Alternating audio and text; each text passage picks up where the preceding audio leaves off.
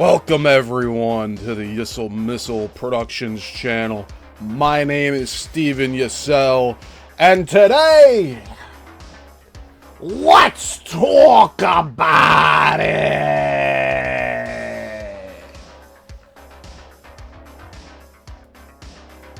Hope you're all doing well this Sunday. Man, oh man, it's been quite a while here. But we're back. And we got stuff to watch.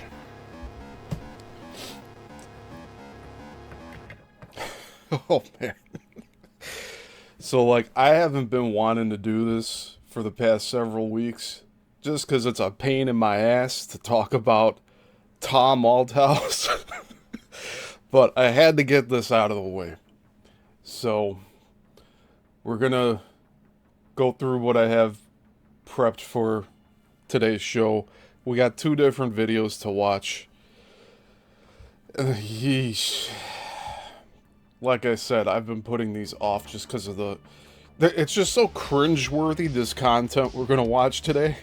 But it's going on what we've been covering on this Let's Talk program, which is calling out Tom Althouse for the liar that he is, showing everything that he does to his hosts once he's done with them, and then the continual lies that he puts out there to the world and how he hoodwinks everyone. You know, we're just here calling out the bullshit. That's all.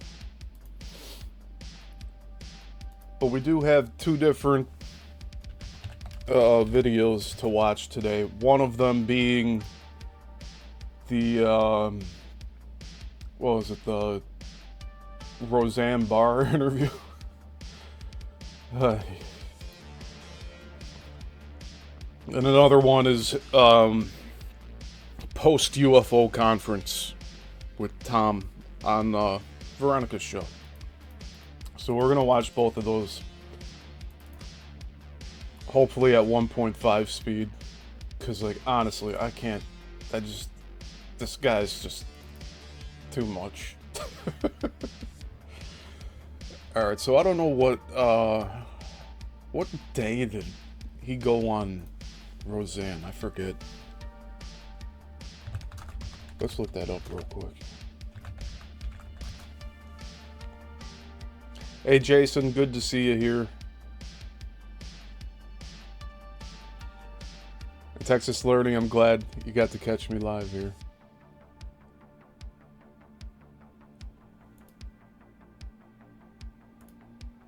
Yissil brings the shizzle. I like it. I like it.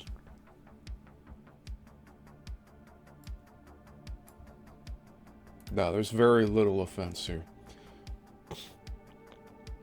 Oh, so they did drop that second Roseanne Barr interview on July 4th. I'm sure Tom was running around his house going, "Oh, it's my Independence Day." It's like, give me a break, dude. This guy is a slave to the Matrix. And he tries to say that he wrote the Matrix. Can you believe that? Now, he used to be on my show, and he'd go on and say about how other people would say that he's claiming that he wrote the Matrix. But he's straight out claiming he wrote the Matrix. There's no getting around that. Like, he constantly says, "I'm the original writer of The Matrix." No, you're not, dude. You're not the original writer of The Matrix. But I digress. Most of you that are here understand that by now. And as time goes on, you'll see what I've gathered for the documentary that I was supposed to... I was assigned to make the documentary, and of course, just like the dozens of other people that he's dropped off of his crew, or whatever you'd like to say, I was the next in line eventually to go. It was just a matter of time. And I'd be kidding myself if I thought otherwise. But yeah. So we're gonna take a look. Greetings, Earthlings! I'll get her face off of there for now. Now we need to be able to do this at 1.5 speed, because I don't want to do this. Like I said, I've been like putting this off for the longest time. Let's see here.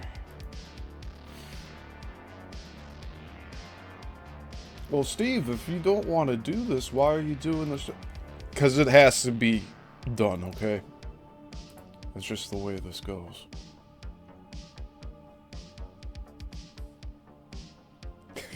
Sorry. I know I couldn't hear the levels either, so that probably blasted everything out. I'm sorry. I'll try to be better on this here.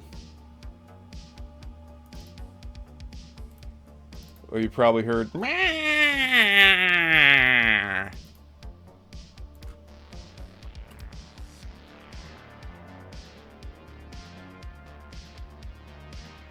that in this part 2 of the Roseanne interviews with Tom straight up crowns Roseanne as like the Jewish queen. Like, I'm not even fucking kidding here. It's fucking ridiculous.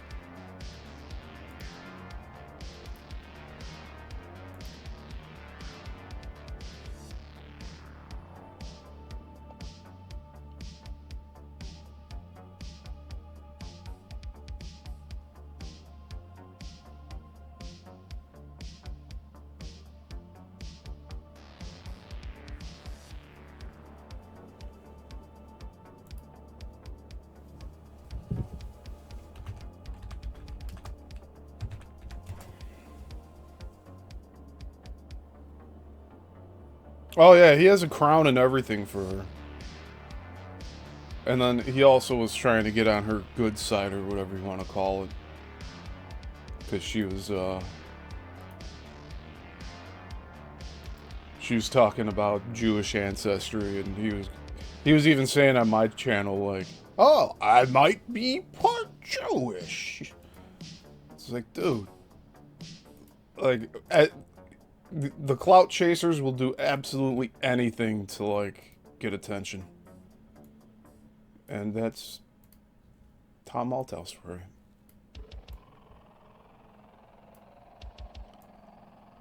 But then the other half of the time, he's just going on about how he's, like, English blood royalty.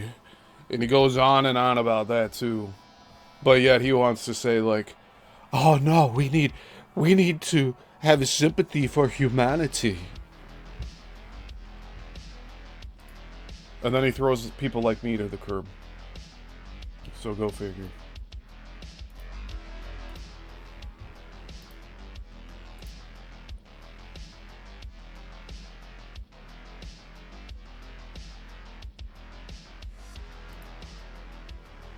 Alright, we're at 1.5 speed here.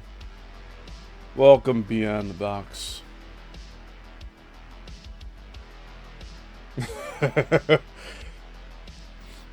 Yeah, she smelled the Tom Althouse bullshit. That's what brought her in here. She's like, what's that smell? Oh, Steve's doing a show about Tom. Got it. Yeah.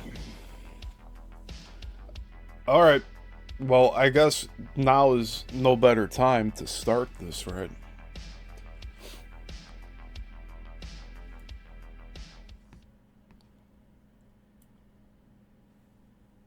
Alright, again, Jason, I'm sorry for blasting the sound here. Gave you a good jump scare, at least, right? I'll try not to do that again. When I cue in the media into OBS, if I don't have it all set up right away, it just starts playing full screen and at full volume. But this will be at 1.5 speed. Because we need to get through this. I'm not going to be here all day covering this stuff. But we're going to try to get through 2 different clips. And by clips, I mean, like, entire shows, because, like, we're gonna just break all this down. Oh, that's great, Jason. And I apologize for not doing prayer on Thursday like I said I would while I was on air. It slipped my mind by the end of the show, honestly. So, I apologize for that. You know, before we start, let's say a prayer. Heavenly Father, Creator, thank you for blessing us with this day. Thank you for providing protection to all of us here. And thank you for the successful surgery for Jason's family.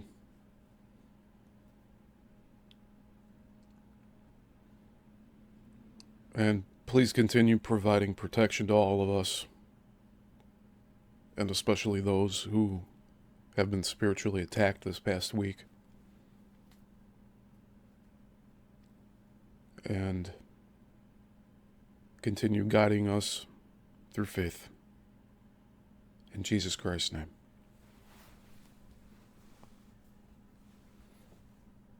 You won't see that on Tom's show. All right. So let's get going with this hoo-ha here.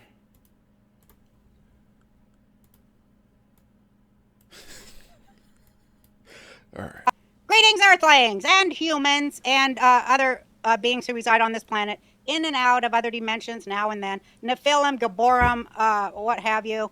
What's the other ones? Anunnaki. Anunnakis. Iranian bots. Iranian bots, not true human beings, but just human parrots who party the deep state party line, which is, of course, all about fucking kids and stealing all the shit women have. Anyway, but more than any of the humans who are corrupt, stupid, and death worshippers, I want to say welcome to animals who are the highest level of living being on this planet, because for one thing, animals do not need to bullshit themselves with fake theology and blah, blah, blah, just to feel the joy of being alive. Welcome to the fucking Roseanne Barr podcast. So you see, my patience is growing thin. I gotta say, she did a pretty good job with the intro. But she throws all that shit out there. Yeah, Conan Highwoods, I am too. Conan says I'm still disappointed about Tom. But he has a reputable look, to be honest. Yeah. Hey, he fooled a lot of us. It's much better to know that you've been fooled instead of continuing going on with the grift. I mean, he's found his niche. He wanted to go to convention halls to go talk about this stuff. But he always wants to do the basic bitch 1 hour, 2 hour interview, going over the same shit over and over and over and over and over. No new information added. Except for, like, the break-ins to his house. Whatever I don't even know anymore at this point. But it's just over and over and over and over and over. You can go look up every damn interview he's done over the past 5 years, because the stuff before that's been scrubbed, because, you know, he just drops everybody that starts asking questions. But it's the same stuff over and over and over. And we'll probably see that here as well, beyond Tom kissing Roseanne's ass here. He was talking about possibly marrying her last year when I was over at his house in Texas. Like, he's like, oh, Roseanne and I can get married. It's like, dude, all right, whatever, man. Get another handler for yourself. I don't fucking care. Hey, Jay Wild, good to see you here.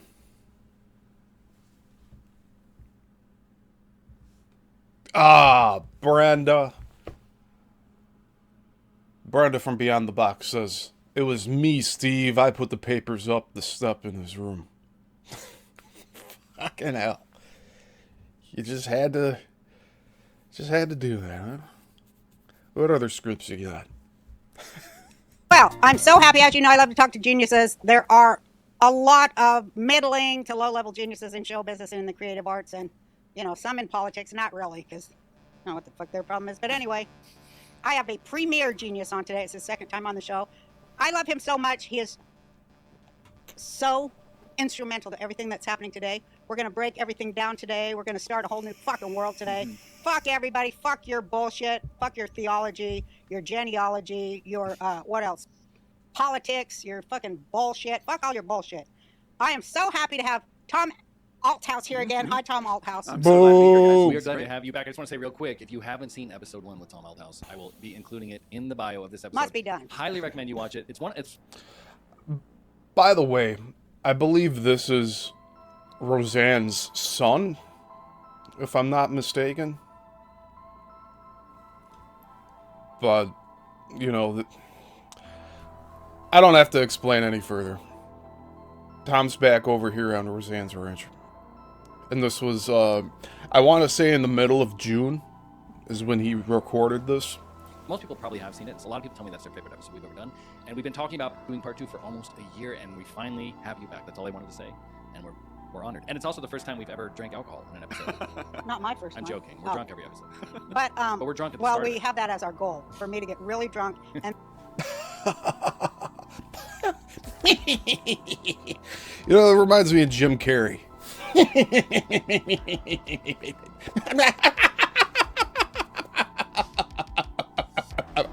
Matrix. No, I'm just having fun here. You know, also, I commented on this video that's on YouTube, and I straight up said Tom Althouse is a liar. I had interviewed him for 2.5 years. He dropped me like a sack of potatoes. There was like 2 or 3 people that were getting in there trying to like counter comment me, being like, oh, you don't know what you're talking about. Oh, stop your crying. Blah, blah, blah. It's eating you alive. And thankfully, Chad was also there to like support me, and he was leaving his own comments as well, because he was another host that Tom dropped. and then tell the guest exactly what I fucking think of them. Let it I fly. feel it's a new kind of a podcast thing. I think so too. I mean, we got some Hiroshimas to drop. That's right, and I can't wait to get into it. Yeah. But first I have to brag on you a little, because people, I mean, I can't even go into it. But anyways, you wrote The Matrix. Hollywood stole it from you and did a bunch of devilish shit to you using, what's his name? The guy. Hold on a second. Hold on. So there's already some lies here. That's right, and I can't wait to get into it. Yeah. But first I have to brag on you a little, because people, I mean, I can't even go into it. But anyways, you wrote The Matrix. Hollywood stole it from you. And You wrote The Matrix. People stole it from you in Hollywood. No. Tom did not write The Matrix. Capiche? He wrote a script called The Immortals. Has nothing to do with The Matrix. Alright? Alright?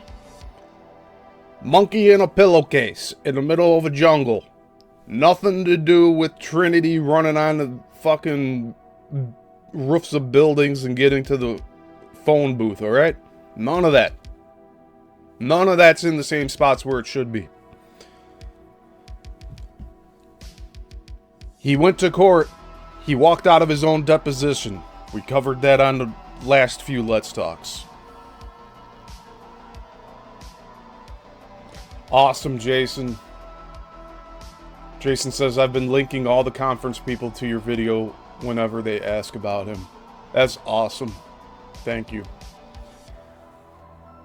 Yeah, I have everything up from the time that I first had him on until the day he decided to drop me. And I've been continuing to put out content throughout all of this, including the, like, we've covered interviews he's done after the fallout, after his meltdown with me, where he makes fun of my appearance because he has no, he has nothing, he has absolutely nothing. He can't do anything. All he can do is make fun of me and how I look. That's it. He can't argue any talking points because he's a piece of shit. did a bunch of devilish shit to you using what's his name? The guy on the religious shows, Jim. Pat Robertson. Pat Yeah. Robertson, all them CIA friggin' child sacrificers, and they fucked with you, stole your work, and everything's been going on as long as I was on TV. We got on at the very same time we became like on the deep state radar the very same year, right? Yeah, I think they were very aware of both of us at the same time.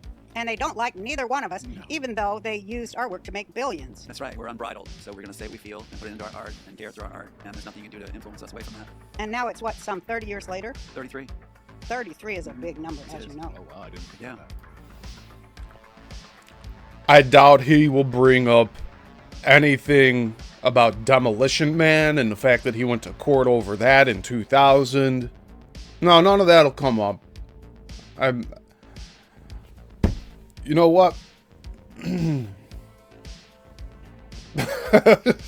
Yeah, I'm just gonna say that right now. I don't think he's gonna talk about Demolition Man, because we learned about that in the deposition audio that we listened to, which he gave to me. That he said that his lawyer ended up recording, or the other Warner Brothers lawyers, and they swapped the tapes and blah blah blah.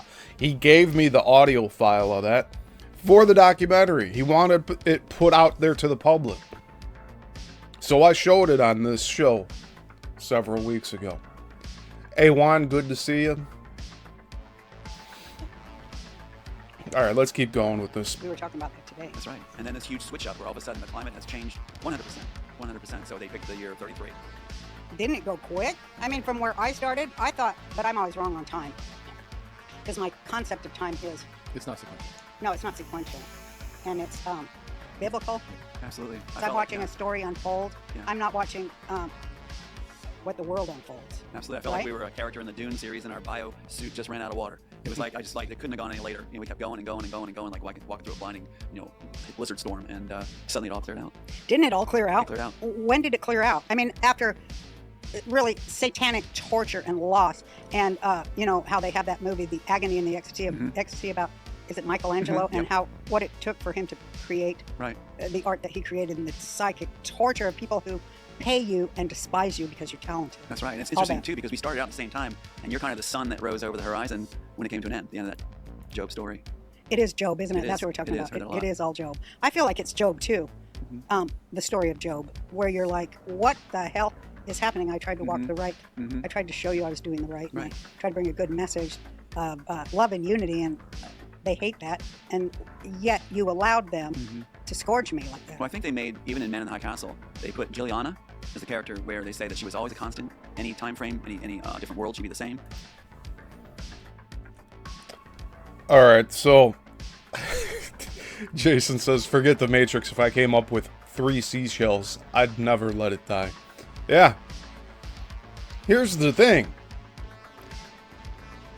Tom admitted in the deposition audio, but he's never said it on any of these interviews, that he went to the movie theater in 1999 and watched The Matrix, and he said that he did not see any significant ties to his script when he went and watched it in the theater in 99. In fact, he thought Demolition Man was more like his script, The Immortals. So that's why he went after... I want to say it was Warner Brothers. Probably not, though. I'm a little spotty on that as of right now.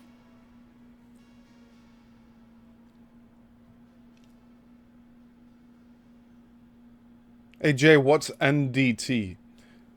Jay says Lawrence Fishburne had a Matrix-based interview on Star Talk with NDT. I'd like to look at that. That'd be interesting to check out. You see, we're going through a reset here on this channel. I need to rewatch the Matrix trilogy now. I need to get that Smith deep dive character analysis video put together. I need to reframe everything again, back to how I was framing things prior to meeting Tom, since now, I mean, it's all fucking bullshit, honestly. Mr. Hoity-toity, I can't do more than 7 hours of a deposition over 2 days. He walked out of his own deposition for his own case. And if we really want to get into the details, I want to say 2000, he went after Warner Brothers for Demolition Man. Then, around 2010, like maybe December 2009, early 2010, he went after Warner Brothers for the Matrix trilogy. That fell through, and then I think, this is my interpretation now, because I don't have all the information yet, but I think after that 2010 lawsuit failed, he got countersued by Warner Brothers. And in 2014, that's when he had the deposition that was mysteriously recorded, which he handed off to me. And in that, we learned that he didn't even stay for the entire time that he was supposed to. He just got up and left. And it made the court flip out over it. And then he leaves. Now, please understand this. Everybody at that deposition in the audio, we're all level-headed. But when Tom left, he got on his phone and went on to, like, he was talking to somebody. And he was going on and on about how they were screaming at him, they lost their cool, blah, blah, blah. Tom's the one that lost his cool. He walked out of the deposition. But he was already spinning what happened just moments before. And he's so convincing. If you wouldn't have listened to the prior, 2 hours of deposition, you would have thought that these people were breathing down his neck. But not really. They were asking simple questions, and he couldn't answer them. So his best course of action was to just repeat the question jumbled, and then ask for clarification again. That's a tactic of people who don't know what the fuck they're talking about. And they do this to buy themselves more time. And to try to steer the conversation over in their favor. So all of that happens in the deposition. And I believe it was at least as far back as 2 episodes ago. So probably part 11 or part 12 we covered that.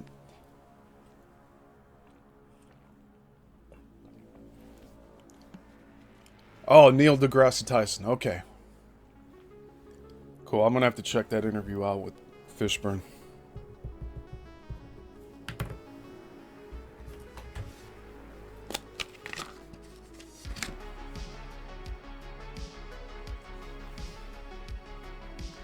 Yes, Neil.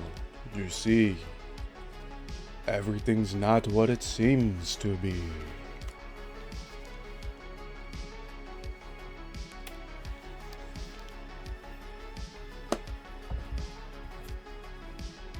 Now, I don't particularly like Neil deGrasse Tyson. I did at first. He did a good job of getting high concepts out to the general public, but he's just too cocky, and his own self is just too cocky.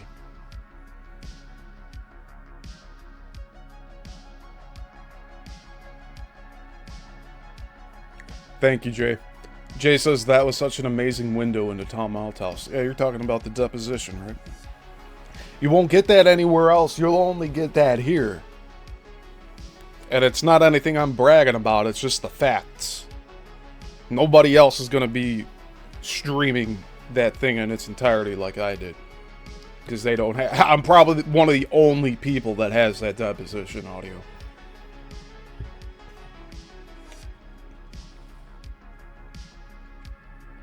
Yeah, Texas Learning says the endless clarification tactic is pretty effective for dodging having to answer. Yeah.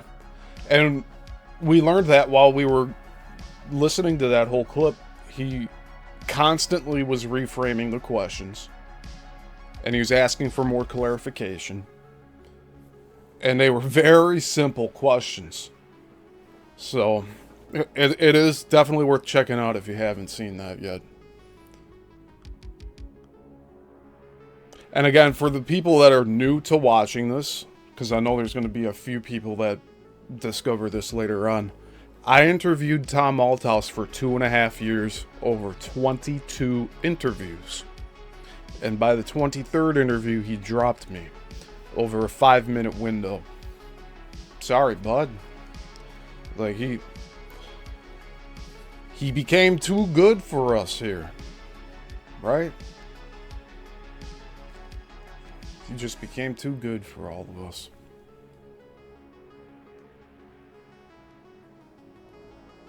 But yeah, let's continue watching this here. We'll get through this. Unity, and they hate that. And yet you allowed them to scourge me like that. Well, I think they made, even in Man in the High Castle, they put Juliana as the character where they say that she was always a constant. Any time frame, any different world, she'd be the same.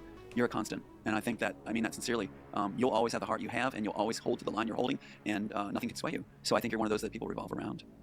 But I'm... Roseanne was an openly worshipping Satanist for most of her career. How can he possibly say that she is a constant? Unless she still is a Satanist. Jeez, Tom. He has a habit of doing this with people. Like, he meets someone new, and then he dresses them up as something that they're most likely not.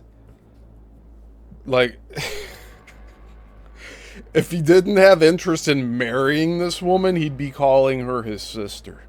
Unless, you know, he's kind of into that sick shit. I mean, they have tried so hard to severely reduce my influence in every specter, in every venue, in every, That's everything. the key. That's the key. When I talk to Hollywood execs, especially Disney ones, Disney attorneys, they said that their real concern, they believed it was all about power. The real concern they had is the influence artists would have. Artists worth their salt. Yourself. If we're able to create work that will draw the world together, which is our goal in our work often, to draw the world together, then we have influence that can affect that world, and they're very afraid of not having that influence, and instead us having that influence and not being able to control us, and I think that hits it on the dime. Yep. It does hit it on the dime because their worst fear is unity, and that anybody would have an active soul connected to God and unite. Exactly. I had a pastor way back who I didn't know which direction to go, into law, when I was in grad school, go to law, or into film, or into Air Force intelligence, can you believe it? They a lot of time tap artists and the CIA and things like that. And the pastor said to me, well, pick what you think you will have the most influence in. I thought, well, that would be film. So I did. It is amazing. Film and, the structure of telling a story, there's nothing more powerful. Again, Game of Thrones, they did that in-house basically at HBO, even hired J.R. Martin, whatever his name is. He was an in-house employee, so they put it in there. Their best work comes from mocking other artists, and so they bring in-house employees in to do it. Not to step on toes, but just to say the facts.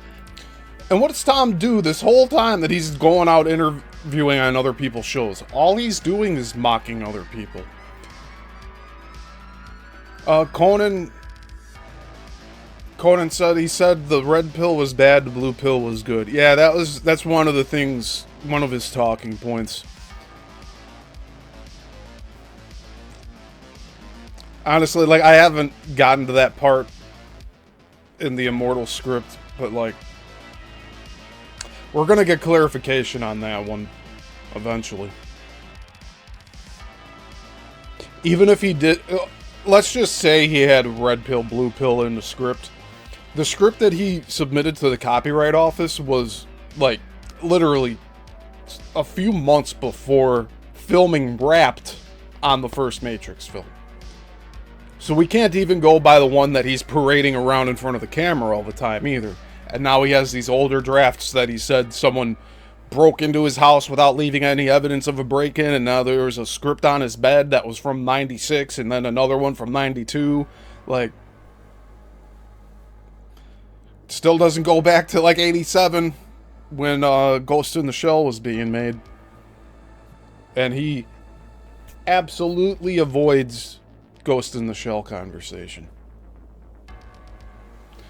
And Conan also asked, she is like 20 years older than him, though, right? Not necessarily. Tom is like 60 years old. No, and I'm not kidding here.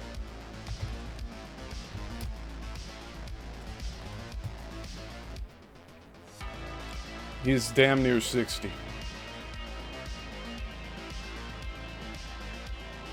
Roseanne is 72. So probably I'd say 12 or 13 year difference. But he doesn't care. Right? It's either he goes after the 30-year-olds or the 70-year-olds.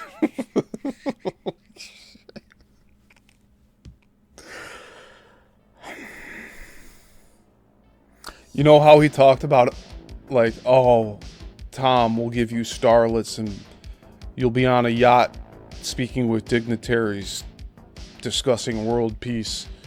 He said they said those things to him because those are the things that he wanted.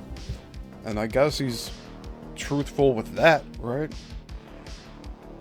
He likes them young.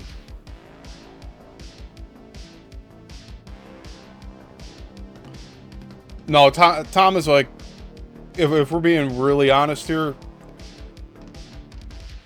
58, 59.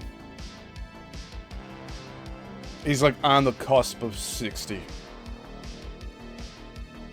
And in it, they talk about that the greatest thing in the end, the greatest thing that makes a great ruler or binds a kingdom together is a good story. So you see again where that influence factor ties into the arts, and that's why we caught hell for so long. And now those guys are clearing. Why do you think they're clearing? I feel they're clearing too. Could your health issues be caused by an invisible enemy? Yikes. Roseanne without makeup is a little rough looking here.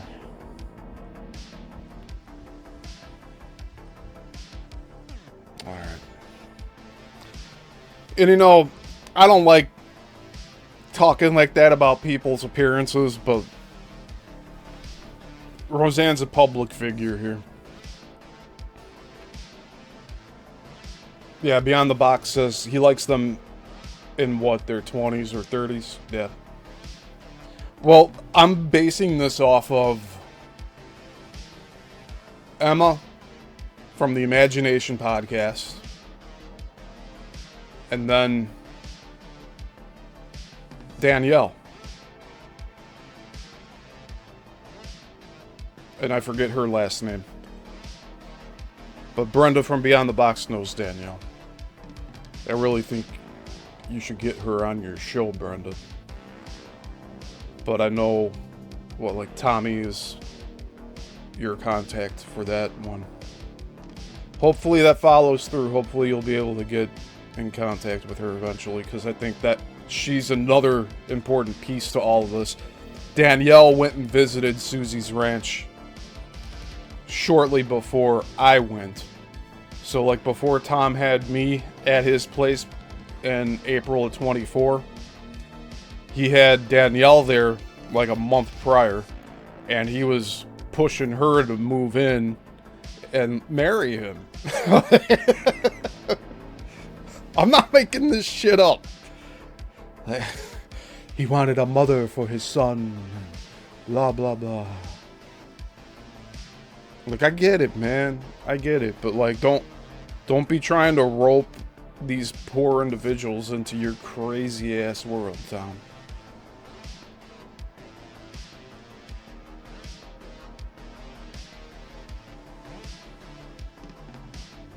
Jason says, I heard from Tommy like 2 weeks ago. He's writing a book. That's awesome.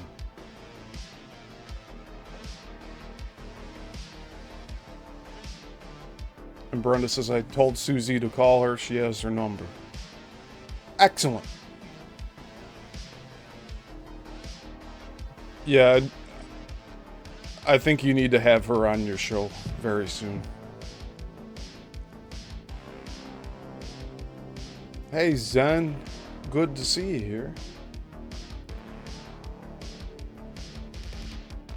Oh, man. You're going to have to tell me what happened, Zen. Although I think I can assume what happened. There's falling out on all sides of the ring here. Alright, let's get back into this. Plus free shipping. Don't wait. Cleanse your body and take back control today. Because Trump got elected? So yes, absolutely. Our dear president has done a bang-up job. Absolutely. And brought a lot of hope. A lot of people tried to misguide him and take him different directions. He's catching on fast, though. He's catching on to certain individuals that were going to mislead him. And he's growing and learning as he goes, which as a screenwriter, to me, makes a better character. He's talking about Musk. Tom was so conflicted with, like, having Musk in the Trump administration, and now that Musk is out, Tom can go on about like, oh yeah, Trump found out who the bad actors were. It's not Musk he needs to worry about. He needs to worry about his son-in-law Jared. He needs to worry about all these other cabinet members that I don't know why he's bringing the neocons in. He did that his first term. Like, he needs to really wisen up a bit. I wouldn't be going through this bullshit if I was him, but I'm not in his position.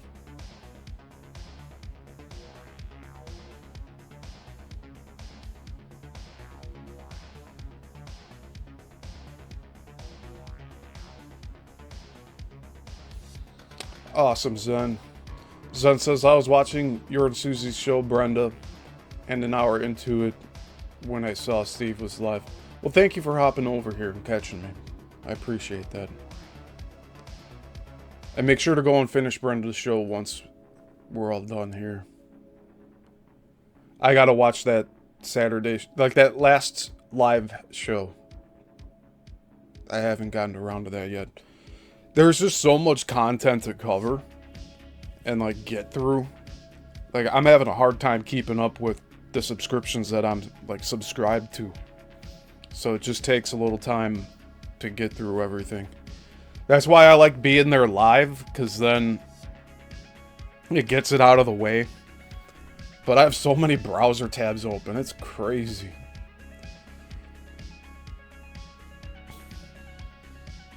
Oh yeah, there was also, Lerny says like 12 hours ago, there was a premiere that Brenda put out of a show from, yeah, it was like last week, right? Was it the one with Abe? But yeah, that's up there too.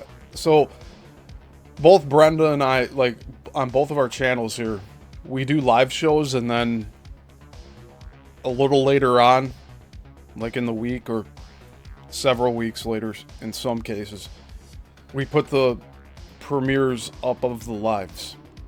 So we re-premiere lives so that it gets to more people, because I think there's still people having trouble finding the lives, and I know there was a time where like I didn't even know the live tab was a thing. I don't know if that's something you could find on mobile, but doing a premiere as a general video upload, that gets it in front of more people. So it's a strategic thing. It's just to get more people watching.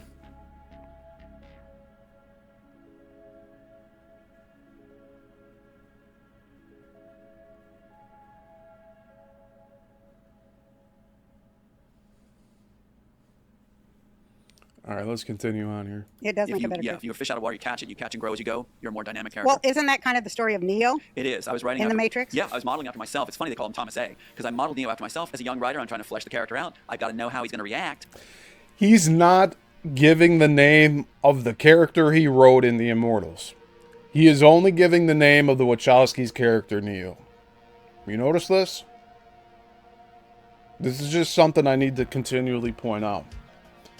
He's going off like Neo is in the Immortal script. No. There is no character named Neo in the Immortals.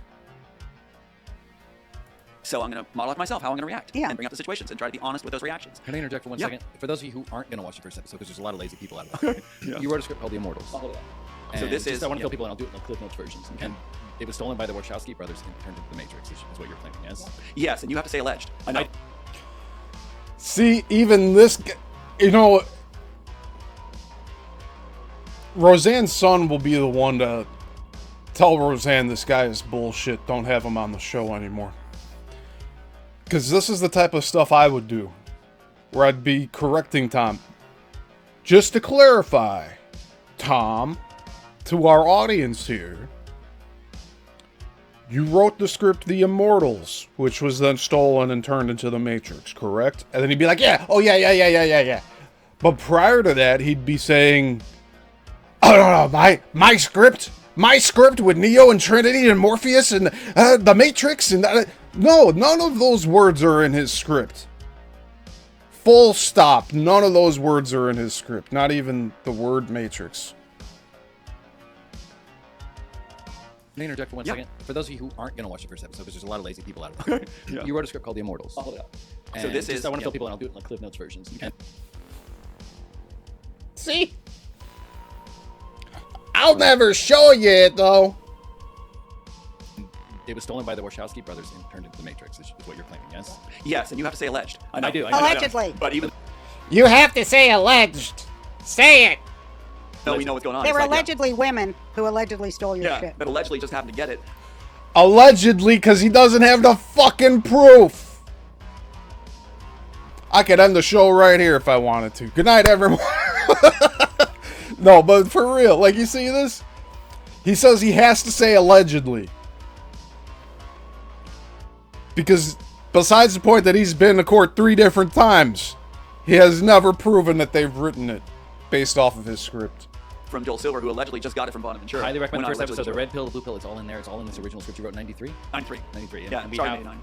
and he sued, and that's an ongoing legal stuff you'll get into. That's the funny thing too. Just cap that real quick. Is they brought me their own attorneys to have me sue. I had no intention to sue. I didn't know what was going on. They brought me their own attorneys, in-house defense attorneys, to make sure they handled the whole show. That is- They did it all to me, and I just rolled with it.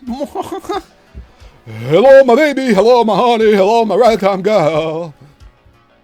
statute of limitations. So I had no intention of suing, and we actually won, and they blocked us from claiming the win. So You know how ridiculous this sounds? He just said I had no intention of suing. What the fuck were you doing this whole time, bud?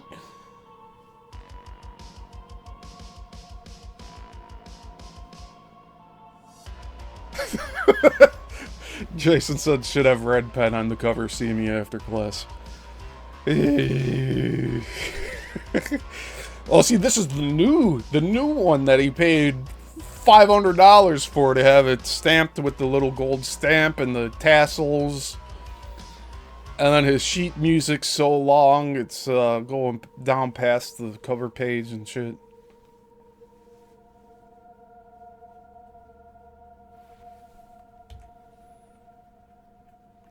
Yeah, Zenray says, if you did a documentary on this, Steve, it would be so good. Yeah. Well, hey. You know how long it takes to put stuff together. If I did a documentary, this thing could be like 10 hours long. Like, how can I get this conveyed within like 2 hours? I'd love to get this all down within 2 hours. That's an ongoing legal stuff you'll get into. that's the funny thing too. Just cap that real quick. Is they brought me their own attorneys to have me sue. I had no intention to sue. I didn't know what was going on. They brought me their own attorneys, in-house defense attorneys, to make sure they handled the whole show at the statute of limitations. So I had no intention of suing, and we actually won, and they blocked us from claiming the win. So it's much deeper. But I'm glad you brought it up. Yeah. But this is the only in existence copyrighted screenplay of the Matrix story, and they actually Wrong. He has a second copy like that. Alright. And there's also other people that contacted me via email saying they also have a copy. Unless that was Tom himself trying to pretend he's somebody else asking to purchase my interviews of Tom. Fucking liar. the Warner Bros. Copyrighted the Immortals title, not Matrix. Look it up. They assigned to Keanu Reeves. Tom Hanks. Tom Hanks, thank you. Tom Hanks was given a copyright entry of. The reason he doesn't have the Tom Hanks script is because you go to the... So this is something Tom has not said to anybody.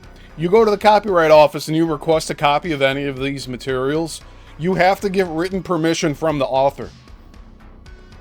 And we all know Tom Hanks is never going to give Tom Althouse, let alone anyone else, permission to get copies of the 2 total pages that are titled The Immortals that are on the Copyright Office list. So when Tom was claiming before that you could get... Anybody can go to the Copyright Office and get a copy of this script. No. Because the Copyright Office comes back with, you need to have written permission from the author that you can have a copy of this script. That's something Tom left out in all of his interviews, didn't he?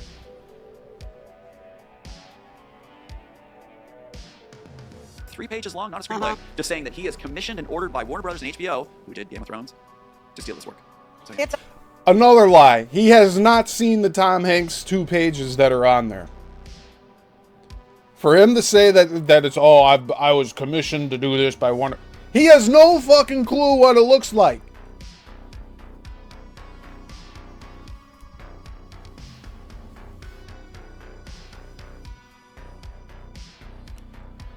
Learning says it may be useful for people if they can resonate with this in their personal life with, for example, management, etc.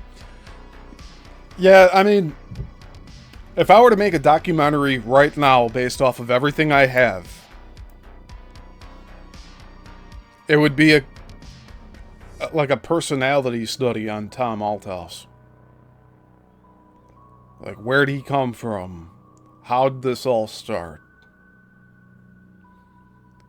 The problems I'd run into are things like, well, the deposition audio. I'd love to use that in the documentary. But, like, for it to get to Sundance and not have any blocks would be a miracle. Because you know this asshole would try to get it stopped from being screened. I like the idea, though. I do like the idea.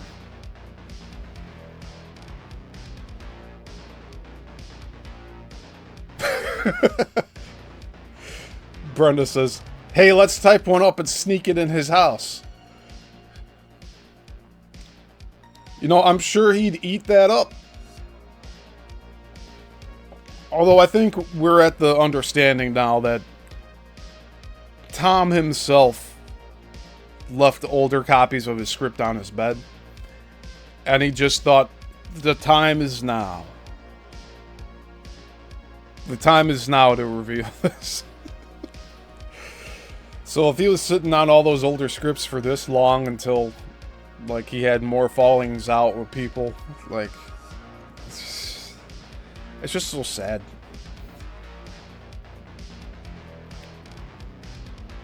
Because, like, the feds are not concerned with this guy. I would have heard something. And the 22 interviews I did over 2.5 years, wouldn't you think somebody would have reached out to me and been like, hey, you need to stop doing these interviews? You know, like the Men in Black shit. None of that happened with me, thankfully.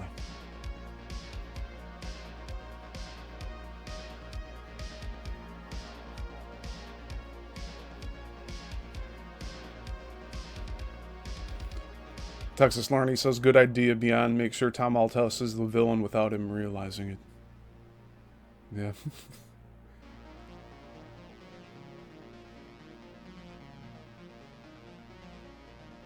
Oh, God. Beyond the box.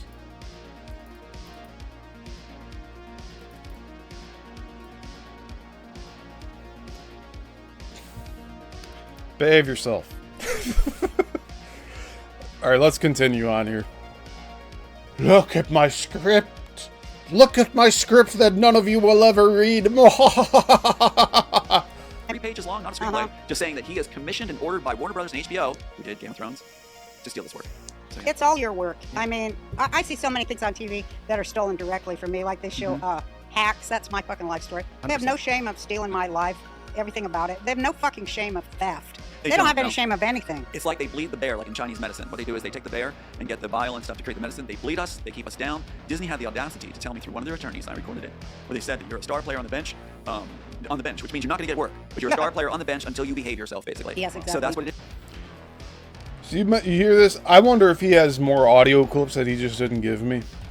But he might be referring to that one deposition, and it's so jumbled in his head, he thinks he's the savior and the hero in that situation. Medicine. What they do is they take the bear and get the vial and stuff to create the medicine. They bleed us. They keep us down. Disney had the audacity to tell me through one of their attorneys, and I recorded it, where they said that you're a star player on the bench, which means you're not going to get work, but you're a star player on the bench until you behave yourself, basically. I don't remember hearing that in the deposition audio. Yes, exactly. So that's what it is. If we stand up for our audiences and for humanity to create work as a gift We're and offer to finished. them, right? Then we're the ones that have to go down. The ones that are celebrated, the ones that cash in, don't care about audiences, like Spielberg, and you get away with it, and you make yourself a fortune while you mock them in your work. So Meanwhile, Tom is here mocking everyone under the sun. there's a difference. Spielberg to me is one of the most evil people who've ever lived. Oh yeah, I can think of one other, but yes, indeed. Yes, indeed. What about Elon Musk? He's a fucking retard too, isn't he? Neon, He's a fucking evil right into it, retard. aren't we? I mean, I thought was wondering what the fuck was going on. I was hoping that Trump was going to expose him because a mutual ex-friend of ours said that he was raised in the satanic ritual occult that she was raised Remember in. we talked about that last time I was up? We didn't put it on the air, but we talked about it. Wait, who's this friend? We can't say. No, she's not our friend Yeah, anymore. I call him She's Neon. a Jew hater, Yeah, like I they call, all oh, are yeah, now. she's burned me too. But I call. Oh, you see? You see? The moment people start questioning Israel and the Jews, they all become a Jew hater, and then they're banished. They're banished. Do not question. You're gone. Last time I was up, we didn't put it on the air, but we talked about it. Wait, who's this friend? We can't say. No, she's not our friend Yeah, anymore. I call him She's Neon. a Jew hater, Yeah, like I they call, all oh, are yeah, now. she's burned me too. But I call him Neon Husk because there's nothing in the middle. There's nothing there. So you're It's just saying gone. Elon's not a good guy? Yeah, I was sorry. I didn't mean that was a mockery sound. That was like He a, stole all his shit. I'm producing. Elon Musk stole all his shit all too. of it. And that's what I want to get into too. Is how they. It's not just the story. When you do your work right, like you do, you also come up with revolutionary new tech, like Gene Roddenberry and others. They come up. I just want to comment on Tom's little. Yeah. He says that multiple times in this. It's actually, there was one clip I put up on for short where he says that. I spliced it together. Just showing that he drops people whenever he's done using them. He just moves on to the next person. With revolutionary new tech and ideas, and that's how a lot of times the engineers and the scientific community will go off the art. Art leads the way often. No, it's the other way. I found this out because you know the Marvel comics. Those people that draw the graphics for Marvel comics, they're in the CIA, and they only draw what weapons have already been 3D'd or developed. So cool. they're allowed by the CIA to show that in Marvel comics. See, layer that in. It now. all comes from the CIA, It's doesn't perfect. it? Yes, it does. Which is so wild because you just segued right into something so important. If you come up with tech they didn't think about, They own that can it. influence and check the world, then you have another layer where they're going to be very, very interested in that particular individual and try to recruit him first, or her, and then destroy them if they don't acquiesce. And it's like, that's exactly what happened. I'm going to get in front of Tom here before he says it. Tom didn't make the jacks in the neck thing. He didn't invent that. It was in Ghost in the Shell.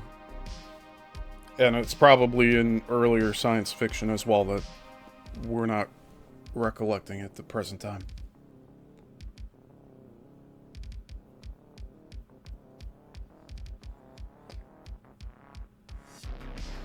Texas Learning says, now the classy lady, quote unquote, is having the same issue as Tom Althouse has. LOL. Yeah. Well, this was something we brought up before where it's like they have that like symbiotic relationship if it has to do with schizophrenia. But like, whatever. I think here she's just trying to relate to him. But like, yeah, isn't that interesting? They both had stuff stolen. I had shots stolen, like cinematic shots stolen from me. I showed the evidence in one of the interviews that I did with Tom here. That was an actual thing. Like a year and a half after the fact. Same exact shot. In the TV show that everyone was comparing my short film to, which I had not even watched that show at the time. And Jason says, LOL, it's like, how can you drop more people than you've met? Well, Tom's trying to make up for that now by going to all these conferences and having so many people meet him that he can't even recall or thank one damn person.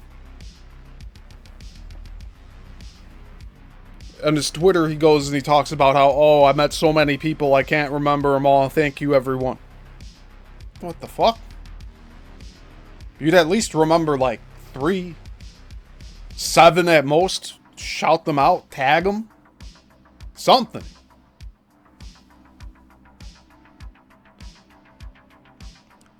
No, he likes the attention. You see, look at Tom. Look at Tom on the stage talking about his script. At a UFO conference of all things. Give me a break. And they end up saying that we're crazy, stupid, that we mumble, that we Mentally can't put ill. sense together. They use that card to justify taking Religious the work. fanatic. Yeah, take the work, Is justify. that what you do to me? Well, yeah, but Mumble. in this case, it's true. No, but sorry, But yeah, back on track. so if they see work they haven't seen before, Well, they she's want saying it. this is fascinating. You're saying the stuff that's put to art is already invented, and you're saying they Yeah, invented it is. after the art. Could Well, both that's be what- true? No, they Yeah, invent yeah. it. When they see something new, they invent it. Well, see, that's well, yes. They steal or it and reinvent invent it, Yes, yeah. because Disney said to me on the phone, and that attorney that was on the phone said, "Are we still in the air?" Yeah. Okay, so Yeah. they said on the phone, everything's been done under the sun, which I've heard teachers say, which is you don't say that to kids. Everything's been done under the sun. There's nothing new. And I said, well, how come there's 190 new concepts in the Matrix story of the Immortals? It's like including tech, and they're like, okay, I guess so. Okay, so yes, 190 concepts.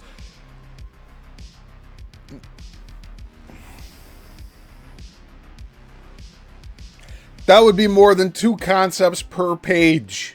You understand this? This dude is writing about penis leeches in the Amazon in his first 10 pages.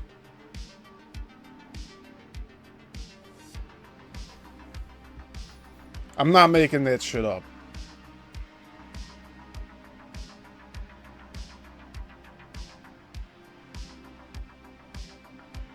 Because they don't have a fucking idea of anything. no. Well, who's smarter than them? God. And if God gives the material through us that will be faithful and true in our work and wanting to make a difference in the world, I think the CIA's trumped on new material that they didn't think of. Well, there is no God. Didn't you know that? There's no God. There's only enlightenment through Lucifer. How come you don't know that? Well, I didn't say exactly what I believe, but I am actually viewing the world. This is really fun, by the way, because you're a firecracker and I love it. Sarcasm. It's like, no, you're good. I like the idea that that there is a universe above us and that there's a whole family of beings or whatever that created this. They're our God. I don't know if Roseanne was being sarcastic here, but Tom ate all of that up. And he's already trying to conform to what she just presented. In fact, you know what? We can just fucking say it. They don't believe in God. They believe in Satan. Motherfuckers. There are parents. There are, Yeah. I call them others, parentals, you name it. Anunnaki, Tom? Is it the Anunnaki? Because that's the Jews' God.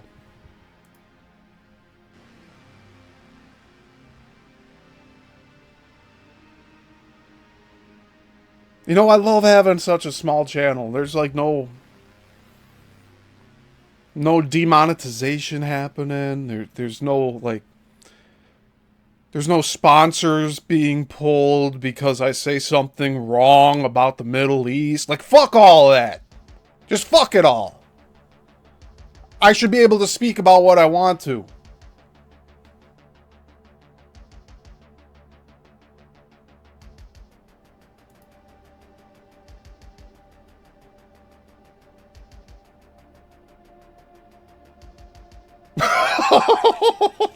Zen.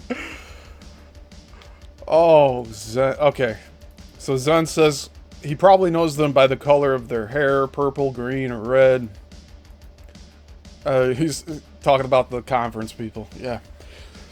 And then Zen says, or which costume they have to be wearing. Yeah, because Tom was a stage director for quite a while. And then Zen says, I'm pretty sure Tom only has his eyes set on one thing other than fame. And that was Veronica's knockers.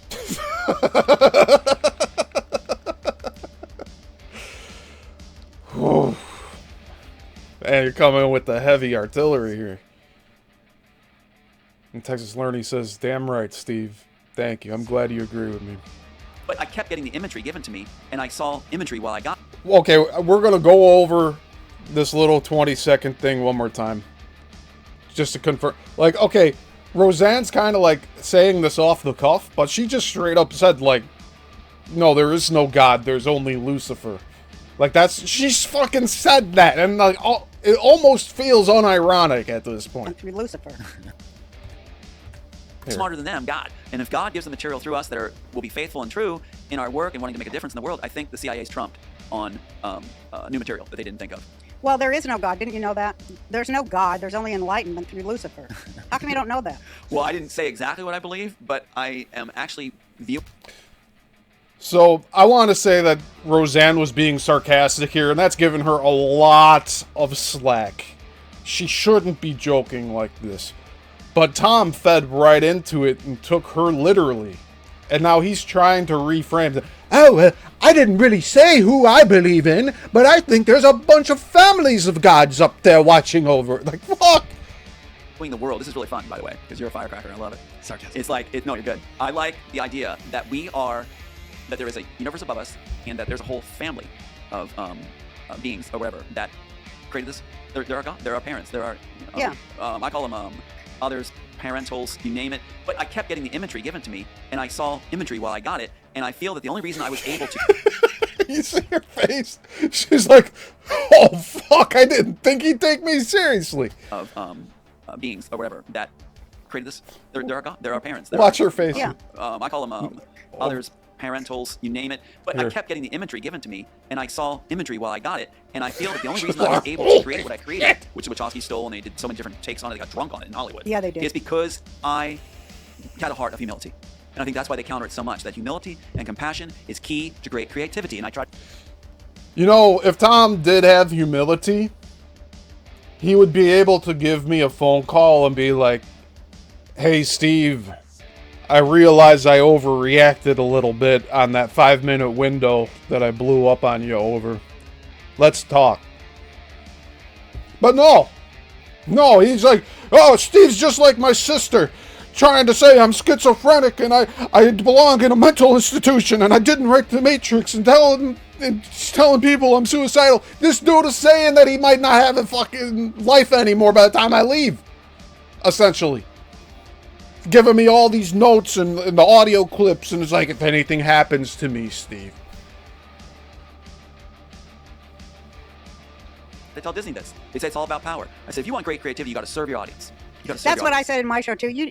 I'm not here to make the audience feel like fat, stupid sloths. No. I know that's important to you in order to, because all the commercials they put on my show, which was a mind blower and horrifying for me to see, was all a bunch of really kind of butch women and their stupid feminized husbands. Wachowski style. Yeah, Wachowski style. Yeah, they did the trans thing, the Baphomet thing with it. And the woman, she'd be a big fat bitch, and she's sitting there going, oh, I have to do everything around here. That's what they took from Roseanne. And what do they do to disgusted femininity? me. What do they do to the strong female woman? What do they do to the woman warrior? What do they do to them through Hollywood? It's a male boy business, right? Well, what they do is they work it around. They chew on it. They chew the fat of their child victim that they already ate their heart.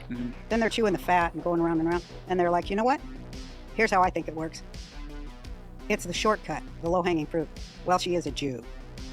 So that means, hence, she is a Jew, hence, that means she's a racist. What they've done to God's people. God's people are racist colonizers of their own land, Judea. And she's letting the Palestinian conflict get into this conversation. You see that? She just can't help herself. Man. Flawless Jew. Don't criticize me whatsoever, right? so that means, hence, she is a Jew, hence, that means she's a racist. What they've done to God's people. God's people are racist colonizers of their own land, Judea. And so pompous. You see that? Even her son's like, oh, yeah, those goyim, you know, they love to hate the Jews. I don't know why. I just don't know why. You know, it's just the way they are. You see, they say we're the racists, but really they're the racists. You know, like, get over your fucking selves. what are several of the other things? In control of everything. A cabal that eats children, sacrifices children. When obviously, what were the tunnels in New York for then? Tell me. They took out shit-stained mattresses. Why do you think they were shit-stained? It's because the bowels falling out of the children that they were abusing down there. Sorry to say that. Abraham put an end to child sacrifice, and we never went back to it like some religions and their sacrificial gods that are men. No, Judaism didn't do that, so it has to be destroyed. And if the Jewish people go back to their homeland, Judea, Samaria, Israel, then the Bible is true. You know what's wild? And then God exists. And we can't have that because we're way smarter than God.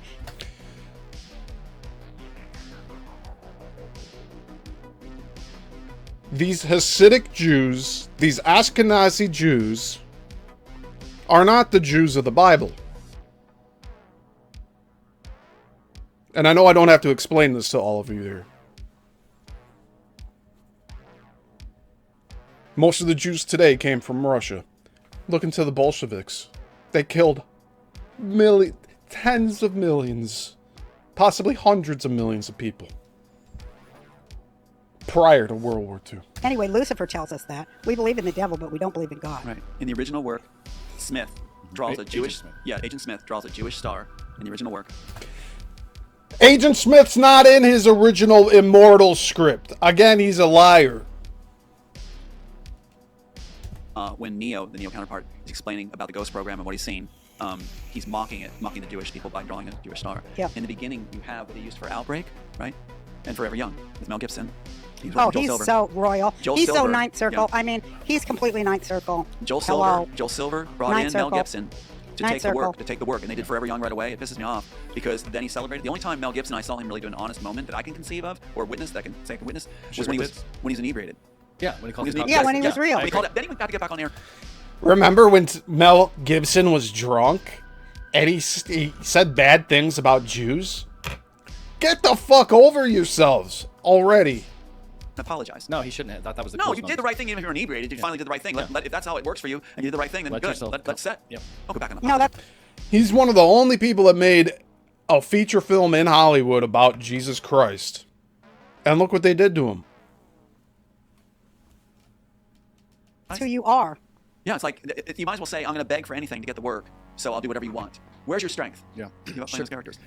By the way, Forever Young is another film that Tom loves to bring up and trying to say like, oh, they used the shot of the picture and the hand falling, and that was in the Immortals. Again, that's like a 1994 film.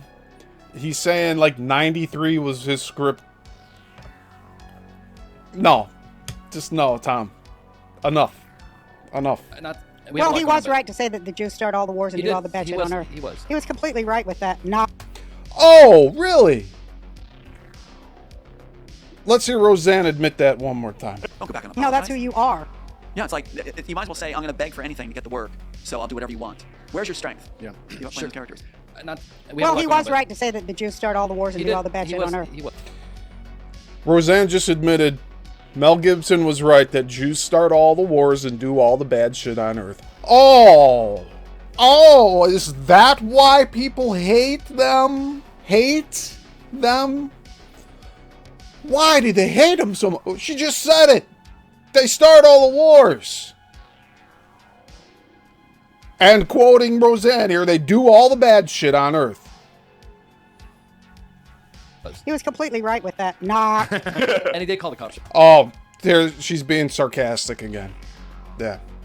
Well, if you do look into how all the both world wars started, and you look into these other wars as well, even the Civil War, all of these were started by the bankers. Okay, and it's not just... There was this whole thing I had with Susie. I was talking with her when I visited her last month. And we came to a conclusion here that not only was he trying to save the U.S. bank, keep it away from the world banks, he was trying to bring light to the fact that the world banks are controlling the world. And that's part of why he was assassinated. Bigger tits, which is one of my favorite things ever. But can we get back on track? But I love that they're always. you were I heading to love that Elon they're Musk. always Yes. Catholics, and they go, well, the Catholics. That's a great church. They don't do anything wrong. They've never done anything wrong. Yeah. I mean, they didn't. There's not a whole They religion. didn't steal There is everything. no- They didn't steal everything from the Yeah. Jewish temple in Jerusalem and take it to the Vatican and do black magic with it. They didn't do any of that. They're good, and the Jews are bad. They're satanic. Yeah, as a you writer, know, they're yeah. God. Look at that projection. You see, this is why I've decided to step out of organized religion. And the Heavenly Father Creator and Jesus Christ. It's all I need. I don't need to go to these Sunday sermons where they're all fucking changed now from the time when I grew up to now. All the hymns are different. They're walking around with the French fry basket asking for money. No. Yeah, Roseanne's going to be really heavy with the sarcasm here. But why not deflect, right? It's easy to pick on the other religions, right? When they're Jewish, they can just blame everyone else. It's Satan. That's who they are. The synagogue of Satan, the Jews. Conceptualize. What I conceptualize is that we're in a cave. It says so in the Bible, the synagogue of Satan. I don't know why she's trying to make it this humorous in any way. It's that cave idea that's been talked about before by philosophers. Is we're children in a cave trying to get out of a cave, and everybody has their opinion, and no one's actually lighting a candle to get our way out. That's such a great. That is so true. Goddamn. Yeah. Real quick, because I want to get back on track. But we're trying to light a candle It's gonna be hard. to go. I can tell it's gonna be hard. No, shut up, kid. We're trying to She's light a saying candle because I got us. we want to save children. Well, we're going to do it whether they're grabbing our throat. If they really wanted to save children, Roseanne would be boots on the ground in New York asking, what the fuck are these tunnels about? But you don't see her doing that. She's just sitting here smoking her weed, making jokes. She's a comedian. And she's Jewish. Oh, yeah. Sorry. Oh, oops, I said it again. Right? Hanging on our back and using our monkey tails around our head. We're gonna get people out of this cave. We're Yes, gonna we do are. it with other artists, and that's why That's what right. do is to bring artists together, people that have different cross-discipline expertise, hearts, and compassion. Let us lead the way. Let us drive the car, and not these pedophiles, and we'll Yeah. get our way out of the cave. Okay, Elon We're Musk. connected Elon to Musk. God. We know that the thing that God hates the most is hypocrisy Yeah. and the harming of children. Wait, I so, think- yeah. right? Yeah, I think this is a good moment for this moment. It'll never rise again. So we're gonna go to Musk after I present your mom Oh. with the gift I want to Yes. give her. Oh my god, here it is. Here it is. This is what I wanted to show today. So we're going to play this back in regular speed. Oh man. I'm going to cut the music here briefly. You all need to see and hear this. Because I didn't believe it at first. You ready?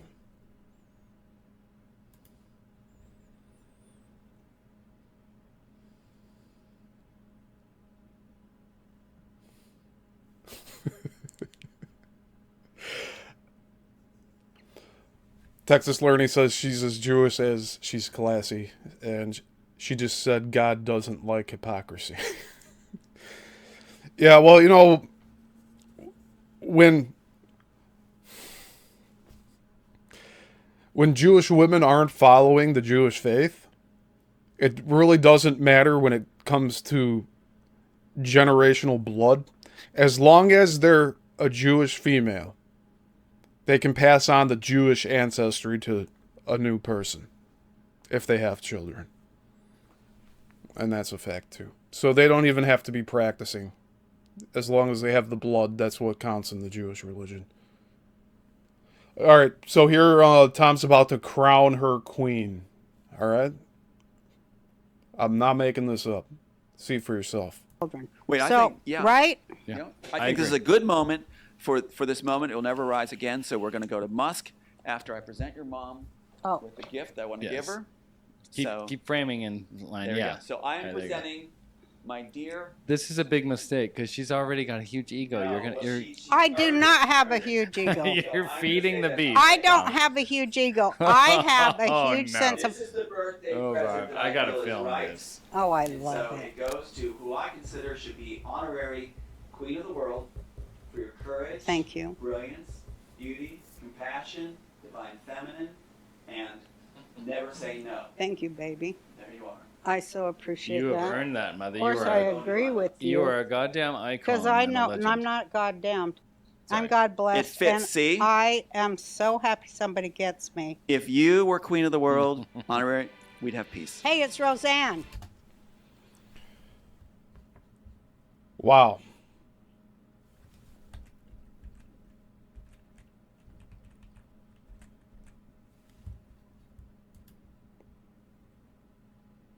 Yeah, let's do it one more time. After I present your mom Oh. with the gift I want to Yes. give her. Keep so framing in line. there we Yeah. go. So I am There you go. presenting My dear. This is a big mistake because she's already got a huge ego. I do not have a huge ego. You're feeding the beast. I don't have a huge ego. I have a huge sense of. This is the birthday Oh, present God. that I gotta feel is film right. this. Oh, I And love so it. it goes to who I consider should be honorary queen of the world for your courage, Thank you. brilliance, beauty, compassion, divine feminine, and never say no. Thank you, baby. There you are. I so appreciate You that. have earned that, mother. Of You course, are, I agree with you are a goddamn icon. Because I and a know, and I'm legend. not goddamn. Sorry. I'm God blessed. It fits, and see? I am so happy somebody gets me. If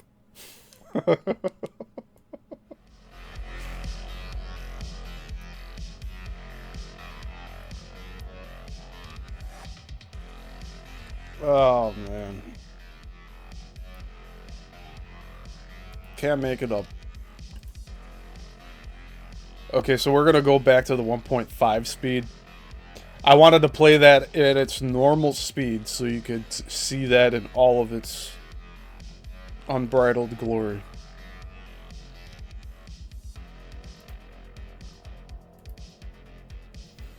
Yeah, and you know what? After this show, I'm going to title it Crowning the Beast. Because these shows need titles. I'm going to actually go back at some point and give titles to all of these Let's Talks. This one's going to be called Crowning the Beast. honorary, we'd have peace. Hey, it's Roseanne. It's like the jump and pushing out act knuckle. Peace, we'd have justice going today because crazy should not win. You're damn right. Okay.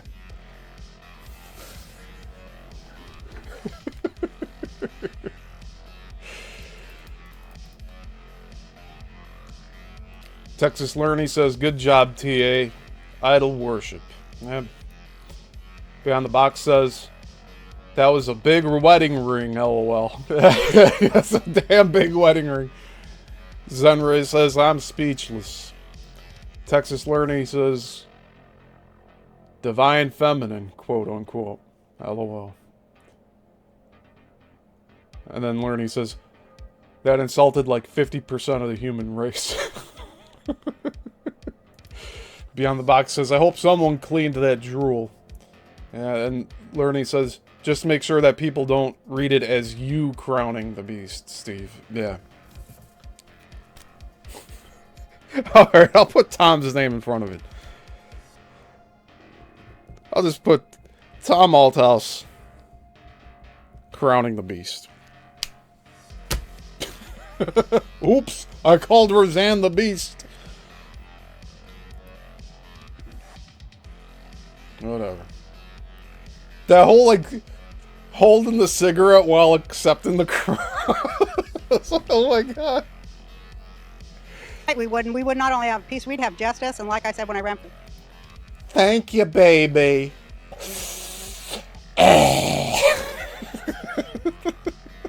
today because crazy Oh, man. should not win. You're damn right we wouldn't. We would not only have peace, we'd have justice. And like I said when I ran for president in 2012, which I see that Zorhan or whatever the fuck his name is, that asshole, he's still in my whole 2012 campaign for president, just like Trump did, but I forgave Trump. But anyway, Well, Trump implemented it in an intelligent way, just like no, you he did it better than I could. Zorhan is a moron.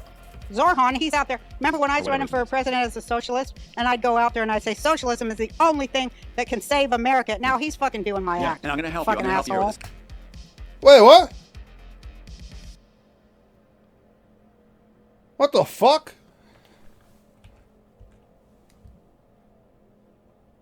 Trump implemented it in an intelligent way, just like No, you did. he did it better than I could. Zorhan is a moron.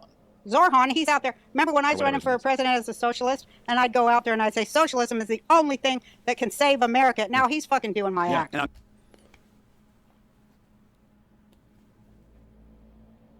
What?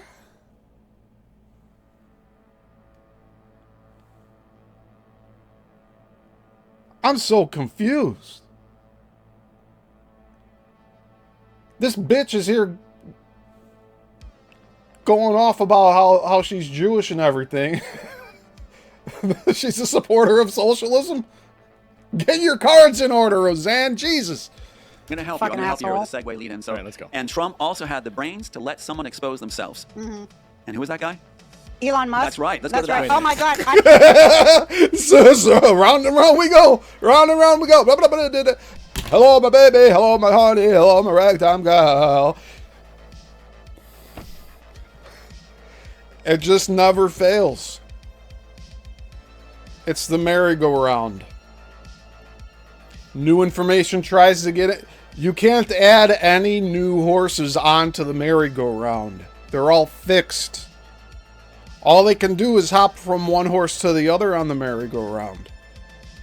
Trump, Elon Musk, Warner Brothers, Wachowskis, Joel Silver, Disney, Spielberg, Trump, Elon Musk, Warner Brothers, Wachowskis, Joel Silver, Steven Spielberg, Trump. Did he mention Elon Musk? Let's talk about Warner Brothers again. It's just over and over and over and over and over. That's what people said before when they were saying that he's a broken record. No new input is acknowledged, except if it's something that he's bringing in, like the feds dropping off a script on his bed. They picked the lock and everything, right? Give me a fucking break. I said, Elon, if you start fucking funding the fucking satanic baby blood drinking Democrats now, I'm going to call your ass out, because I think that's what he always intended. He wasn't given an elected position. He bought his way in with blood money. I'll tell you what, he did not earn what he had. But go ahead. I just want to set this up because you are going to fill us in on what you've learned about Elon. But Right. I am a person Raising who a loves, satanic ritual cult. Well, we talked about that, but I love Elon. He bought Twitter, turned it into X. He's And very now it is focused wall-to-wall Well, anti-Semite. I'm banned from Twitter. So Oh, good. let me go. Welcome to the club. But you're now saying Elon is not a good It's all guy. fake Palestinian It gets even fucking closer. rewritten It history. ties even closer. When I was at Jesuit Pat, when I was bullshit. at Pat Robertson's Religious Right, Wow, she's really getting fucking ruffled on this one, isn't she? it Palestinian gets even fucking closer. rewritten It history. ties even closer. When I was at Jesuit Pat, bullshit. when I was at Pat Robertson's Religious Right. Thank you. Yeah. All right, can we get to Elon Musk? Yeah, I was going to say, Pat Robertson was grooming me. Roseanne's son is like, can we please get back to Elon Musk? He's going on in Palestine again. Please, just go, move on to Elon Musk, please. to be the face of the Christian coalition. Right, He insists episode I go to it, right? So, what does that mean? To help him, since he lost his presidential... I'm the Christian Coalition. And then the son goes, yes, the Christian Coalition. Talk about that. Don't talk about the Jews anymore, He right? was running for president in 1988. Yeah. I'm being groomed to be the face of the Christian coalition. People are supposed to look at the blue eyes, dimples, and all that stuff, like the magnet attraction I had back then, to follow for Robertson. I'd lead them to Robertson. The guy that took my place, I think, was Ralph Reed. Anyway, so I was supposed to mislead the world. And I said no when I heard what their plans were, which I whispered through art in the Matrix story, the Immortals. And so what's interesting is no wonder they wanted to stop it. But they chose... Never do I hear Tom say about any particular instance, any memory he's had of an interaction. Now, I understand if there's, like, blocked memories if he was being raped by other males in the organization. But, like, I'd never hear personal one-on-one stories from this guy. It's always this summary. Oh, yeah. I was part of Pat Robertson and the Christian Coalition, and they wanted me to be groomed to be the face of the Christian Coalition. And I said no. And then I wrote my script and it got stolen. Elon Musk. Warner Brothers, in the cabal, chose Elon Musk. And you're going to see how... Who runs the cabal, asshole? The Jews. You see how he goes around that? They say the cabal, but they'll never say who runs the cabal. They chose, groomed, shamed, and then gave him the tech that I was given. You're saying the Elon Musk we know today Yes. is part of an overall larger long plan? He was brought in as He's a a failed... CIA yeah, he was construct brought in like as a failed. Obama Okay. and all the rest of their fucking shit, like Zorhan to Zolmarmar. Do you have evidence of this? Oh, Or yes, please yes. explain. The fuck is Roseanne talking about? Like, okay, she's right on one thing. That Obama's a CIA asset. That's, like, been documented. That's been known for quite a while. Beyond the Box says he has writer's block. Yeah. Yeah, that's why he's always talking in circles, right? Yes. Oh, good. So, if you want to see the trail of this, we have, first of all, I think it's a fascinating event happens. The Wachowskis said they failed as writers in 95, right? They failed as writers in 95. They're as funny I love as a it. fucking chapped Aren't ass, they like my wonderful? dad So would sweet, say. so He sweet. always Just said, boys. that's funny as a And chapped so, yeah, ass. they in 1995 said they failed as assassins, and other writers had to be brought in. So he said they'd have to pack their bags and leave unless they were given a science project. And you failed in 1993 with the Immortals, right, Tom? That's why it was never made.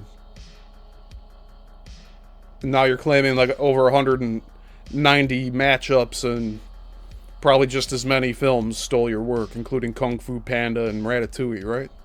Give me a fucking break. which they codenamed my work. They didn't create it. So they didn't have a title for it yet because they didn't get given the rights to use it yet by Warner Bros. They weren't given... So this is probably one of the only things that's truthful that comes out of all the interviews I did with Tom.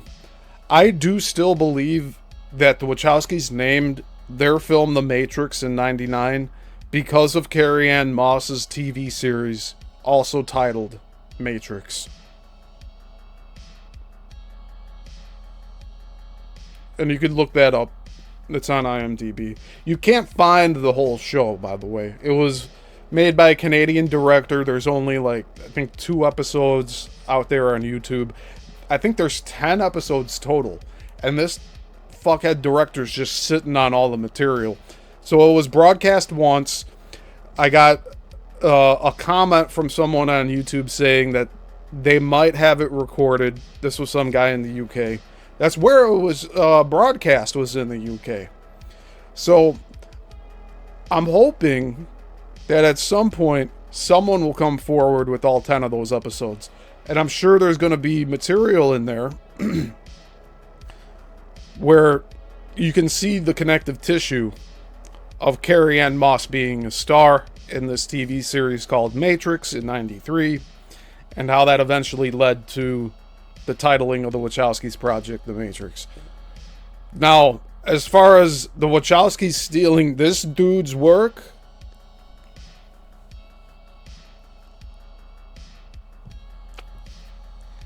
Tom's making himself out to be much more important than he actually is. I'm sorry to say it. He's making fun of the Wachowskis, saying they were failed writers in 95. This dude was a failed writer in 93. So how are you any different, Tom?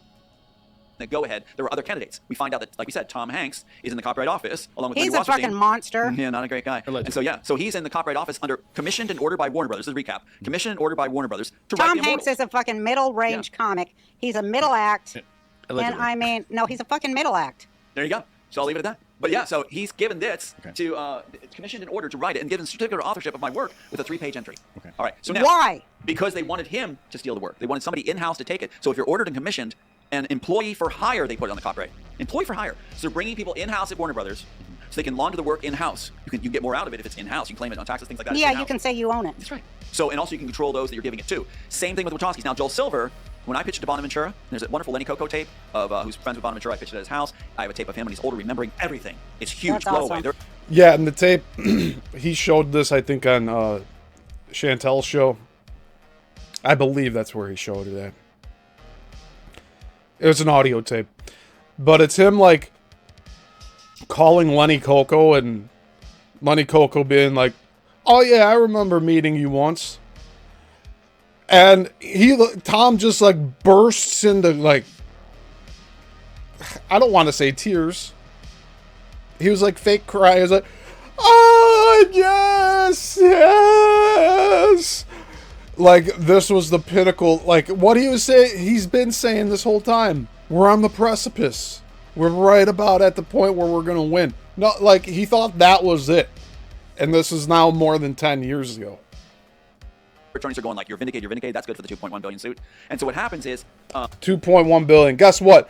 He was trying to settle out of court with 90 grand between Warner Brothers and himself when Warner Brothers countersued him after he lost his case in 2010. Okay? So if he really thought he was worth 2.1 billion, then he would have been going for more than 90K. And I know at the time, the 90K number was a very low number for him. He wanted more money than that. But he was saying he just wanted to cover the court costs. Because he went for so long and he didn't realize how much this would cost him to go to court. And he was just like, he just wants to break even. That's what he was saying in the deposition tape. You can go back and listen to it for yourself. Now this new 2.1 billion number, this is something he's basing off of one line in an online article of the head of Miramax talking about their warehouse. And Tom's trying to frame it as, oh, the warehouse is code word for my script, The Immortals. But get the fuck out of here, dude. You know how many movie studios have in a warehouse? Thousands. Miramax is a subsidiary of Disney? Think about how many films are in those two companies alone.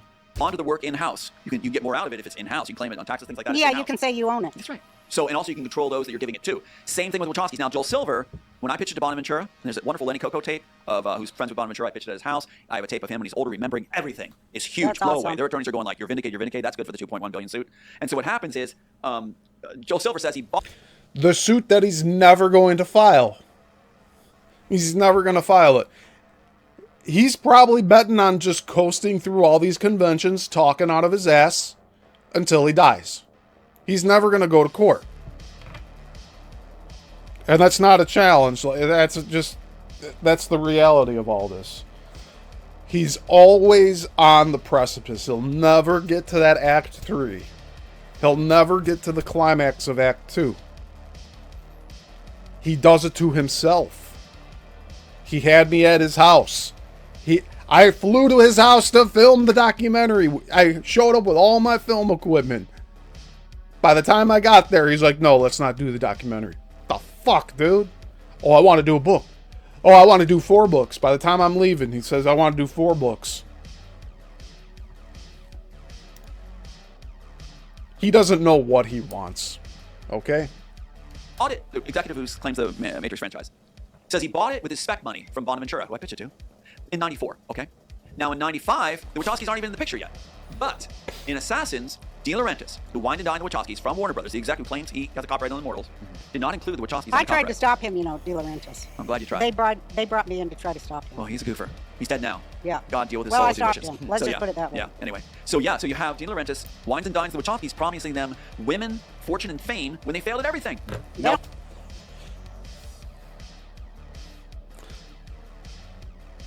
Doesn't it seem like that's what Tom wants? Well, but like the women is like a beard thing for him. But fortune and fame?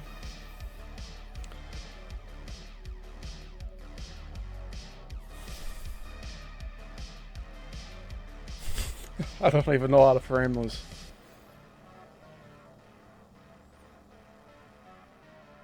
He's going after 20 and 30-year-old women.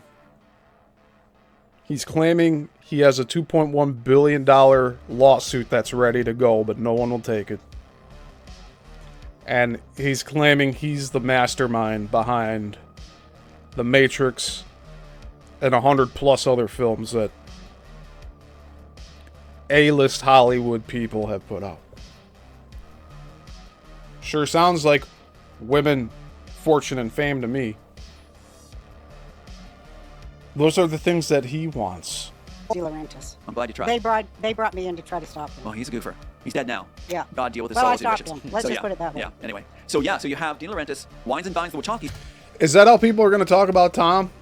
Oh yeah, he claimed he wrote The Matrix. He's dead now. Anyways, you're setting yourself up for a bad future, Tom. Very bad future. The way you talk about others, Tom, that's how they're going to talk about you. It's promising them women, fortune, and fame when they failed at everything. Yeah. They don't want women. They want boy ass. All of them wants boy ass. Well, especially the Wachowskis. Yeah, the Wachowskis, they probably don't differentiate. That's probably between why the butt deal cheeks. went so bad, because they Yeah. were like, Oh, we they're Yeah, in it's all trouble just now. They're in ass. trouble now. Yeah, they'll But- take any ass, boy or girl. Yeah, so Warner Brothers uses Mel Gibson to be the conduit. They use Mel Gibson to claim that he brought the Wachowskis in. Why? Why would Mel Gibson meet the Wachowskis when they failed at everything it did? Boy ass? Yeah, there you go. Maybe that's it. He's pretty ugly guys. So Mel Gibson is the conduit to bring him in. Joel Silver gives Mel Gibson Forever Young, which is the opening of this piece. An insurance film, does it badly. Mel Gibson's in the fold, in the theft. He's in the theft.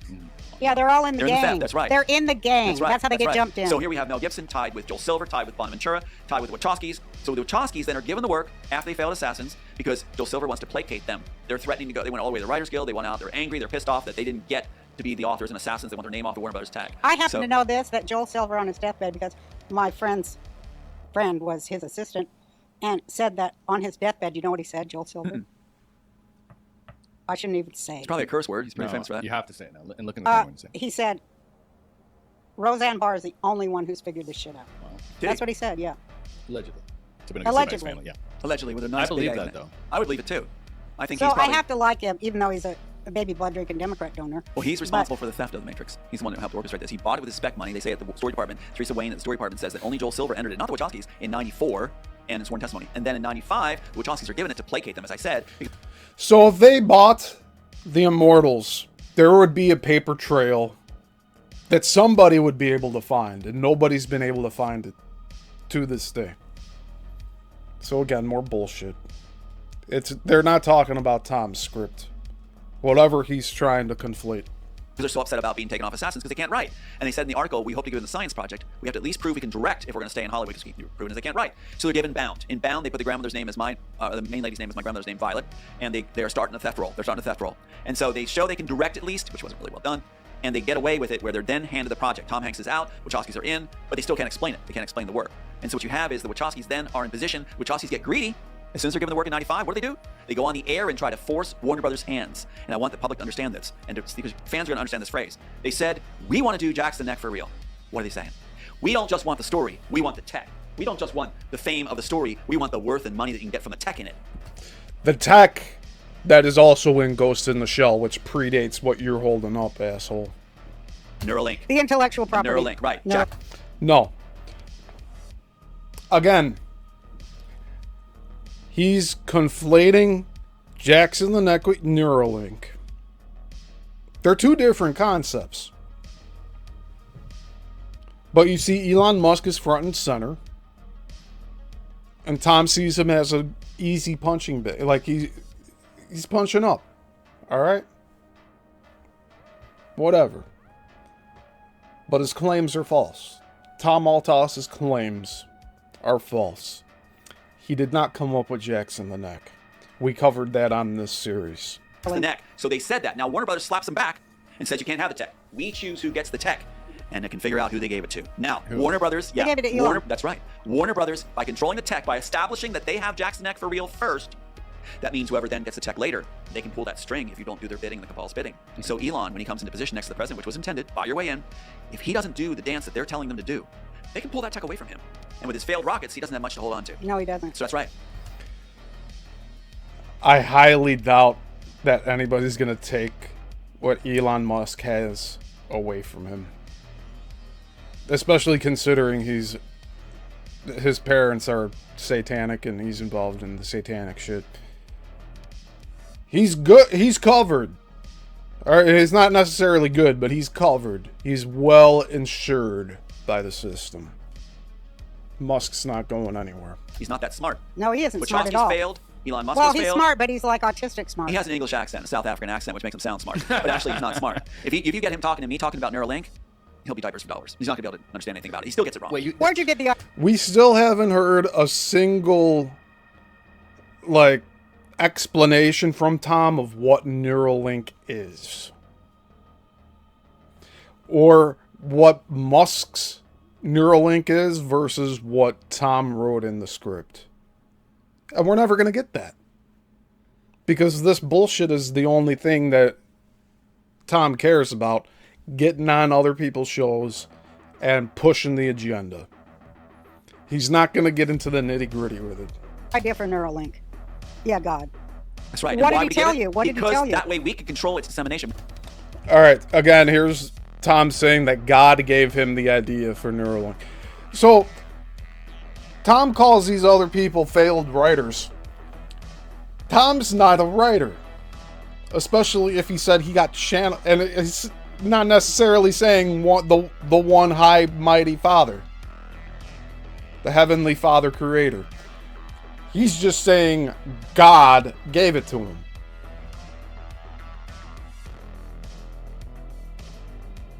That God used him as a vessel to make this script. And then once God was done using him, they can't write for shit, right?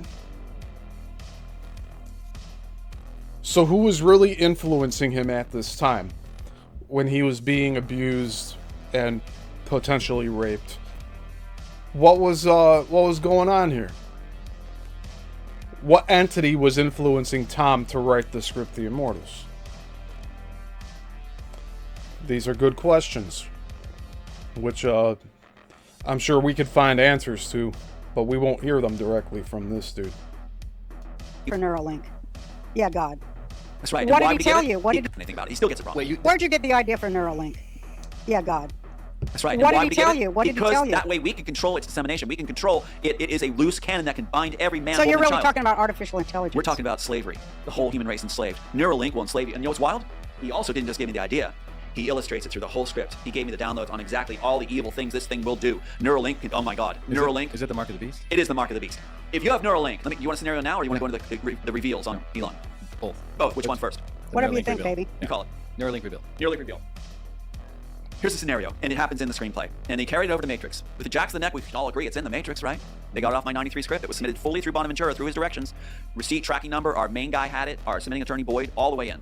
So they saw this script and they went, oh my God, this is futuristic. Yep.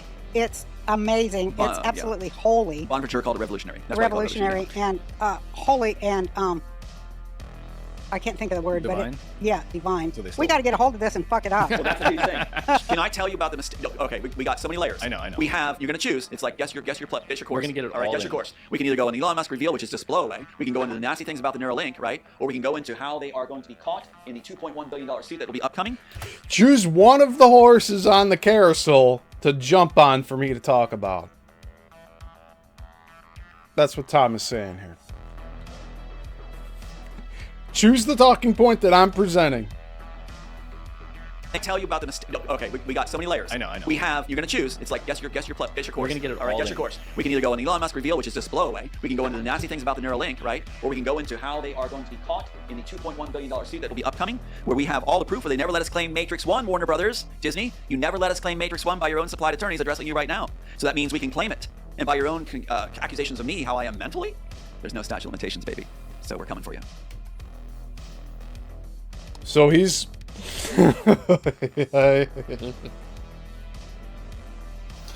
he's betting on his condition of, you know, being schizophrenic and everything else under the sun, that gives him a free pass with the statute of limitations, and that he'll still be able to get the rights back.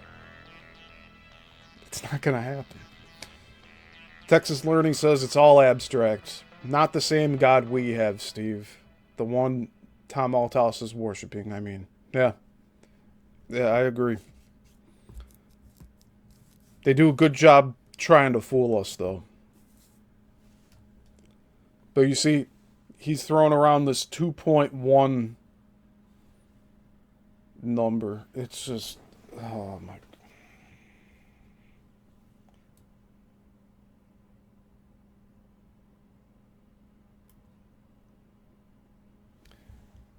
Alright.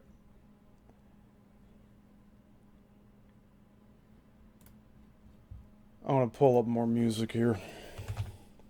We went through the whole soundtrack. The heck? Again, this music that I'm playing here is from the YouTube channel White Bat Audio. And they do a lot of royalty-free music, which I highly appreciate. But White Bat Audio. Oh, we're still going. I thought it was done.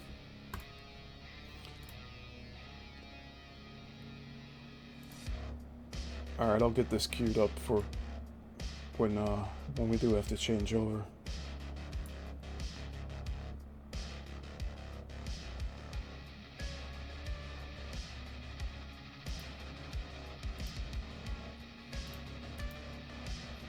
Alright. Let's get back to this. All right. Okay, so here, I'm gonna give That is God. That is great. So that is you have God. a lawsuit That coming. is God unfolding an incredibly divine story. And we're going internationally, not single. Again, you write the script Immortals. I just want to say one thing and then I'll back off. You, No, backing off, you stay both with it. claim the CIA and Hollywood They're are the same thing. the same Yeah, thing. yeah, And they yeah. pick, when they get a script, they take art. They have a film department. They have a film department at the CIA. And a lot of this is CIA documented and true. is the CIA. Yeah, a lot of this is a verifiable fact. It's all facts. So you're saying when you came up with an idea, you present to them, they go, oh my God, we got to get this, we got to get this. We're Elon, stealing we're this. Hey, gonna- look what Satan gave us. The CIA was trying to recruit me. They were trying to recruit me. So this is fascinating. Yeah, Okay, so Elon Musk, Very interesting. not single. again, you write the script Immortals. I just want to say one thing and then I'll back off. No, backing Claim, off, you stay both with it. claim The CIA and Hollywood They're are the same they're thing. the same Yeah, thing. yeah, And they yeah. pick, when they get a script, they take art. They have a film department. They have a film department in the CIA. And a lot of this is CIA documented and true. is a CIA. Yeah, a lot of this is a verifiable fact. It's all facts. So you're saying when you came up with an idea, you present to them, they go, "Oh my God, we got to give this, we got to give this." To We're Elon, stealing we this. don't Hey, want-" look what Satan gave us. Yeah. Freudian slip there by Roseanne. And that goes right back into what we were saying. Tom is worshiping a different god than what he's letting on. And Roseanne just spills the beans here. I was trying to recruit me. They were trying to recruit me. So this is fascinating. Yeah. Okay, so Elon Musk was given technology that you created. Boom. But first, you have to have the grooming, the shaming. And the patent, which Tom doesn't have. Right? He could say that the patent's in the script, but he's not showing anyone the script. I highly doubt that a script that's written like a stage play is going to have an explanation in there what technology is being used in it.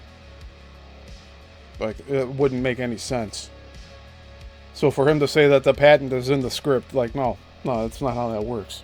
To make sure the ownership is established by the studios, then give it to him. Is that part of SRA, the kind of ritual abuse, or what is the grooming? Well, it's I'm sure it has exactly. threads in there. It is exactly like everybody's talking now, the whole Diddy thing, Yeah. Yes, where and they steal from artists, they crush the artists. Yep, Texas Learning says, Tom said God gave it, and Roseanne says, look what Satan gave us. Yeah, that's loud and clear, isn't it? They end up owning the artist song, and the artist is dead penniless. That's right. And I would tell audiences too, if you feel like you're having despair, or you feel like the world hasn't been good, there's no hope, it's because the idiots have been driving the car. Daddy and mommy are going to drive the car now. The real artists are going to drive the car. We'll be able to have everything right by claiming our ownership back. We'll be able to set this world right, along with great presidents like Trump. And I'm going to say also Putin. I'm tired of him getting a bad name. Yeah, me too. He's trying to protect his people. He's doing his job. That's right. Wow, we're gonna. It's trying to suck up to Putin now. Hey, no, we were talking about Putin being a good guy here already. You just go back and listen to all of his English translated speeches, and he's actually talking about what they're bashing. Catholicism, Christianity, that's the majority of Russia anyways. Alright, I'm going to take a quick break, because we're at the 2-hour mark, and I do need to use the facilities. So we will go to intermission. I will be back here. So just give me about 5 minutes, and we will be right back. Alright, we are back, everyone. It's going to be another long one, unfortunately, but it's how this goes. We have to dissect everything. And Beyond the Box says, oh no, Steve left us unattended. Yeah. And us, Zandy, says, thank you for your show. You're welcome. Thank you for being here. We're here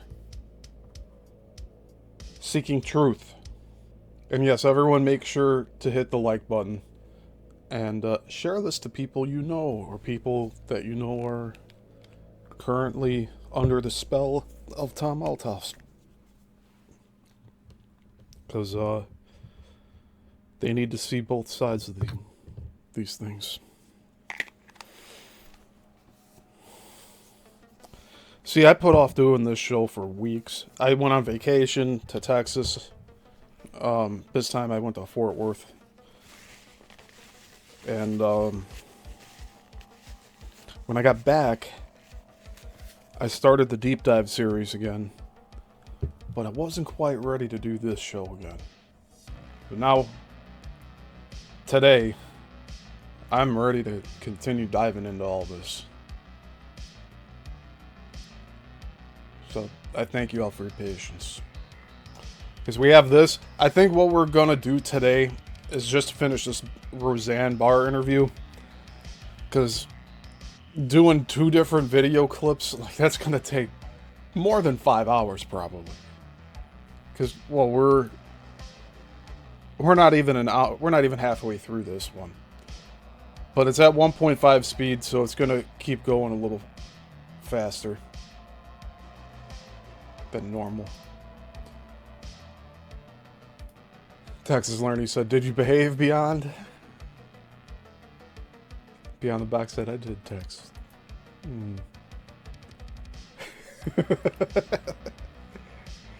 Thank you for behaving. Alright, let's continue on, shall we? So, I guess that first, we'll call what this show has been so far the first half. And the first half, we covered 38 minutes of this interview. It took us 2 hours. Because we're pausing and analyzing and reviewing, sharing our thoughts.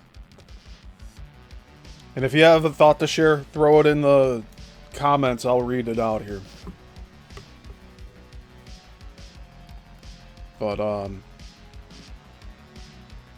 yeah, we'll get through this. So I also know that some of my viewers here were waiting to watch this Roseanne Barr interview until I sat down here to do this show and review it. And I don't blame you guys. Like, I only wanted to go through this once, and I haven't watched this yet in its entirety myself. I did watch the part when he gifted the crown to Roseanne. That was wild. And I went on the YouTube page where this video is at, and I left a comment on there. And this is downloaded off of YouTube, so today's show, it's not giving them a view. So there's that as well. They already got the view counted when I clicked the link to go and download the video. Because I don't want to perpetuate their algorithm. But we are here to disprove these claims that are being brought up. Since we were so coldly left behind here. And again, this isn't eating me up. I've gone over a month without talking about any of this stuff, really. I've been doing the deep dives with Coral Castle, with Bermuda Triangle. I started the Great Lakes Triangle deep dive, which that'll become public at some point, but that's for members only. And, yeah, consider becoming a member if you can afford it. Because I'm trying to do this on a very regular basis. I have 2 different tiers right now for membership on the YouTube channel. $10 and $20 per month. But what I think I will eventually do is move those tier memberships over to Patreon. And then YouTube will be more accessible in terms of membership. I will probably lower the monthly cost on YouTube. And as I develop more content, I will offer that on the Patreon. But I'm nowhere near getting started on launching the Patreon yet. But that'll have more content on there as well. I'm just trying to diversify my reach and getting support from all you out there, because really, I'm not making that much money on this. This is not something I'm like relying on to pay my bills or anything. So when you guys are members of this channel, like Jay Wild and Zenray, you guys are helping me afford other things that normally I wouldn't. Like, I spent years not getting books, but then I started picking up stuff for the channel. Like, we're going through this one right now. I have over 20 books I picked up after I got back from Texas. Some of them I can't read verbatim. Some of them are very rare books, and I want to get that information out to all of you, but it's going to take time. Yeah, I can't even begin to talk about some of this stuff. Well, I'll cover more on a members only stream, like the other books I've picked up, but I got this one called Incredible Coincidence by Alan Vaughn. I'm going to start reading that in my spare time. Whatever spare time I have left at this point. But, like, I have so many books I want to get to, and it's going to take me a while. It's like the same thing with the video games. Like, I'm not playing any video games right now. I just don't have the time. but I'm able to do these deep dives, and I'm reading these books through the deep dives. But there's high concepts that really not a lot of people have access to, and a lot of it's been scrubbed off the internet.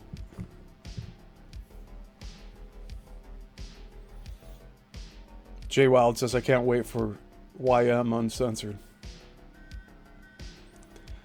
And yeah, Learning, don't worry about it. Learning says, I'd love to, but money is tight. I understand it. It's tight over here, too. But, yeah, that's why I'm considering, like, lowering the monthly memberships on YouTube. Like, I'm going to figure something out where I can give everybody, according to, like, different membership tiers, quality content. Because I don't want to just put everything out there for free and whoever watches it. Like, there's going to be important concepts that I'm going to be presenting. And some of the stuff probably won't be allowed on YouTube. Like, the only way I'm going to find out is if they hit the channel. But thankfully, they haven't done that yet. But we're getting into some bizarre stuff with the Great Lakes Triangle. It's actually a lot more... There's a lot more accounts of Great Lakes than Bermuda. You know that? And I got a second book of this. I got like 3 more books after this on the Bermuda Triangle. So like those series are going to run for quite a while. And I'm trying to stay within 2 hours for those shows. This show is going to run just... It's going to be like an Abe Cias show where we're going 6-7 hours. But I'm going to try to keep this hopefully to 4 hours today. I hope we don't go too long. But we're going to finish this video for today. And then next week we'll do the Veronica Codebreakers video where Veronica and Tom are back from the convention. So it's just stuff I'm keeping. Like, I don't want to just put all this out today. My whole day is going to be gone if I do both videos.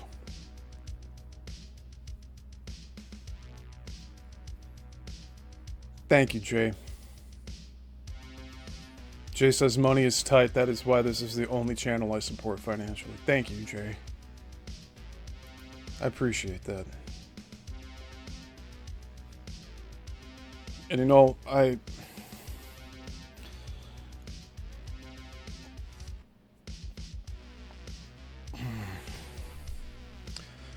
I'll be doing different types of videos. So these live streams, these reviews, the deep dives, I want to do different videos from those formats, if you understand me with that. Like highly edited critiques, I'd also like to do, like the character analysis for Smith. And I know I keep talking about that one. I want to do it right. And I want to have it be concise and to the point. And members are going to get that video. It might stay that way for quite a while. The Great Lakes Triangle series, that'll probably be public sooner than what the Smith video would be. But it's all there just to help encourage others to support the channel. Because really, it's...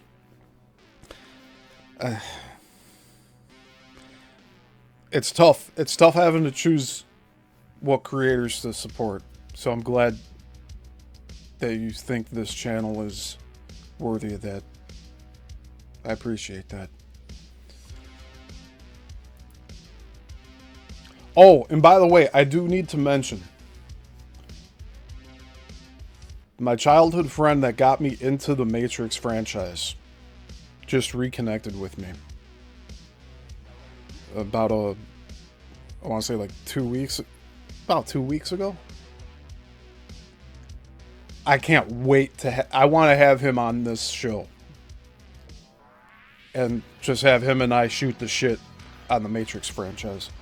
Because this dude's hilarious. His name's Mike. But He's the one that got me into the Matrix franchise when the Reloaded and Revolutions were coming out, when they were still being filmed. That's when I got into all of this. And without him, all of this wouldn't be happening. I'll tell you that much.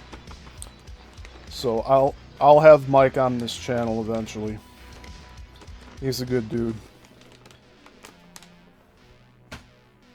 But it's wild, he's out of the blue. We had a bit of a falling out in the past. Things happen, you know. But all is well now. And again, you won't hear Tom Althouse talking that way. Once he's done with you, he's done with you. There is no cooling off period, grace period.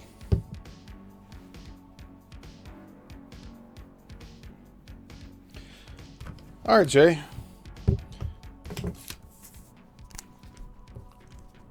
I'll do a review video of the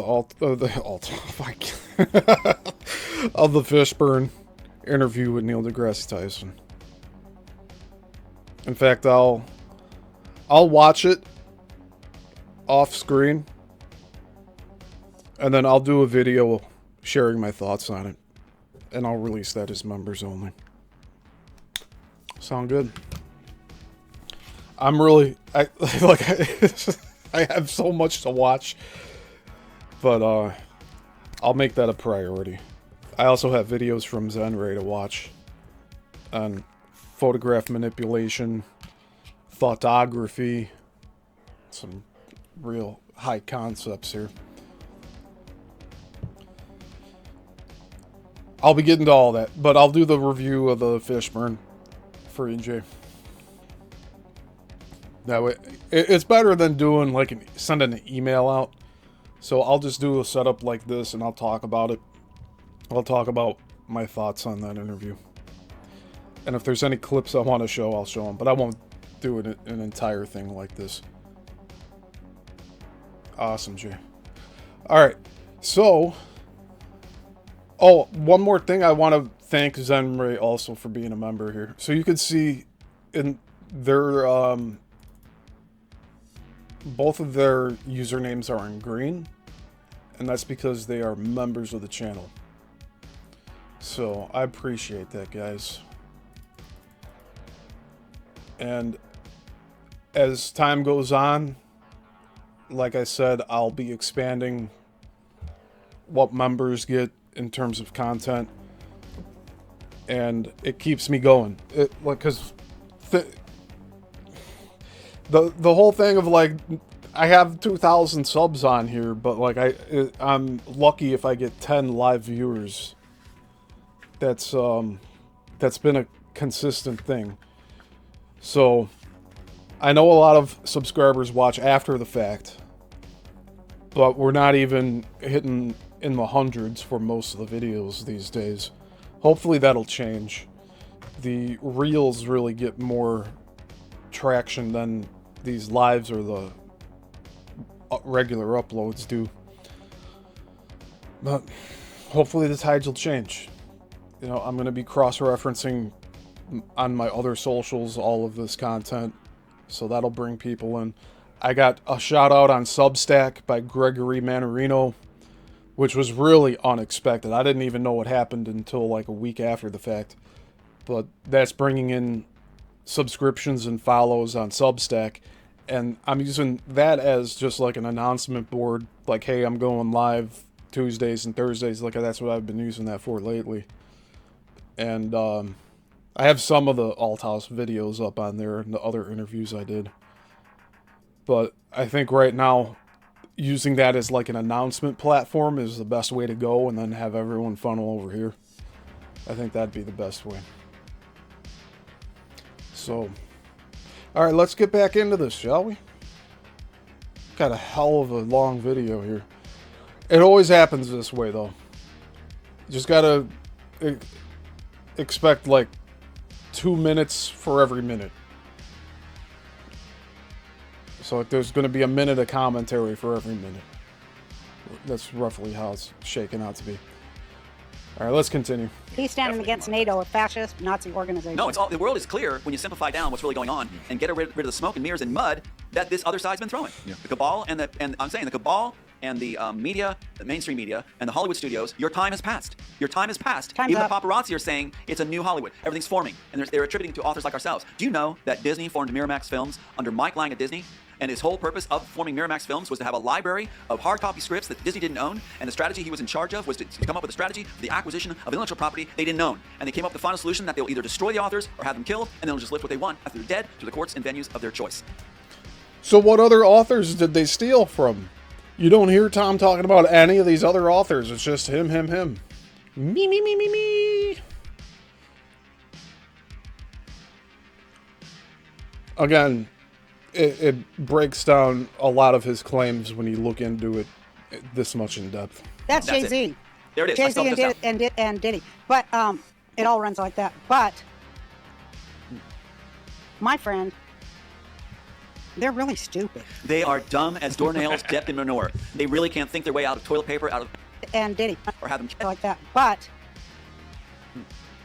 my friend, they're really stupid. They are dumb as doornails dipped in manure. Calling her friend stupid. See that?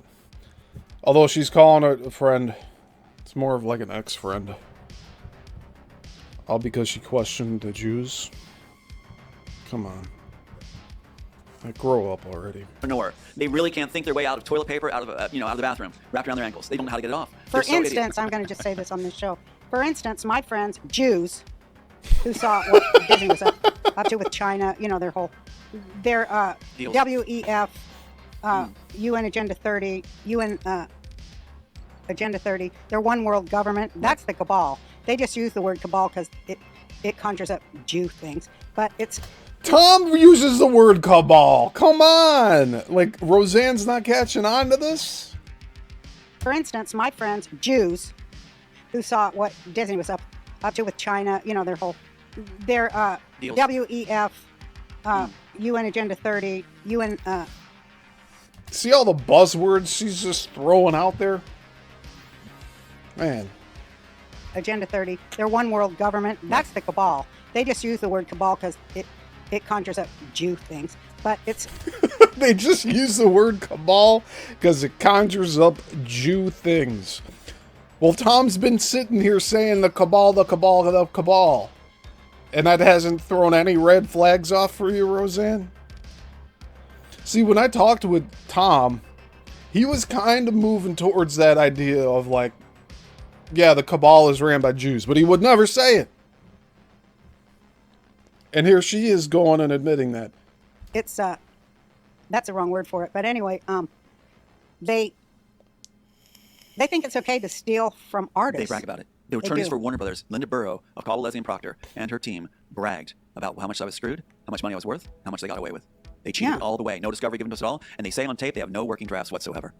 And they forced it by denying me and blocking me by a planted attorney who was classmates of theirs, a defense attorney named Tony Rankin, with a suspended license to make sure I didn't claim Matrix 1. That's going to come around and bite them now, because I always wanted to claim Matrix 1, and it infuriates me they blocked me. Now we can claim it. And you just said about the One World Order, that's a centerpiece of this. What God had me download, and I give the glory to God, credit to him. This was for Yeah, his of glory. course. That the One World Order was inevitable at this point.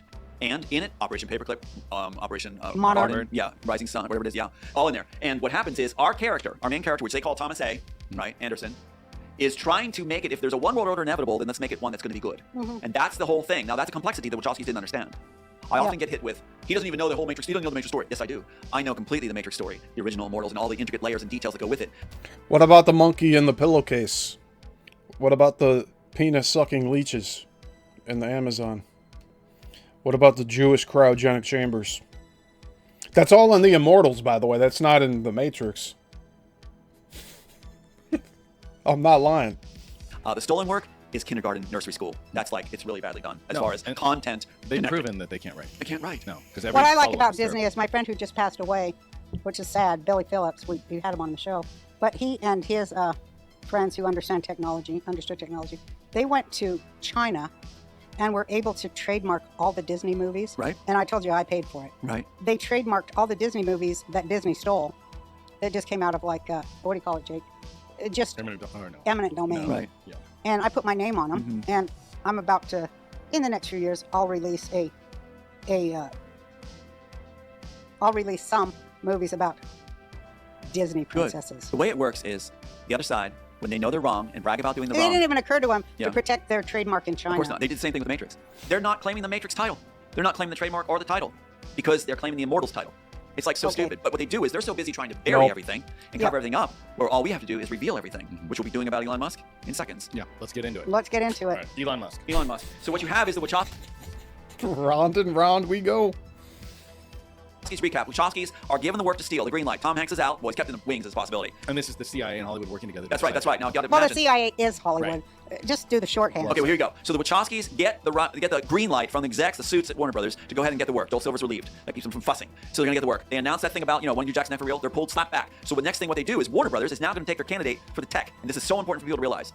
So in 2010, I believe it is, Iron Man 2 comes out. And we can show that clip. In Iron Man 2, you see Elon Musk being featured at the raceways.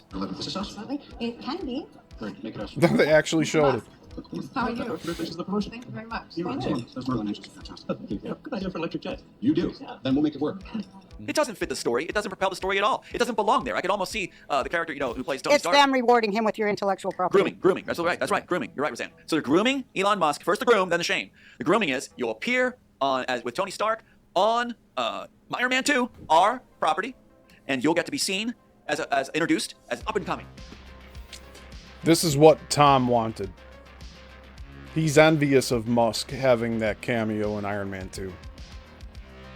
And it's been 15 years.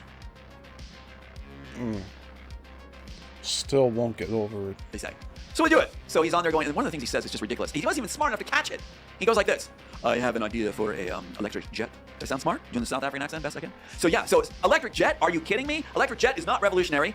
Battery power would be a real problem. It's going to be loaded down with that. It has more trouble situations that could occur than original fuel. If you got an electric plane, that's a real problem. So many Yeah, things can there's go wrong. nowhere to charge it in the sky. Yeah, what are you going to do? Park at the big charging terminals, and all that batteries that are going to load it down Yeah, with? Anyway, what's so Roseanne's thought process here is really not there, is it? Now, I know you could refuel jets in the sky, but you have to have another plane, like, fly up beside it.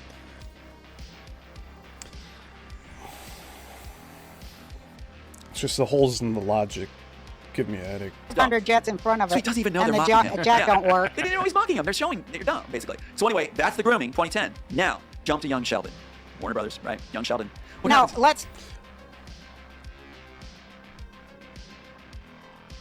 Young Sheldon is a spin-off of Big Bang Theory. Again, I don't know why Tom is trying to say that they're putting stuff in a Big Bang Theory spin-off that's related to himself. But here he is, claiming that. Talk about Chuck Lorre, who learned to write on my show from me. Okay. He does Young Sheldon. All right. You want to jump to that now, or you want to No, continue I'm on just train? throwing that He's in. got slides here, so Young Sheldon's next. Okay, so Young Sheldon. We'll get back to you on this. We'll get back. No, I'm just throwing that in. Okay, we'll do it. Young Sheldon. What you have is Elon Musk. Again, are these guys really smart? No. The ones they're giving it to? They want dumb people to give it to because they can control them easier, right. and they're supposed to feel more beholden to their masters. So the CIA gave tech to Elon Musk. Warner Brothers did. See, I had Warner Brothers do it. Yeah, so Warner Brothers gives it to them. Right, so here's what happens. Elon Musk, get this. I mean, can you imagine being approached with this? You're going to play yourself, Roseanne, stealing work on TV. You. Playing yourself stealing work. That's what Elon does. Yeah. He plays himself looking at young Sheldon's notebook, and the announcer says, stealing the rocket technology from young Sheldon. Create a landing rocket only due to Sheldon's notebook. Elon, the CNN reporter's here to talk to you. Hang on.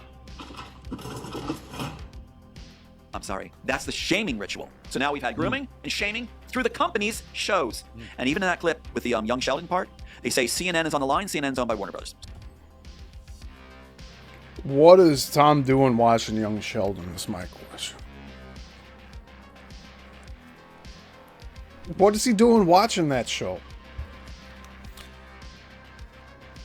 All I'd say is somebody pointed out that Elon Musk was on as a cameo, and now he's eating all that up as like, oh, this is somehow related to me. So caps down. What they're saying is, we own Neuralink.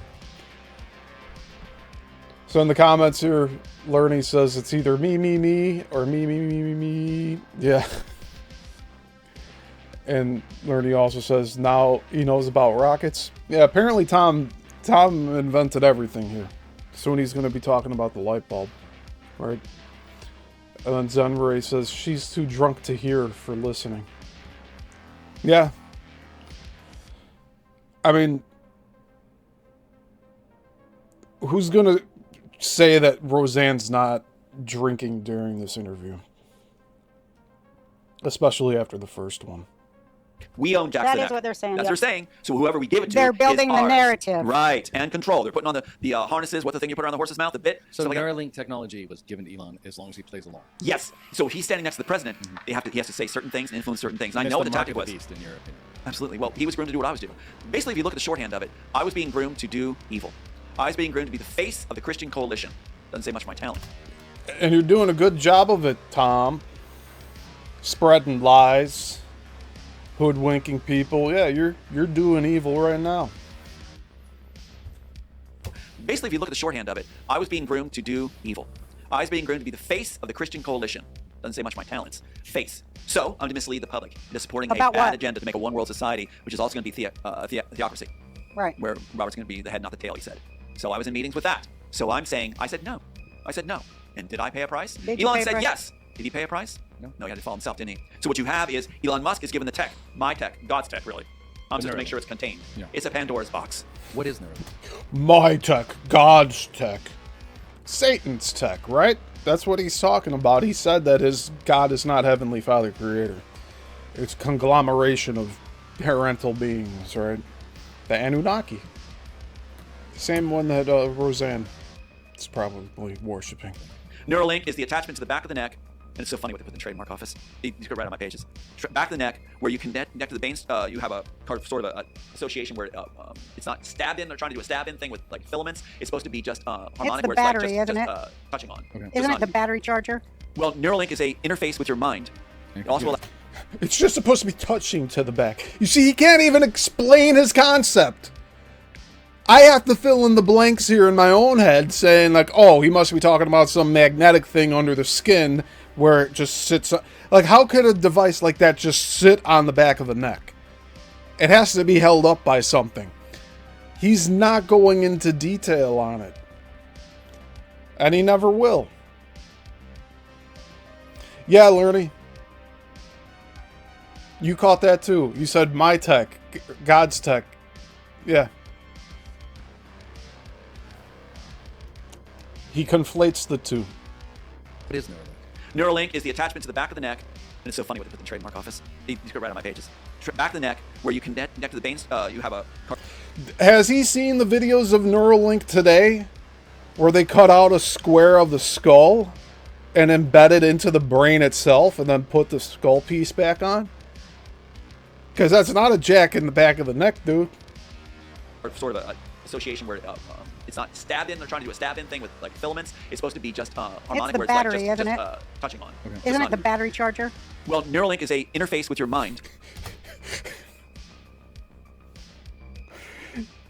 He's trying to say it has to do with harmonics.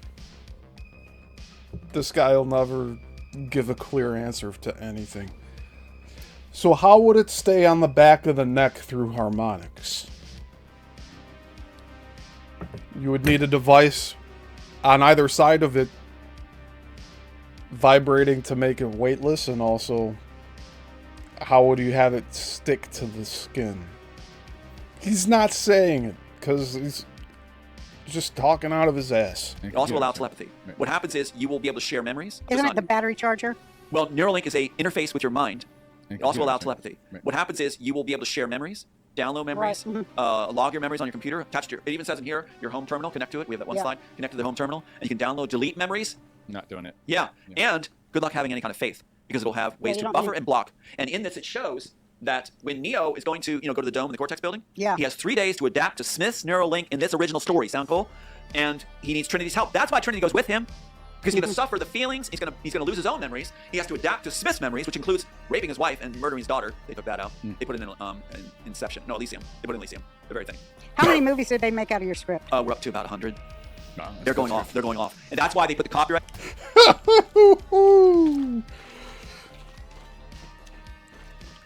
How is this going to hold up in court?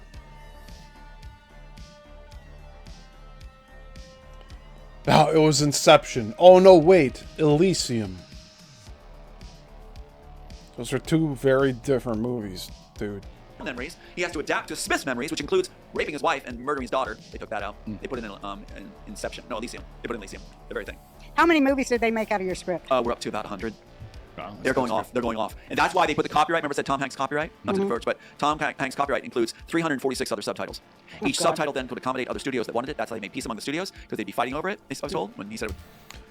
The other subtitles are all publicly available, but Tom Althouse, as well as everyone else, cannot get their hands on that copyright of Tom Hanks of the 2 pages titled The Immortals, because you need to have permission of the author to get those copies.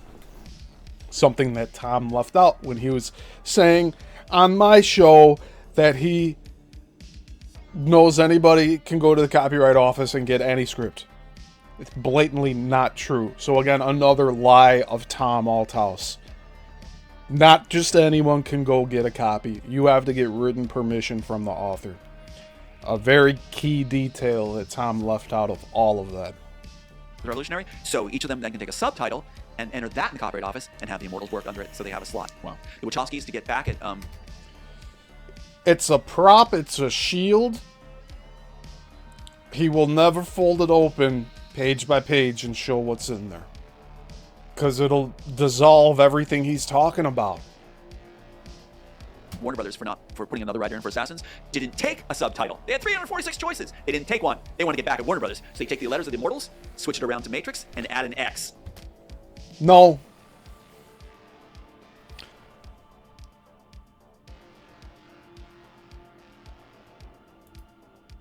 I'll do this right now on the screen.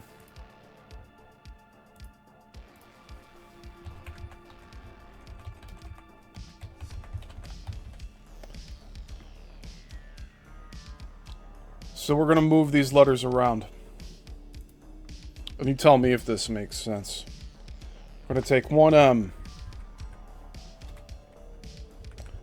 We're going to take one A. We're going to take a T. We're going to take an R. We're going to take an I, right? Almost has it. So he's claiming they added an X. And you get left with those letters on the side.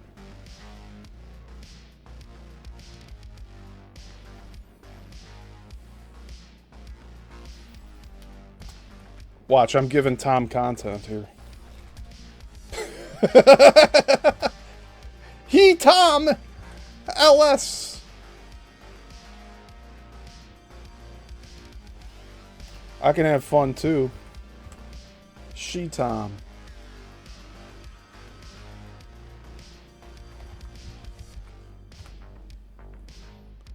You still have all of this left.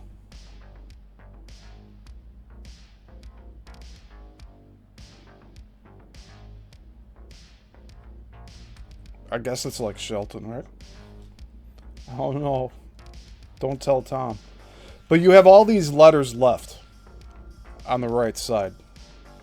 And he's saying somehow putting all this together and rearranging the words and putting an X over there gives some credibility, right? Jeez.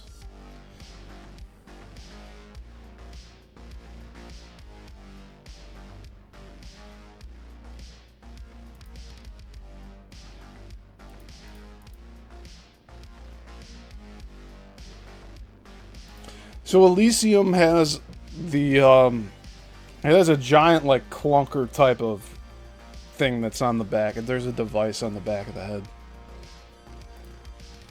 But Joel Silver's the one that produced it, so that's what that came from, is from the Wachowskis' Matrix. But they based the Matrix head jack off of Ghost in the Shell. It's very publicly known about that. If you go and look into the interviews, they openly talk about it. going off. And that's why they put the copyright. Remember I said Tom Hanks copyright? Not to diverge, but Tom Hanks copyright includes 346 other subtitles. Each subtitle then could accommodate other studios that wanted it. That's how they made peace among the studios, because they'd be fighting over it, I was told, when he said it was revolutionary. So each of them then can take a subtitle and enter that in the Copyright Office and have the Immortals work under it, so they have a slot. Wow. The Wachowskis, to get back at Warner Brothers for putting another writer in for Assassins, didn't take a subtitle. They had 346 choices. They didn't take one. They want to get back at Warner Brothers. So they take the letters of the Immortals, switch it around to Matrix, and add an X. Very clever. Why they add an X? What about Shelton? So what happens Elon is you've Musk. got the whole thing. What does X actually mean, by the way? What does X mean? You mean Isn't it supposed to stand for cross? I mean, See, my whole like thing that I think contradicts all of this is 7 letters are left. SHEL, TOM. What do you do with those other 7 letters from the Immortals? Besides just adding in the X like he's holding up right now. It's this way. It's not this way. It's this way. It means the final solution.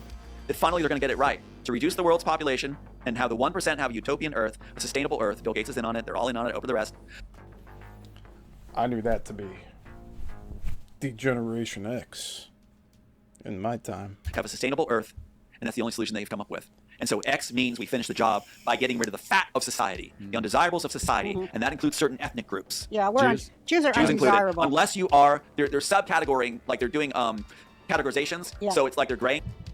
To the Jews, the Goyim are undesirable. And the only reason they keep them here is for them to be slaves to the Jews. There's people that have read the Talmud, and you're supposed to be killed if you read the Talmud and you're not Jewish.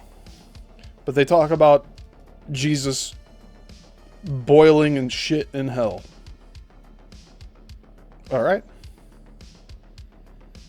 So while they don't even believe in the concept of heaven and hell, they say that Jesus is in hell, boiling in his own shit. That's what the Talmud says. Yeah, so it's not just if you're a Jew, it's if you're a certain kind of Jew. kind of Jew. Well, I'm okay. Yeah, okay. No, I'm So kidding. apparently I'm on the Jeff, I list. need more booze. I was on the list to go in. I was told that that's why they were grooming me. They know I have Jewish blood, but I was going to be going. There it is! There it is! They know I have Jewish blood. Then why do they persecute you if you're their own? Apparently I'm on the Jeff, I list. need more booze. I was on the list to go in. I was told that that's why they were grooming me. They know I have Jewish blood, but I was going to be going in because of the creative abilities. They're fascinated by the work. So we've got the shaming, grooming, shaming, and then it gets worse. You ready? Yeah. Okay. So now we go to Star Trek Discovery. The head of legal at Warner Brothers, what was her name? Pamela Kirsch. She ends up going to Paramount. As soon as the case is thrown, Paramount. And incidentally, with that case I'm talking about in the future, Joel Silver got all our Discovery direct access. According to the courts, if you get direct access, that means they took it. It's called the inverse ratio rule. You just assumed you took it if you have direct access. You cannot get better direct access. Disney and Warner Brothers, again, we'll address them. Your attorneys, especially, that are bragging. You can't get better access, Joel Silver, your client, than having him court orders given to receive through Discovery all the original authors, drafts, works, and everything else that you took and didn't get back. So that's complete access. And to be so stupid to steal it immediately by putting your Kate Chilton, who was at my deposition, in charge of Netflix, where they then launder Alter Carbon. Oh, they launder everything at Netflix. Yep, Sense Allegedly. 8, Sense 8, and the rest, allegedly with a capital A and all the rest capitals, laundering it through there immediately. They don't have patience, and so they launder it there. Direct access. You can't get better than that, than a defendant having all the information handed to him. I feel bad for the people who created Altered Carbon, because they're being roped into this now too because of Joel Silver producing that. Now, I watched the first season in its entirety of Altered Carbon when it came out, and I thought it was a great concept. It borrowed from Vanilla Sky, it borrowed from The Matrix. That first season's really on point. I watched it all the way through. One of the few things I've binge watched.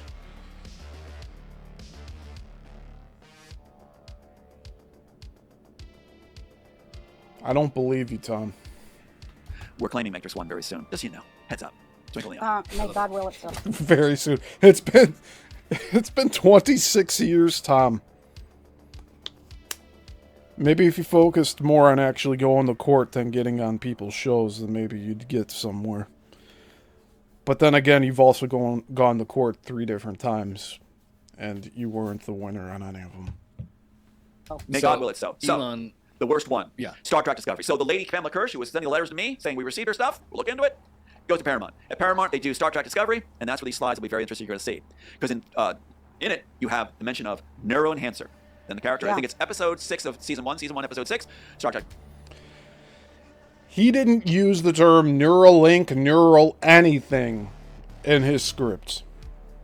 Neural refers to the neurons in the brain, right? Neural pathways. It's a very common word. It's like saying he came up with green energy. Oh, see, they use the word green. It's no different in my mind. Discovery, they say Neuroenhancer. Neuroenhancer. Well, Neuroenhancer is what I called it. In the original work done in 93, right? And where's Elon Musk in 93? Oh my gosh. So, that was a Netflix still. I guarantee you that was Tom's still that he provided to them to show on air. And these other clips that they showed from Iron Man, like this was all Tom playing it off of YouTube and recording it with his phone. Failing in everything he does, and rockets going sideways. So what you got in the original work done in 93, right? And where's Elon Musk in 93? Failing in everything he does, and rockets going sideways. So what you got is, okay, so... What a piece of work Tom Althouse is. You can't say that Elon Musk is failing at what he does. He acquired PayPal. He acquired Tesla. From those investments he made SpaceX. You can't say he's a failure. And I'm not here defending Elon Musk. It's just fucking silly. You can't say he's a fucking failure. He was right next to Trump in the White House. You can't say he's a failure. He ended U.S. aid. Look at all these things that are closing down now because they don't have U.S. aid money. He's a failure. Yeah, okay. Okay, Tom. Whatever you say, Tom. Neuralink is mentioned twice. Then you get, Neuroenhancer twice. Then it's Warner Brothers and Paramount that coins the very phrase Neuralink. Not Elon Musk.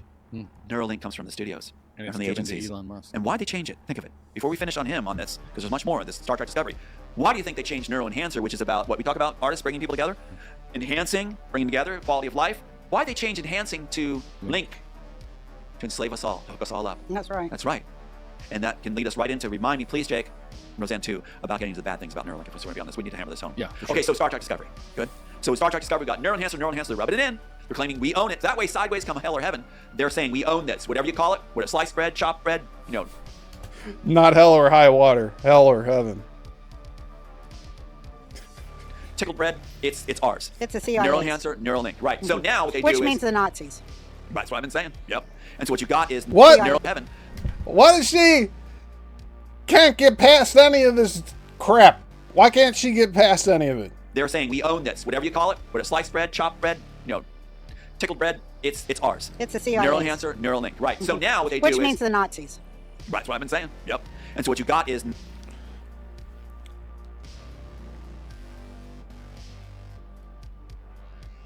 So why isn't she out there exposing all of the people who were brought over here from Germany after World War II? Why isn't she just exposing everyone? It's not worth her time. No, she'd rather shit on Palestine, right? Neuralink is then said, and then we have something very interesting. Then they announce, the captain, I must have been crazy to say this line, must have felt weird. He says, like the greatest minds in history, Zethrin Cochran, Elon Musk. How do you want to be remembered in history? Alongside Wright brothers, Elon Musk, Stephen Cochran. Wow, that's called super grooming. What year is this? This is in 2019. All right? So in 2019. So I think it's 2019, 2018, 2019. So what you have then is they also have the main character, the other main character. She calls up a screen to show her where she went to school. Musk Junior High. So yeah, it's called neuronal link because they're talking about Musk.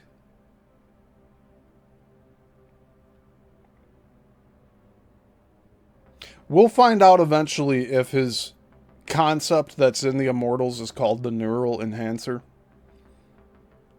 But even so, if it's named that,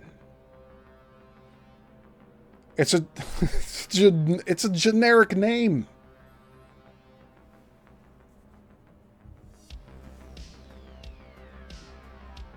No, but his patent is in the script, you see. Star Trek Discovery is the final part of it. Groom, Iron Man 2. Can't get better grooming than that. Shame, Young Sheldon. Can't get better than that. Shaming process. Well done. A+ for the Corrupt Studios. Then Star Trek Discovery, send your head over to Paramount, and let's spell it out. Neurohancer, Neuralink, and then give the praise. Praise your failed people you bring in, so they're not looking at the other hand. Praise Elon Musk, while we control under the table. Now we're going to buy your way in next to the president. Somewhat supposition, allegedly. And you do what we say. Yep. Ease him, guide him. And you know there was a plan in place that I was made party to? What was that? Remember the fights they were going to? The Yeah. fights and everything? I wondered about that. You know what was too setting it up to? theatrical. Boys' Night Out, right? That's what Boys' Night was going to end up as. I'm sure a lot of the audience can figure it Where out. they dress up like girls and butt What fuck is each other. Trump's Achilles heel? What is he ego? being pinned for in the past? What's haunting him? Epstein. Women. Oh, Yeah, women. Okay. Well, that's haunting so all of Elon us. Musk was going to take him to the fights, take him to events. Suddenly there's young women there. Wow. And Elon Musk, hey, don't worry about it, no cameras. Sorry to burst your bubble here, Tom. But Donald Trump has been involved in the fight scene since the 80s, at least. If you're talking about fights.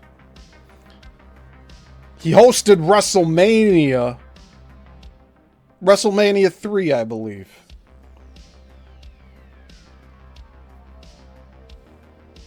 Right? And he's gone to plenty of UFC fights. I likened it to the rich going to the opera. All right? Oh my God. The president is compromised. How old are we talking? Like 16, 17? I would say at least around 17. Okay. Well, see what's going on? So then, why is Elon Musk right next to the president? Wasn't elected. So the popular opinion, the prize of the public will be, please, Elon, lead us. That's what Robertson told me was the plans for me as the face of the Christian Coalition. Get in position so the public wants you really badly. They're going to like you. And your boyish features at the time, will have the ladies excuse you for anything you're caught doing wrong. They're going to say he seems like such a nice guy. They think... At the time. So do you guys think that Tom Althouse still has boyish features? If you guys didn't realize, this guy's nearly 60, if not already 60 as of this year. You know, at least he didn't do the split hair thing like he did on the first interview with Roseanne. At least he's being a little more realistic about his widow speak there. And I do think he dyes his hair a lot. You could see here. See right here, he's gray. So I do think he dyes his hair aggressively. Maybe that's why his like hair was wet on many of my interviews. Like, you gotta ask these things. Besides him just jumping out of the shower and hopping on a live stream to do a show, like, people also let their hair stay wet so that the dye would sit in. So I don't dye my hair. Kidding me? And I'm like nearly half his age. They have ladies figured out, do they?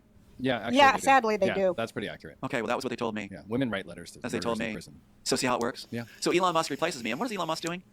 Repopulating the world with his seed? That's pretty gross. Mm-hmm. I'm sorry, he's not the most handsome man in the world. If you look at his figure. I don't know what the women are doing there. But anyway, so Well, he's rich. who does he give the Neuralink to, by the way? His Okay, if you have the ex-wife. Neuralink, what? His ex-wife. That's right. Does that make sense? No. No. The reason you do that is it's stolen tech. Right. Keep it in the family.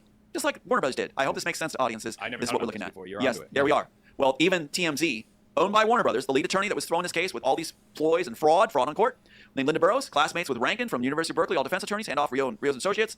Yeah. They spelled it out also. Who's the one that hosts TMZ? And what religion is he? Oh, yeah. That's right. Not supposed to talk about it. Right. TMZ said to me, the correspondent from TMZ said, Tom, you were fans of your work. You were smart enough to write The Matrix. You were smart to follow every trail they had. Oh, yeah, they just didn't listen to their own correspondence. They never do. And now that we're all coming together, which is partly why I wrote the piece, and what an honor it is to be here right now, because this is what I wrote for. I wrote to bring together the great hearts, the great minds with compassion and humility that can last the gauntlet. And at this time, when the sky's clear, just like the end of the Matrix, we can make a better world. And I ask everybody to join us on that. Let's do it. Let's let the artists lead the way. And President Trump, help us finish this job. You're a great man. Your family's amazing. I love Eric and the rest. Help us finish this job. Let us get our rights back too. And let's make the courts fair with justice again. And Mel Gibson. Artists. Yeah, Mel Gibson. For artists and dreamers Artists and and people dreamers, who visionaries. come up with the ideas And Mel Gibson, that not aren't good. free. Really? They Elon actually, Musk? not I good. like Mel. you know, Mel is good on camera. It actually takes some blood, sweat, and tears to create ideas. And like my son said, never give up. If you are truly the artists that did the work, you're not going to give up. Right. If you kill our sons and daughters, we're going to do it in their memory. Right. Their strategies are not sound. Mike Lang, you failed at Disney. But the other He hasn't named his 2 dead sons yet.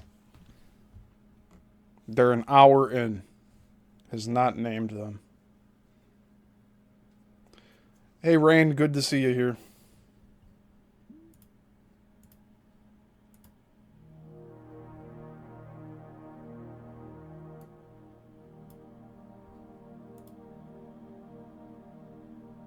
All right. We're getting there. side, what keeps them going? What The keeps them devil. going? Money, sex, So when the money starts to perversion. precipitate, when it's not so popular to be that, now enter the CIA. What's happening with the CIA and what happened recently? You want to go there? Yeah. Okay, so what happened 2 days before Easter? I go down to Tampa, I do the event, and it's a changeover there too. God bless them all. So I'm doing the event, I'm speaking out. I even said about the red pill, blue pill being switched. 3 other speakers, I'm sure they weren't aware of it or didn't compute, were so indoctrinated with red pill, blue pill. The red is based on the blood of the children to make an immortal program with the adrenochrome. That's what it's about. Well, Mom, we've been traveling. We've been in Texas for a little while now, like a few months, and we've been relying on. And have fun with you. This is Yeah, it is. Just The red pill. And have to subscribe. they made the red pill the good pill. The red pill is not the good pill. The red pill is Smith is ordered by the architect to force Neo to take the red pill in the interrogation scene. But they want to do Alice in Wonderland. Doesn't make sense. Morpheus comes in later, offering the blue pill when Neo's cut from the program. Then he's offered the pill so he can get back in, not based on the blood of children, with painful side effects, and you still age slowly and painfully. That's the price. So, the blue pill's the good pill, the red pill's the bad pill. And even Elon recently said about being red-pilled and brings up the Matrix a lot because he's profited off the theft of it. So, the CIA. 2 days, keep in mind the CIA said, or the operatives said, not the operatives, Hollywood attorneys are saying that I can't keep track of any thoughts, that I can't even put a sentence out, that all I do is mumble. I'm multi-tracking right now. So let's go to that final track. So the CIA, 2 days before Easter, there's a break-in. You see, he's trying to cover his tracks here.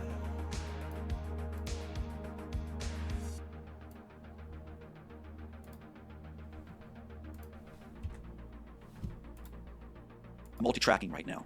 A lot, because he's profited off the theft of it. So, the CIA. 2 days, keep in mind the CIA said, or the operatives said, not the operatives, Hollywood attorneys are saying that I can't keep track of any thoughts, that I can't even put a sentence out, that all I do is mumble. I'm multi-tracking. He can't keep track of any thoughts. I spent 2.5 years trying to map out a timeline of what happened to this dude. And I didn't even scratch the surface.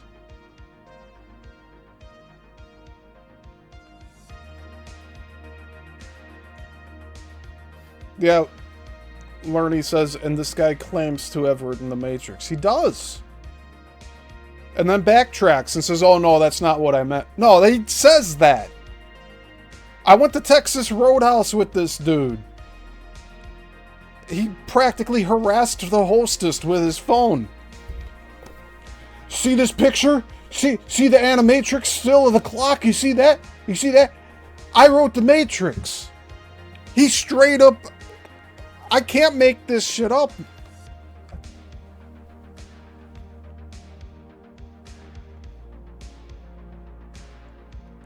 I wish I wasn't right about this. I wish this wasn't true. But this is where we're at. He's claiming to have written The Matrix. He starts out with that. And then he backtracks it and be like, oh, well, no, they actually stole my script, The Immortals. No, but you're leading people on here, Tom. You make conversation starters by saying you wrote The Matrix. It's not true. You yourself did not write The Matrix. The thing that turned out to be the feature film from Warner Brothers, you did not make that. None of your characters in your script were named Neo, Morpheus, Trinity, Agent Smith. None of them were named those in your script. Neo didn't have an alias. Like, he wasn't Thomas Anderson in your script. His alias wasn't Neo. You're not being forthcoming. But this is all by design by Tom. Because he sees what talking points work and then he runs with it. And then that's also why he's on this carousel of talking points that he has. Because he knows that they work. He knows that they're attention getters. Okay? Again, I wish I was wrong in this. But unfortunately, this is where we're at. Right now. So let's go to that final track. So the CIA, 2 days before Easter, there's a break-in my home. Warner Brothers had stolen, through their planet attorneys, Tony Rankin of Maui had a suspended license since like 1982. Allegedly, with capital letters and exclamation marks and underlined it a couple times. Took my work, took my drafts. They disappeared. My son's art box was at our dining room table. He came over on a Saturday and claims he's representing us, and on a Saturday comes over and says, "Is this everything?" It's like Kevin Spacey in Pulp Fiction, when he says, "Boyo, did you tell anybody? I just told you." So he's there at the dining room table going, "Is this everything? Is this all your evidence?" Yeah. Pager goes off. I have a phone call coming. I gotta take this. Okay, yeah, you can kick me 1,000 times. I didn't realize what was going on. Did he just say Kevin Spacey was in Pulp Fiction?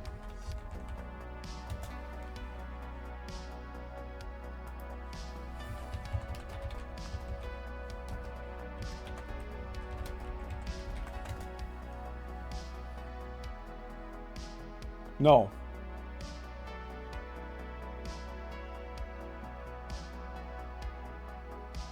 You see, just that alone wouldn't hold up in a court of law. Kevin Spacey wasn't in Pulp Fiction. The fuck? I'm gonna check one more time. Like that? What the fuck?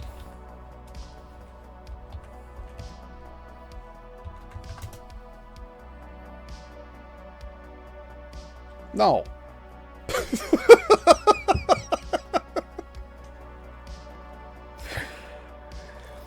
It's these little things.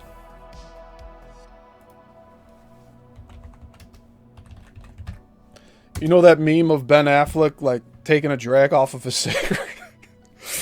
Oh, God, this guy. That's how I feel right now. Alright, top cast. There's 58 top cast.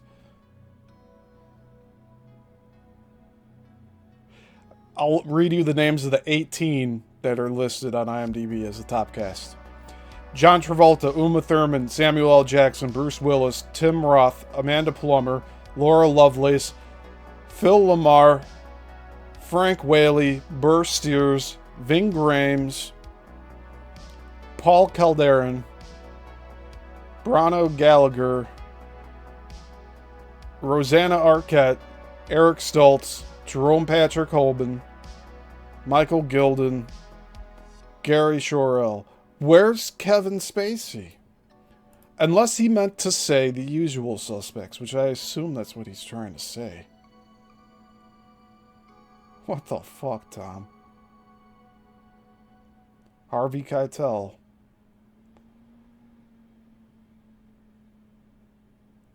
No, he's not. Kevin Spacey was not in here. Not even as a producer. You ready for this? Bender, DeVito, Gladstein, Schamberg, Schur, Weinstein, and Weinstein.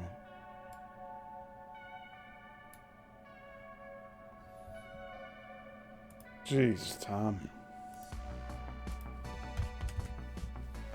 On a Saturday, and claims he's representing us, and on a Saturday comes over and says, "Is this everything?" It's like Kevin Spacey in Pulp Fiction, when he says, "Boyo, did you tell anybody? I just told you." I assume he's talking about The Usual Suspects, and this is me just not having a clear memory on that as well. But he wasn't in Pulp Fiction, you fucking kidding me? Rain says the guy tries to distract you with minor details that don't matter so he can say his lie while you're still focused in on a bigger picture. Yep. Hit right on the head, Rain.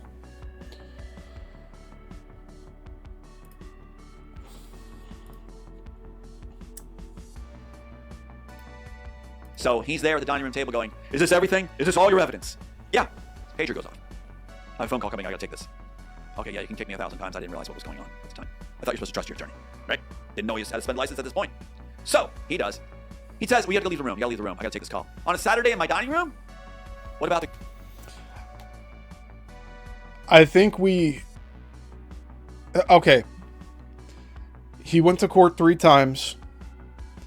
The attorney he used for the first time in 2000, he didn't use the second time. And if this is that second attorney from the second court case,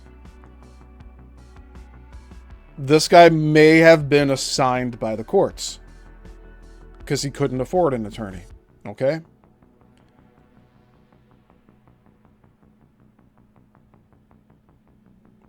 Tom just missteps everywhere here. I don't know anymore. And then there's the third court case where Warner Brothers countersued him. And that's where we have that deposition audio that he gave me for the documentary. All right. Greek thing about eating, and not betraying your friends and over dinner. Is that kind of the worst thing? Yeah. Game of Thrones, you turn into a rat, the Rat King or whatever, rat cooks. Anyway, so what happens is, he has to leave. He altered everything. He took the drafts out of the poor man's patent and badly ripped it apart. And he did a big mistake. When he took out the full script, he took out the first page of the story treatment inadvertently because he was trying to rip out the notarized statement. But on the back of the notarized statement is the first page of the story treatment. He shoves down the title page of a work that shows 95 clearly written on it, the script, takes the script from the poor man's patent. You don't see it again. This is in 2012. All right? My poor boy's art box, he showed it to me before a deposition. He came up and said, Dad, is this yours? Tony Rankin, squashed it down that box, destroying my boy's work, ripping the silhouette of him, and everything else, and all his artwork, scrunched up things like that, putting it down there. Aiden found it, gave it to me. It had been tampered with badly. Yeah, Rain, this is all going right into what you're saying here. Like, he's trying to have us feel a certain way about his kid's artwork being destroyed by this attorney that, like, what he apparently put his trust in. This dude can't discern anything. He had 2 wives. He calls them both honeypots.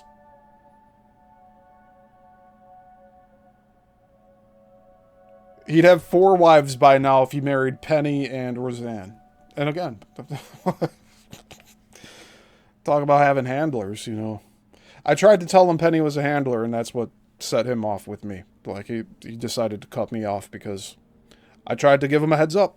People were controlling him. But, maybe they're working in conjunction. And that's like, oh, the gig's up. Steve knows. Shut it down. Cut Steve out of the whole thing. Don't worry about it. I told him all this stuff's staying up in perpetuity. Hell, we might even review the interviews I already did with him at some point. I can make a documentary just based off of the 22 interviews I have with him already and just take the best bits out. But, like, it would be a completely different documentary now, with all things considered, with the way that he just carried on, right? And not only that, but he painted me in a bad light too, which is why I'm allowed to defend myself, and we're allowed to review all of this content here and give our opinions on all this bullshit. Now, here's the deal, and I want to spell this out really clearly. Warner Bros. Attorneys tried to say that the work wasn't tampered with. When the poor man patent shows up at deposition, my deposition, you hear Rankin on the tape, and I do talk about a tape recorder, because Tony Rankin, I walked in with the deposition, my deposition in their building in LA, and I say, can I tape this? No, you can't, it's illegal. He takes my tape recorder, which matches his. He turns his on, records all 7.5 hours, all of it, records it all illegally, and gives the wrong tape recorder back at the end. Of course. Gave him mine, or gave him his, Oh my God, is that I have perfect? everything. I have them on the off record saying, we have no working draft, it's a mute point for asking for any discovery. So, what Tom gave me, but like, I forget how many hours that was, but it was the second day of deposition.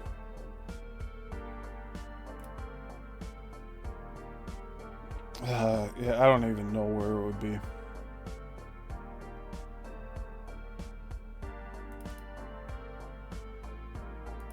Audio? No.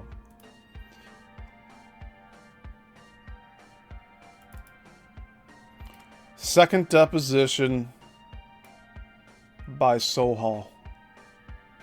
2 hours, 39 minutes. But he, like, first 10 minutes of that is just him walking in, and the last 5 minutes is him walking out and talking crap about everybody. He walked out of his own deposition.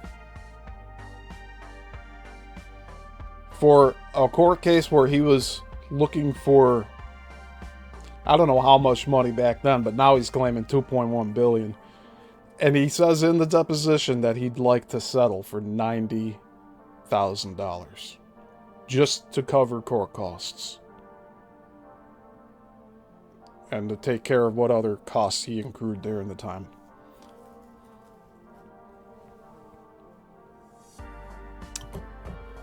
These are the facts, and you won't hear them anywhere else, because I don't know anybody else talking about this like me.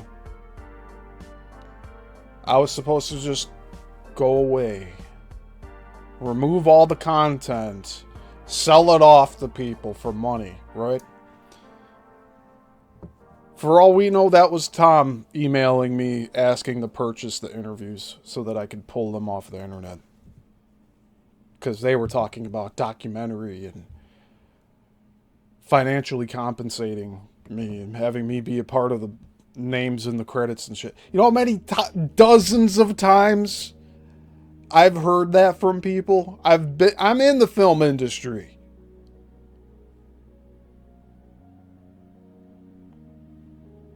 You know how many low budget films I've worked on? You know how I started doing all this? I was in a ripoff of Bad News Bears as a preteen. I was, 11 years old. The director's claim to fame was knowing Spike Jonze, alright? And that motherfucker was a bad dude, too. The guy that claimed to know Spike Jonze, but Spike Jonze is a whole different story in itself.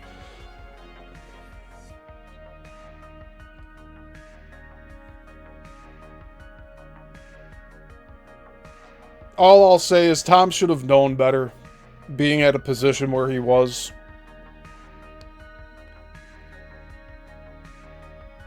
And he continually gets deceived. Like, we know he had 2 wives, and he talks badly about both of them. Especially calls the second wife a honeypot. He was talking that way while the son of that woman was upstairs. So imagine you're that kid, you're Aiden listening to this motherfucker here going on about his mom. Like, I wouldn't want to be around this dude either. Oh, your mother's a piece of crap, blah, blah, blah, blah. Like, would you want to hear that from your dad?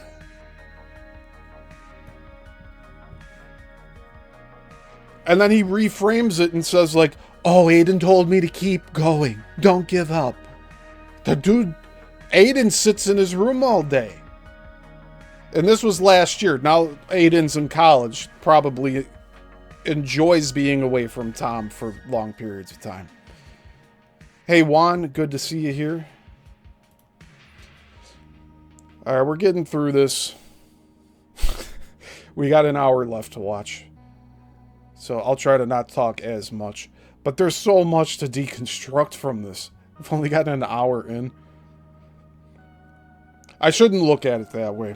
We're covering a lot of good, like, topics here. We're addressing everything they're bringing up. Alright, let's just carry on here. Gave him his. Oh my God, is that I have crazy? everything. I have them on the off record saying, we have no working draft. It's a moot point for asking for any discovery. But you also hear... Yeah, go back a few Let's Talk episodes. I go through the entire deposition here live. Like, we listened to the whole audio thing that I got. Which he gave me. He willingly gave me it for the documentary. It's like after he said that we're not doing the documentary anymore once I arrived down in Texas, then he proceeds to want to give me all these things to somehow do a documentary still after I leave. Like, why? Explain that one. On that tape. When it comes up, the poor man's patent surfaces. He goes like this to the Warner Bros. Attorney, his classmate. Let's get it out of my client's hands before he has a chance to go through it. Let's go ahead and, why don't you go make copies of it, Linda? Go ahead and make copies of it. That means reinsert the notarized statement that I forgot to pull out that you're angry with. You get it? because they're just in their offices. This is your lawyer. No, yeah, the lawyer's supposed to represent me, but his defense attorney, classmates of their attorney from University of Berkeley, working for them and being completely nasty the whole time and on a suspended license. So Lawfare. Yeah, that's what it is. And so what happens is Linda Burrows comes back with the poor man patent, right? What did she? We first put it on record. We did. She messed up. She had me put it on record that the pages are missing. We're going through it. It's all there. Missing pages. And so I'm like distraught. I'm showing that they're missing. I'm upset. It goes on the record. And then she goes to copy it. She comes back and says this after a long time because they're trying to reinsert it, right? She comes back and goes, I used to make fun of people that couldn't work copy machines. I copied the first few pages and forgot how to work the copier. She got to the notarized statement, and she stops there because they're going to reinsert later. Later on, here's what happens. I'm glad I get to say this on the air. I want people to get this, really. This is great, guys. This is the first ever talked about. So what happens is... No. Lie. He's talked about this before. Fucking liar. I copied the first few pages and forgot how to work the copier. She got to the notarized statement, and she stops there because they're going to reinsert later. Later on, here's what happens. I'm glad I get to say this on the air. I want people to get this, really. This is great, guys. This is the first ever talked about. First time! Every fucking interview is the first time with this guy. So what happens is, at the end of the sessions, you hear Burrow on the tape go, I only have a couple minutes left. I got to get something really important from my office, so I'll need to go. Feel free to, whatever. Tony Rankin says to me, I'm going to go stretch my legs. Oh, you stay here. Follows her out. What do you think's happening? Their pagers had both gone off. So she goes off, he goes off. She sends him back in. 7 minutes later, the notarized statement's reinserted. He starts arguing right away. Did you notice that this was here? And argues and argues and argues. This is what Boyd sent. This is what the submitting attorney sent. It's here. I'm trying to understand what it is. Just yelling at me. And this is after calling me schizoid, everything else. During the deposition. Gaslight. All the time. All the time. So what happens is this. Burrow follows. He didn't... So, I don't believe in those 2 hours and 39 minutes of deposition that he did provide me. I don't think he did. I don't think they said that at all. And they weren't yelling at him. They were saying, no, we're just trying to get you to answer this simple question instead of you regurgitating it back to us and adding different words to it and making us have to repeat our question the proper way instead of you trying to repackage it so that you can go off on a tangent like you always do. And he's like, well, I don't understand the question. I don't understand the question. I'm out of time. I gotta go. Who the fuck does that? Yelling at me. And this is after calling me schizoid, everything else. During the deposition. Gaslight. All the time. All the time. So what happens is this. Burrow follows in then next. Understand you'd like to make a change? What was so important you had to get from your office? What about that? No. But she forgets to put anything on record. She forgets in her manipulations. So what happens is, we're done with the deposition after all the arguing. Rankin goes, when we're done, we're off record. Hold it. My client needs to go on and correct his statement about... When he was done, you go back and watch that deposition video we covered. He decided they were done. And they're like, whoa, what the fuck? Why are you leaving? You have to be here. And then the deposition, the guy running the deposition's like, I'd like it to be on record, Judge, that he is willfully leaving in the middle of the deposition. Please take note of that. And here he's saying when we were done. No, Tom was done. Everyone else still wanted answers from him because he wasn't providing them. Oh, I don't think I understand the question. Were you saying this? No, we were asking this. Oh, you mean this? No, this. So important you had to get from your office. What about that? No. But she forgets to put anything on record. She forgets in her manipulations. So what happens is, we're done with the deposition after all the arguing. Rankin goes, when we're done, we're off record. Hold it. My client needs to go on and correct his statement about the poor man's patent. To say that was what was in it. I've got the flu, I'm exhausted, my thoughts are starting to blur, and he's pushing me to get back on record.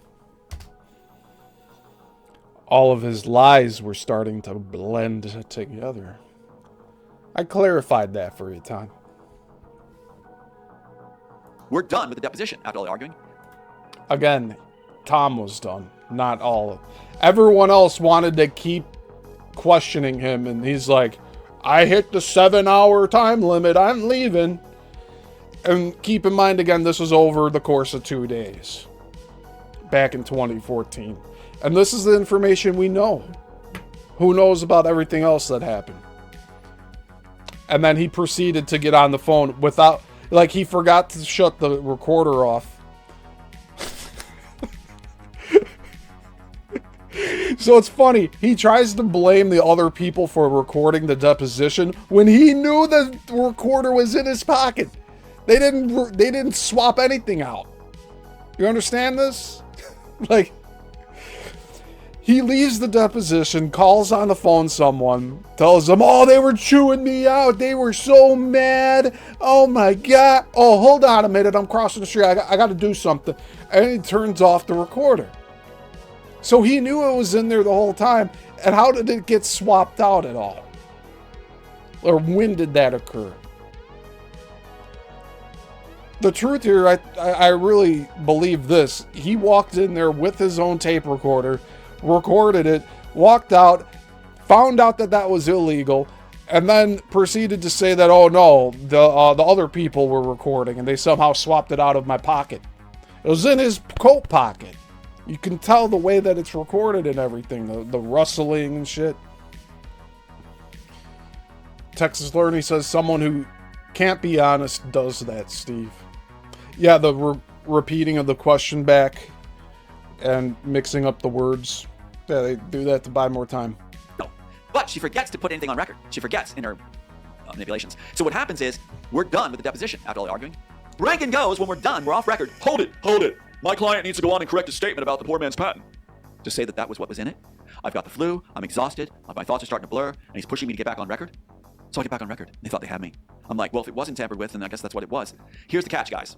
They hang their hat on this to say there's no evidence, no working drafts, no anything. Okay, here's the catch. The poor man's patent, they're saying that's what was sent by Boyd. Rankin says, I'll contact Boyd. He says, I contacted Boyd. He has nothing. So don't call him. He has nothing. I contact Boyd, Smith attorney. He had everything. Script, notarized statements. He had the music, the character breakdown, the story treatment, the tracking number, the receipt, the letter to Warner Brothers. He had it all. Why wasn't it presented in that fashion then?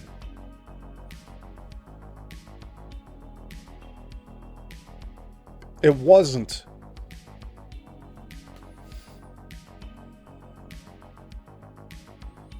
This guy's trying to hoodwink everyone. He's going out to different conventions and doing this shit on a consistent basis. He's constantly trying to get new people to fall for his grift. And if he tries selling Matrix ornaments again this winter, don't buy them. Because all it's doing is funding, I don't know what the fuck he's spending his money on these days. And here's the beauty. Those materials went in before the poor man's patent was made. Wow. So we've got you, Warner Brothers. We've got you on tampering with evidence, and also with the evidence that's going to kill Boyd's own files, which you said didn't exist. So, plus we got you on record saying you don't have any working drafts. See you in court. So, skip ahead and I'll get you more champagne right now. Get it, because they're not answering. Isn't this wild? It's very wild. Is it time to talk about the home invasion you've Yes, had I'm sorry. You're good. Yes. I'm the best. Yes. Okay, so here we go. This is fast. So I've had The home invasion, the break-in without a break-in. Here, we came to the conclusion that he forgot that he put the script on his bed before he left for Florida. And then when he came back home, the script was on his bed, and he's like, oh my God, someone must have broken in. No evidence of a break-in. This guy has no security cameras in his house, even though he says that, like, the feds are watching him all the time. His excuses with a VPN, for instance, is that, oh, it won't matter, because they're going to be watching me anyway.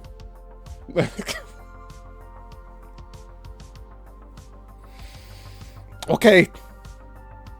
Agents tell me before, it's really weird. It comes in like the movie. They'll appear and they'll help me if I'm out of the job or something, or job taken away. And they're always telling me the stuff they're fans of work. So I go down to Tampa, do the conference, the wonderful American Tour conference. I get back and I see in my bedroom, on my bed, the missing pages of notes and drafts that I had, where it had Neuralink in it and had the Trinity, where her mind was altered by Smith. These were missing. Missing. They're You gone. had a break-in before. Gone. Yeah. Remember I was telling you about the dinner? Yeah. Yeah. I'm 2012. setting up to tell me this. Yeah. 2012 dinner at my house on Saturday with with the plaintiff attorney Rankin. Yeah. And he says I got to take this call and nothing disappears. That's important. You just knew where to look. Right. So anyway, so it was laid out right on the table, basically right in front of him. So your now we're handler talking. steals your shit. Yeah, steals my shit. See why Kanye hates Pasternak? Yeah. Yeah. And so then recently, there we go. So that's 2012 in time context. You're absolutely right. 2012. The fuck is Roseanne even talking about? Now jump to present day. Wow. So this year, happened? I get back from Tampa. I think it was this year. Yeah. And on my bed is those missing scenes with no Wow. look in it. That's not all. 2 days before Easter, a second break-in. All right. So a second break-in. Now this is what's 2 fascinating. days before Easter? 2 days before Easter. This year. Yeah, it makes sense when you think about it. If you Hold on. So He's saying no. 2012 is when the attorney was at dinner at his house, and he's counting that as a break-in. And now he's saying the second break-in is this most recent one, where the script ended up on his bed. Give me a fucking break, dude. It's not, the first break-in's not a break-in if you invited him over for fucking dinner and he was representing you in court. And that's going off the basis that maybe he got the evidence, destroyed it, whatever the fuck he's claiming he's doing. I don't know what... I'm trying to make sense of all this here along with all of you. Rain says the only script that guy wrote is the one he's acting out right now lying. Yeah. Yeah, this is his biggest story, is that he went through all this bullshit. Oh, yeah. And Rain asks, where's the police reports of this break-in? Yeah, exactly. He'll probably give you the answer, oh, well, you know, it was feds, so they knew how to break in without giving any evidence that they broke in, and it would look like I'm crazy if I went and filed a police report saying there was a break-in with no evidence, except a script that was on my bed that I may have left there before I left for Florida. Okay, so it's laid out right on the table, basically right in front of him. So your now we're family talking... steals your shit. Yeah, steals my shit. And See then, why Kanye hates Pasternak? Yeah. Yeah. And so then recently, there's there we go. So break-in that's house, 2012 and it's in time context. You're absolutely right. 2012, now jump to present day. Wow. So this What year, happened? I get back from Tampa. I think it was this year, yeah. And on my bed is those missing scenes with no Wow. one in it. That's not all. 2 days before Easter, a second break-in. All right? So a second break-in. Now this is what's 2 fascinating. days before Easter? Okay. So he's saying the first break-in was 2 days before Easter, and then the second break-in is more recent? Oh my god. Before Easter. This year. Yeah, it makes sense when you think about it if break-in. Hold This on. year.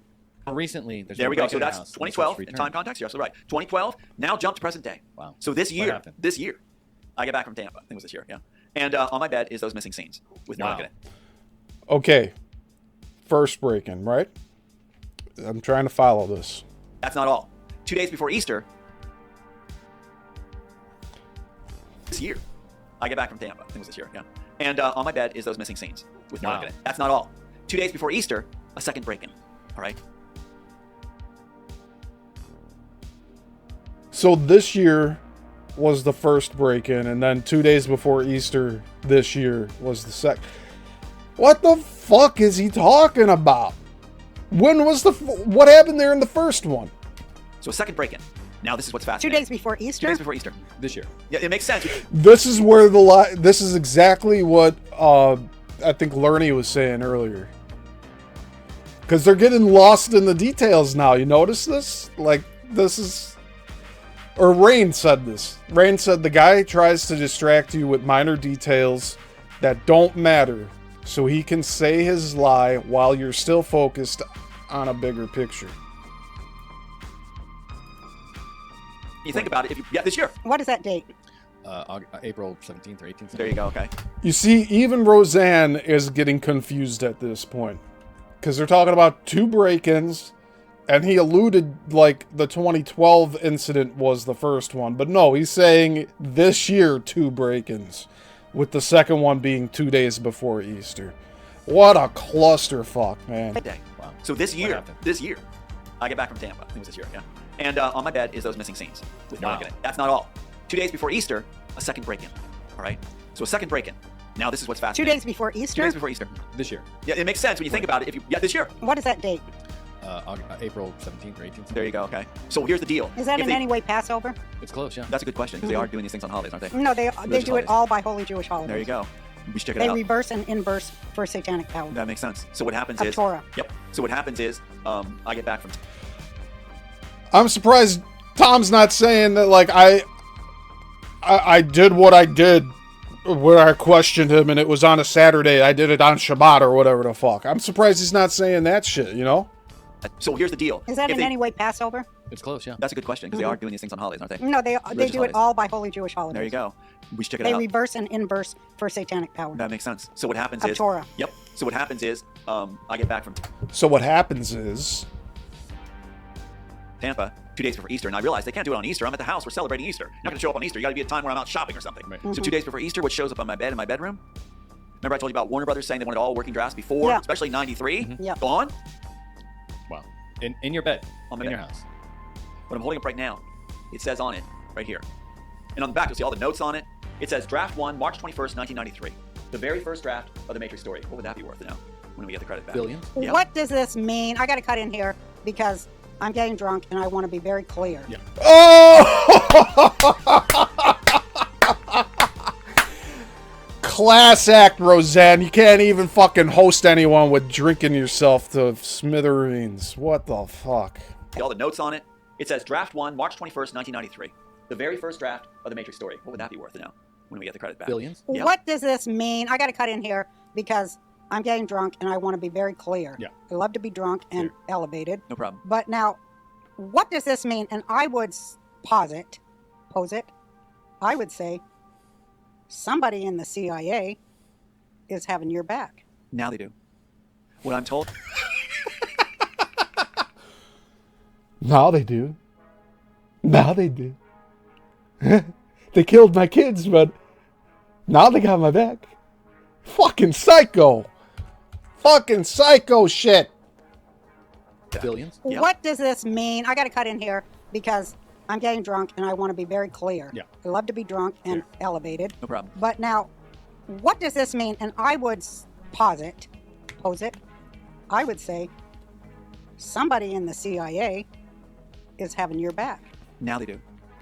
What I'm told is there's good people in the CIA that have been waiting for the right moment. They wanted to see if somebody or some of us, including people out there, would do the right thing. Yeah, I Were we- think that's was God. it worth them risking their families to intercede? They better be. You know how many times on this podcast and in my life in general, I've been praying to retrieve the sparks of the light of God's intelligence that sit dormant in powerful people. Yeah. But because of blackmail or many other unfortunate things that they're under by the Satanists, the satanic world powers, I've prayed that God would set those sparks on fire and that they would come back to the human element and realize that you cannot stamp out creativity and artistry. I believe he's doing just that. I believe what's been happening. She's setting him up for his next talking point. Alright, let me catch up on the chat here. Lerny says, covering lies with lies. Yep. Rain says, Lerny, right? LOL, liars always get tangled in the web of lies they made. And also, liars think that if they give a lot of details that it makes their lies more believable, but eventually they can't keep up with the details and slip up. Yeah. Lerny says, exactly, Rain, if you let them keep talking, anyone sensible would pick them off or pick it up.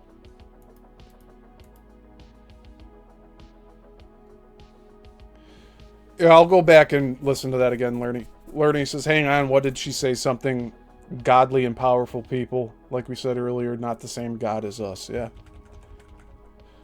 She's almost saying, like, I don't know. What does this mean? I got to cut in here because I'm getting drunk and I want to be very clear. Yeah. I love to be drunk and elevated. No problem. But now, what does this mean? And I would pose it, I would say somebody in the CIA is having your back. Now they do. What I'm told is there's good people in the CIA that have been waiting for the right moment. They wanted to see if somebody or some of us, including people out there, would do the right thing. Yeah, Were I we- think that's was God. it worth them risking their families to intercede? They better be. You know how many times on this podcast and in my life in general, I've been praying to retrieve the sparks of the light of God's intelligence that sit dormant in powerful people. Yeah. But because of blackmail or, There you know it how is. many times on this podcast and in my life in general, I've been praying to retrieve the sparks of the light of God's intelligence that sit dormant in powerful people. There. That's what she was saying.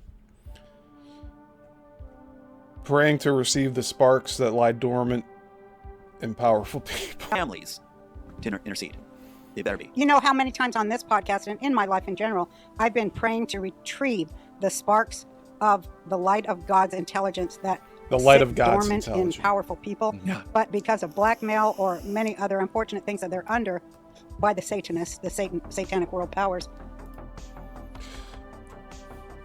Yeah, Rain. Rain says Roseanne is Jewish. Roseanne admits it here. Tom also says he has Jewish blood. It's only when it's convenient for Tom he brings it up. And he's trying to relate to Roseanne here.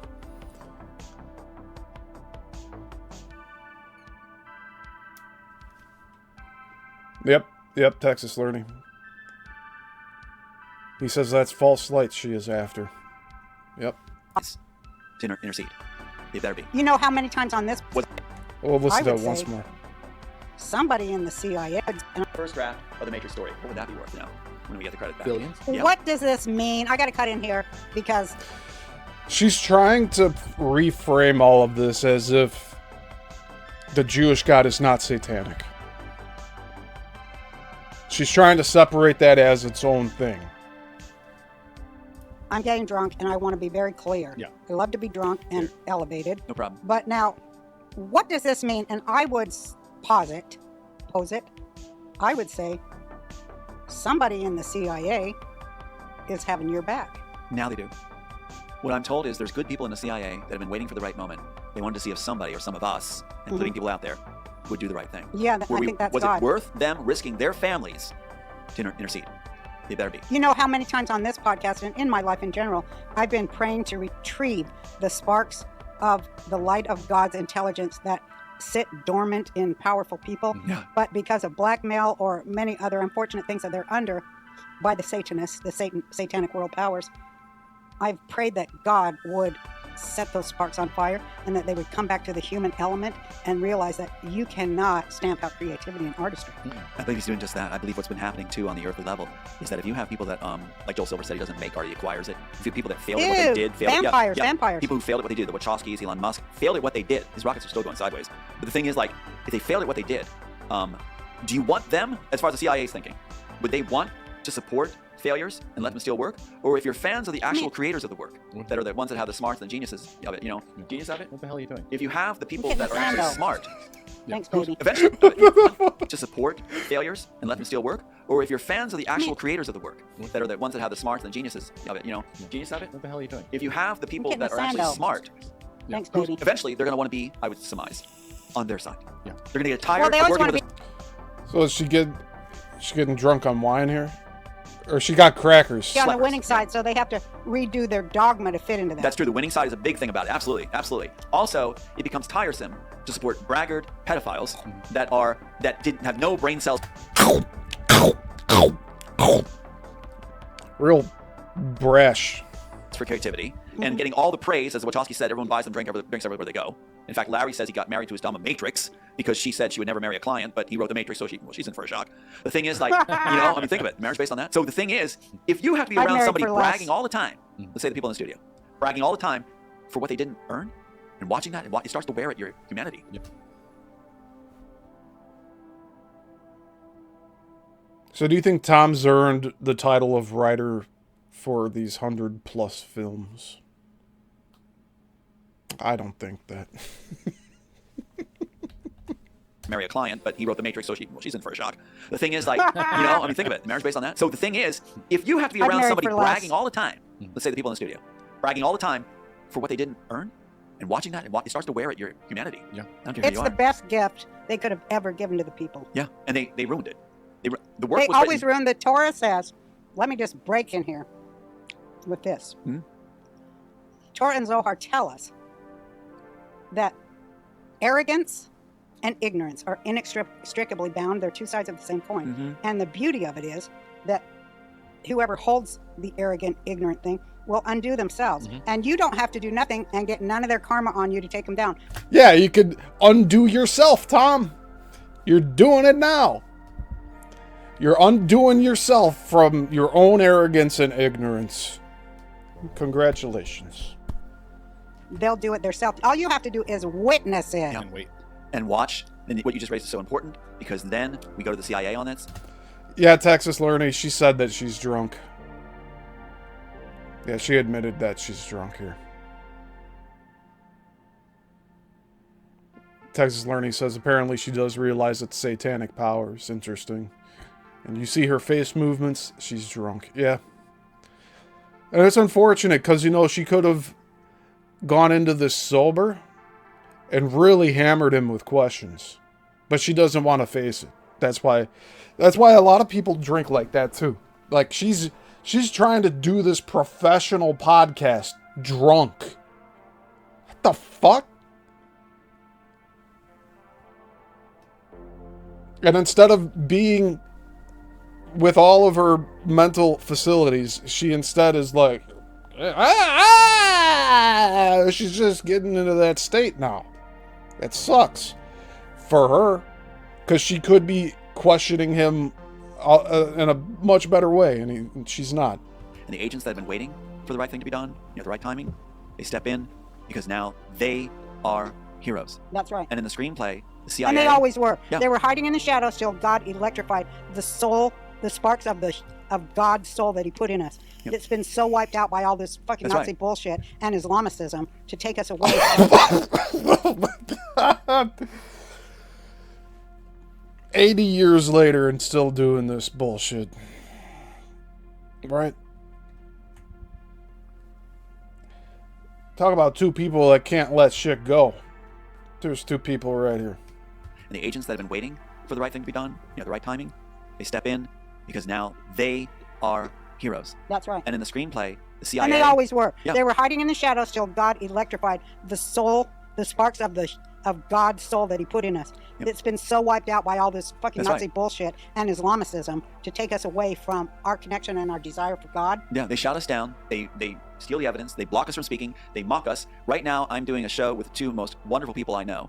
And they can't cross-examine. They can't shout us down. They must be breaking. Man, if I were just to clip that quote, I'm doing a show with two of the most whatever people I know. They can't cross-examine. It's a very unfortunate series of words there. Well, she can't cross-examine him right now because she's fucking drunk. And our desire for God. Yeah, they shout us down. They steal the evidence. They block us from speaking. They mock us. Right now, I'm doing a show with two most wonderful people I know. And they can't cross-examine. They can't shout us down. They must be breaking the furniture against the wall and spewing their They're food freaking out out. their guts. Yeah. Tom, I believe... So he's projecting here. I believe he's the type of person that punches holes in walls, that vomits over someone making a negative Twitter post about him. He ups and leaves Brenda's Beyond the Box show. Tells me to tag in for him. Worst tag partner in history. I can't deal with this anymore. But that's how I met Brenda. So thank God for that. Thank Heavenly Father Creator for that.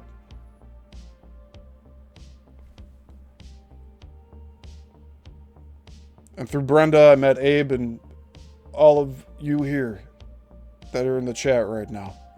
Thank you. But this guy couldn't even stomach listening to some secret soldier, whatever you want to call it. Because they talked to... This dude watches movies all the time. He watches Ancient Rome, where they're fucking killing people left and right. He promotes Gladiator like it's a good story about, like, perseverance, and it's all killing. And they say this in the deposition. It's like, how could you, like, not stomach The Matrix? You're watching it in the theater in 1999, Tom. How come you had to keep walking out because it was too violent, but yet, like, you could watch Gladiator and Avatar and see that as movies for hope? But, like, they're all fucking killing people. They killed the Tree of Life in Avatar. Come on.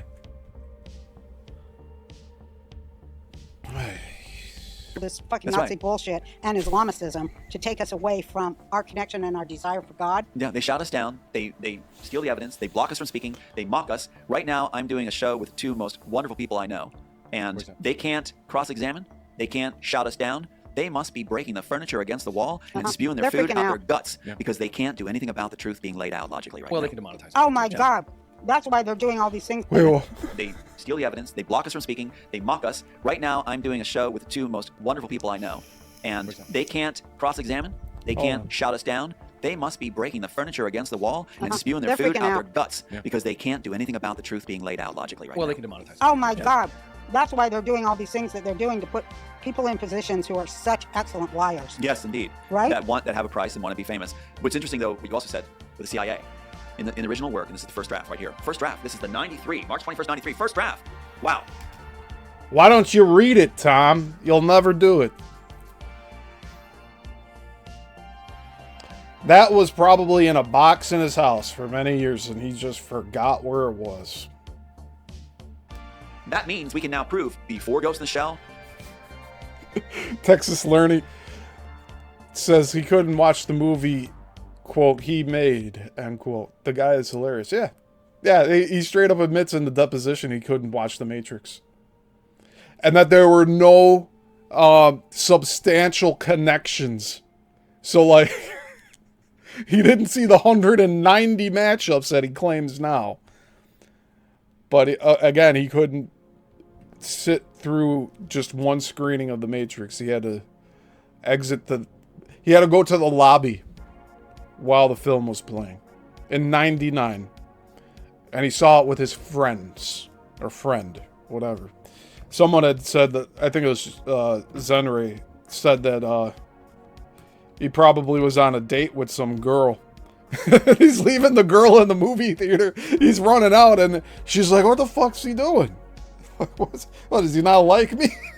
Like, you got to think about all these things too. Like, he can't stomach watching an action movie, but like he'll sit upstairs all day watching Netflix, watching ancient Rome shit. And Game of Thrones. I couldn't get past the first episode. I haven't watched any of that series besides that first episode. I'm like, this is slop. Like, I didn't care for it, so I didn't watch it.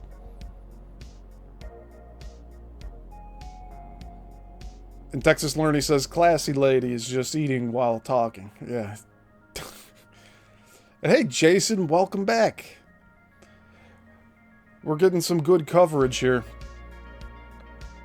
Dissecting everything they're talking about. Like, we got some good content. You should go back and rewatch this later. Or maybe when we re-upload it.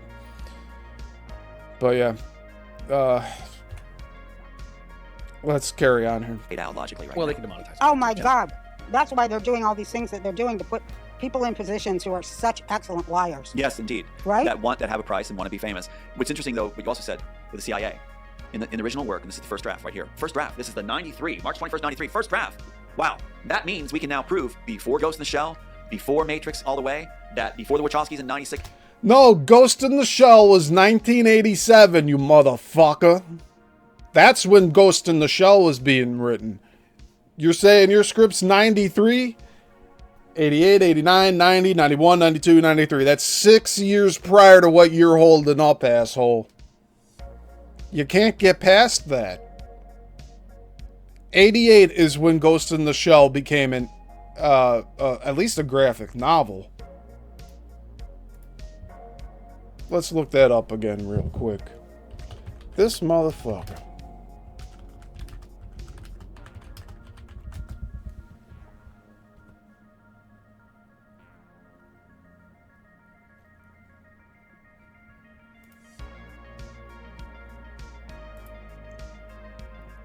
The anime film of Ghost in the Shell, released in 1995. I believe. Oh no. March 29th, 1996. So it was being made in 95.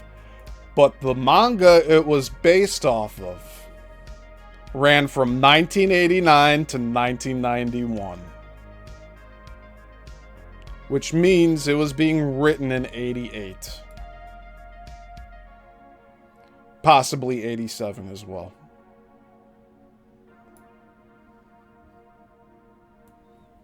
I'm just going to show it on the screen here. Ah, can't see shit. Alright, I'll make it as big as I can.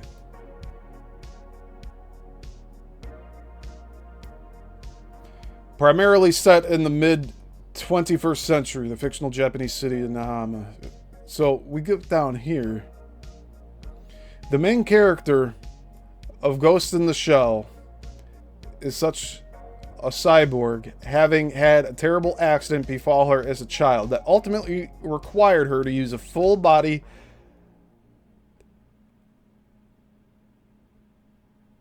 prosthesis. I was having trouble trying to pronounce that word in my head. To house her cyber brain. There's your Neuralink, asshole.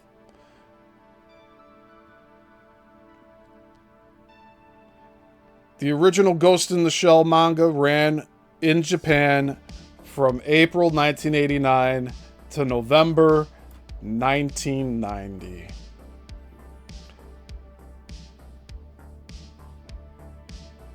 And was released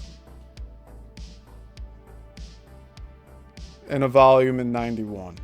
And then Ghost in the Shell 2 followed in 97 for 9 issues. And then it was put in a compilation box December 2000. Okay. So him claiming that his 1993 script came before Ghost in the Shell is complete bullshit. Bullshit. All right. Assigned Matrix title when they finally get to 7 week. Who are such excellent liars. Yes, indeed. Right? That one that You're such an excellent liar. I know that's not what she was saying. price and want to be famous. What's interesting, though, what you also said with the CIA in the original work, and this is the first draft right here. First draft. This is the 93, March 21st, 93. First draft. Wow. That means we can now prove before Ghost in the Shell, before Matrix all the way. No, you can't, Tom. I wonder if he knows. Look at those eyes. Real quick. I'm trying not to break down the facial movements of people, but like, just look at him. It's like, you motherfucker. It's like, you know that the Ghost in the Shell was before 93.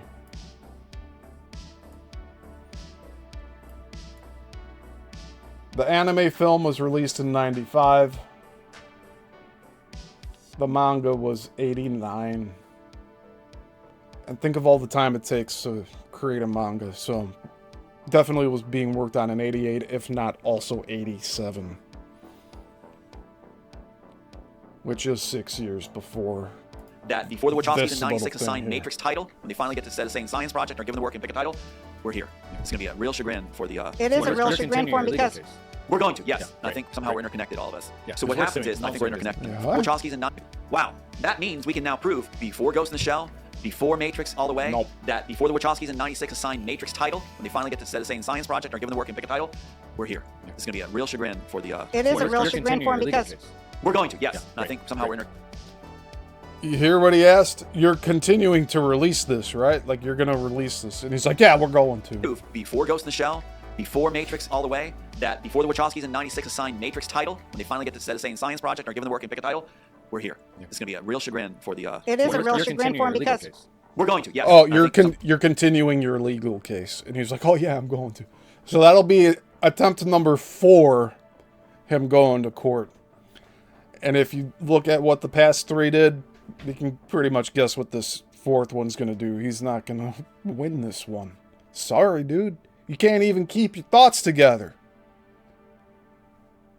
You can't keep your story straight. And the moment I say Ghost in the Shell was released in 89, what, he's gonna say I'm lying? He's going off of the 1995 anime.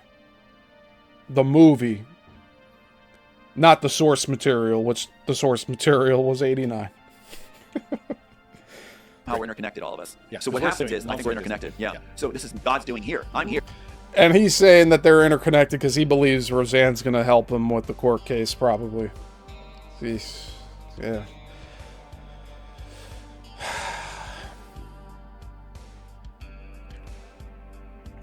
It just sucks because none of it's going to happen for him. Like, he continually just burns his own bridges so that he remains right before the climax of Act 2 in his story. He's always right before the precipice.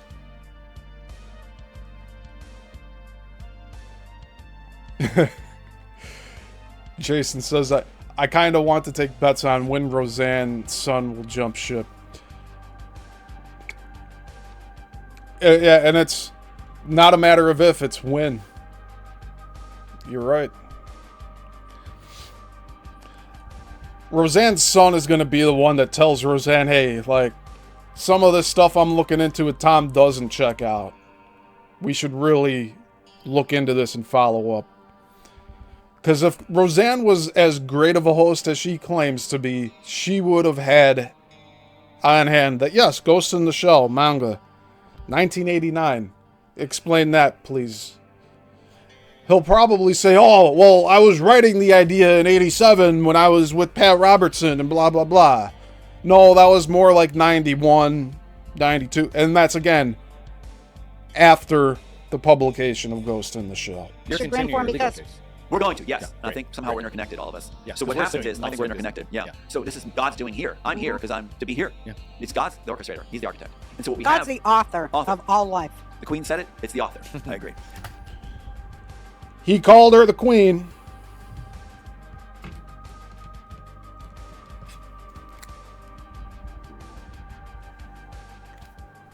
Not lying when he's when I said that she's the Queen. All right, let's keep going. So what we have is the CIA in the original work. Neo is in a lower echelon department as its head in the CIA. Smith is an upper echelon department, and that's the backstory. And what happens is CIA. It's a class war. Yeah, and Central Intelligence Agency becomes Central in the original work in the future. So Smith is always part of Central Intelligence Agency. I called the Cortex building the Central building, so they call it Cortex building. Just playing off of it. I love the guy Seamless that thing. plays Smith, though, in the movie Hugo because he is, Hugo Weaving, Weaving yeah. is his name. Brilliant. his monotone devoid of. I love the, Central Intelligence Agency. I called the Cortex building the Central building, so they call it a Cortex building. Just playing off of it. I love the guy Seamless that thing. plays Smith, though, in the movie Hugo because he is, Hugo Weaving, is yeah. his name. his Brilliant. monotone devoid of all humanity Well, and he doesn't, emotion. he doesn't like that. You don't like No, that? he talked about it in the Well, first no, episode. what I'm saying, yeah. He didn't think that was good. He got it off the but description. I liked He it. did it. It's not really his fault, from what I understand from my. You don't like sources. that monotonal, I like non-human thing? Well, from the sources I have. How is it supposed to be? I'll read it to you. Hold on. He talked about this in the first Yeah, episode. yes, I'll just lay it out real quick. But I love Hugo Weaving, and I'm sorry, I know you're gonna get mad at me. I love him in the Matrix. He does a good job. He but does the a thing is, he great was job. screwed by the Wachowskis. Yeah. And I'm gonna make this clear to you that it's not his fault. No. What was it, that character supposed to? It's because Agent Smith is not the same character as what's in Tom's script. That's simply all it is. But we already know from the Matrix franchise that Smith is a program written by the machines. Therefore, it is AI, it doesn't have a soul. So they are devoid of sympathy, devoid of humanity. And once Smith writes over Neo, and at the end of the first Matrix, if you're thinking of it as a trilogy still, that's when Smith's code gets corrupted. And then the next two films, you see the results of that corruption. He gets elements of Neo's humanity, but it's just written onto his code. It's not that Smith became sentient and has a soul. No, it's just he got upgraded, or not upgraded. His code got updated with corrupt information, and some information that carried over was Neo's personality. And potentially curiosity. I'll get into all of that with the character analysis on Smith, because it's that's going to be a really good standalone video I'm planning to release in the near future. And we'll go over different scenes. I'll show screen matchups and stuff and everything. I think that'll be a really good presentation. Well, here it is. I'm going to show you. He did what he's supposed to. But Tom's script, it's two friends. And Neo and Smith are not friends. It's two humans in the Immortals. And it's a program and a human in the Matrix. And they are definitely not friends in the Matrix. Neo and Smith are not friends. Sorry. He did what he's supposed to do as an actor, okay? Uh-huh. Now let me say this. Let me just see. I hate actors. Again, watch all they episode are one. is chronic masturbators that somebody tells them they don't even think or feel. They just, That's why they're actors. that is why they're actors. You're an actor! Look at these hypocrites. Look at these hypocrites. Roseanne's only famous because she had a show with John Goodman. Right? At least I think that's who that was. I'm not going to spend time looking that up. She was on a TV show. She's an actor herself. What a hypocrite. You know, even as a film director here, myself, I've also done acting. You can't say that, like, chronic masturbator and soulless and all that shit. What was it that character supposed to do? Well, here it is. I'm going to show you. He did what he's supposed to do as an actor, okay? Uh-huh. Now, let me say this. Let me just see. I hate actors. Again, all they are is chronic masturbators that somebody tells them they don't even think or feel. They just... That's why they're actors. You know, that is why they're actors. Yeah. And there's nothing there. Actors, that's all they do is project thoughts and feelings. She's so full of shit. Just trying to dehumanize actors. And I'm not even trying to go to bat for actors here. Especially the A-list Hollywood actors. Like,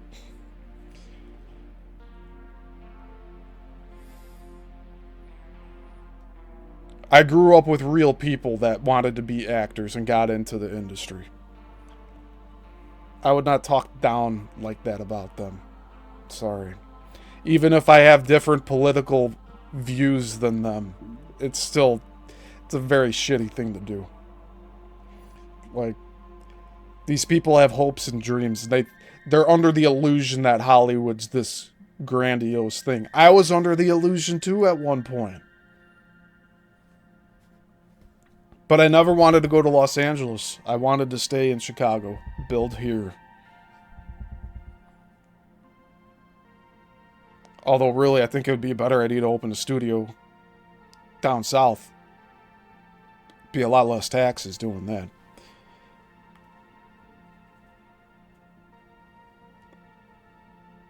Alright. We'll talk more about my personal stuff later, but I still have goals to do my own studio and teach the next generation how to make films. And to not make it all corrupted and everything. Alright, let's continue. Tells them they don't even think or feel. They just... That's why they're actors. You know, that is why they're actors. Yeah. And there's nothing there. The CIA sociopathic weapons. I'm holding up the original screenplay used on set, the 1998 version used on set in 1999. This is what they went off of. So here's what Hugo Weaving was allowed to see when they... No.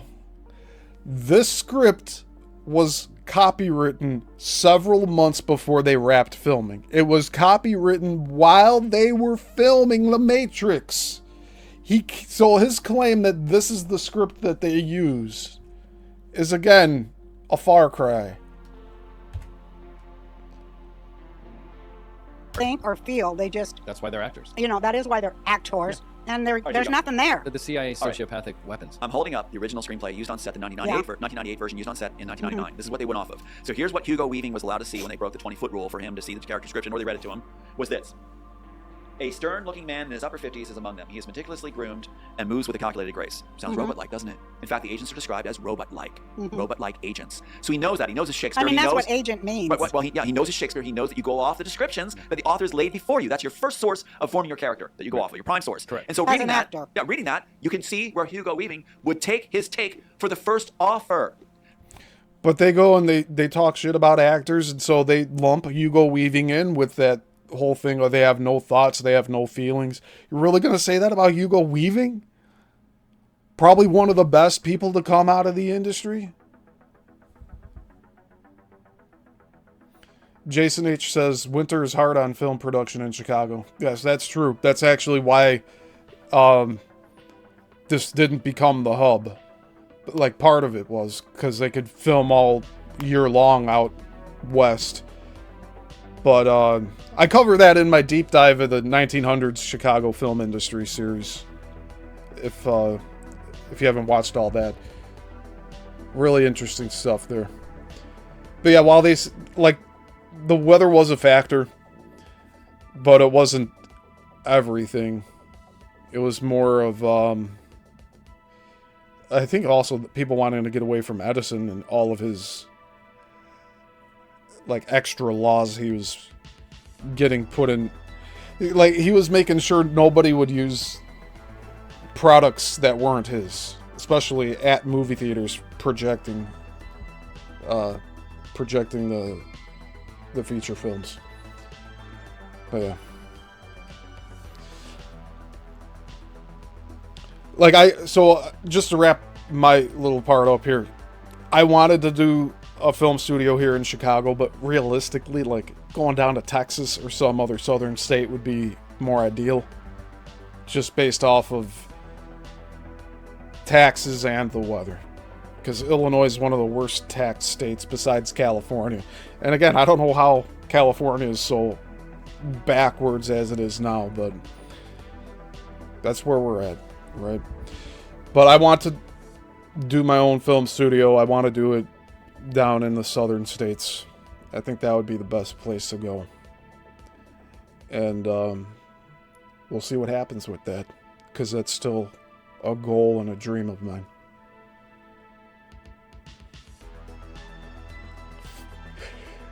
Yeah, Rain says, come to Texas. And Jason says, Texas sounds like a good pick.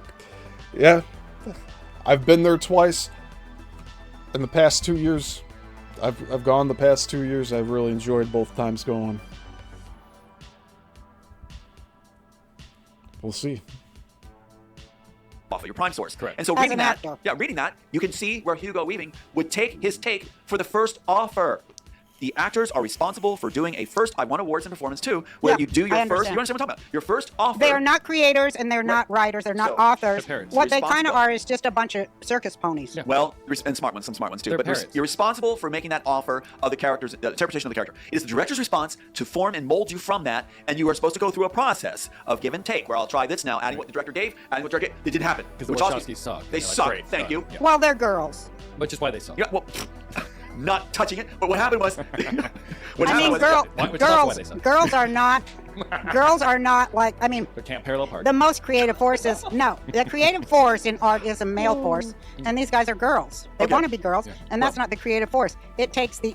I'll say this much. I think the Wachowskis were coerced, and their punishment for fame was to transition. Or cross-dress. They didn't even transition. I still think they got all their junk.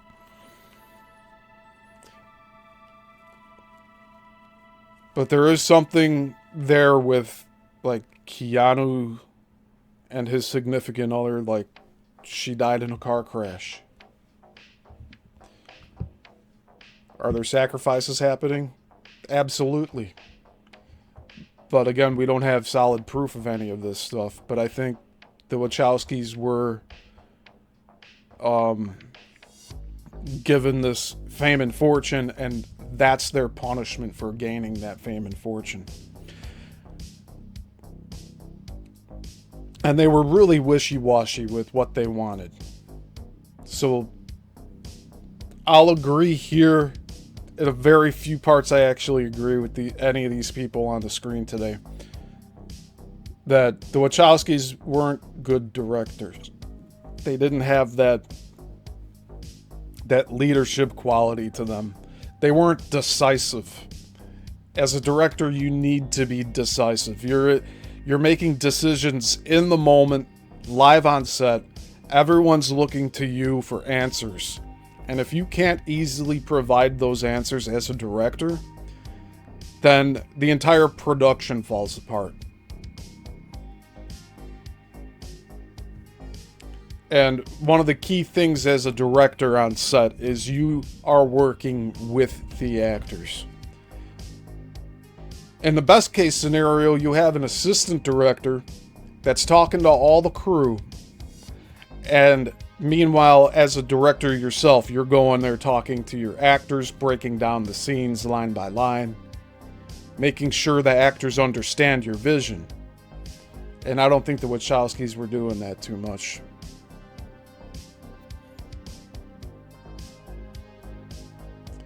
Rain says, John Travolta goes to a private film studio in Las Colinas. I think she's a co-owner. It's in Dallas, Fort Worth. I'll have to look that up. Just for my own research here.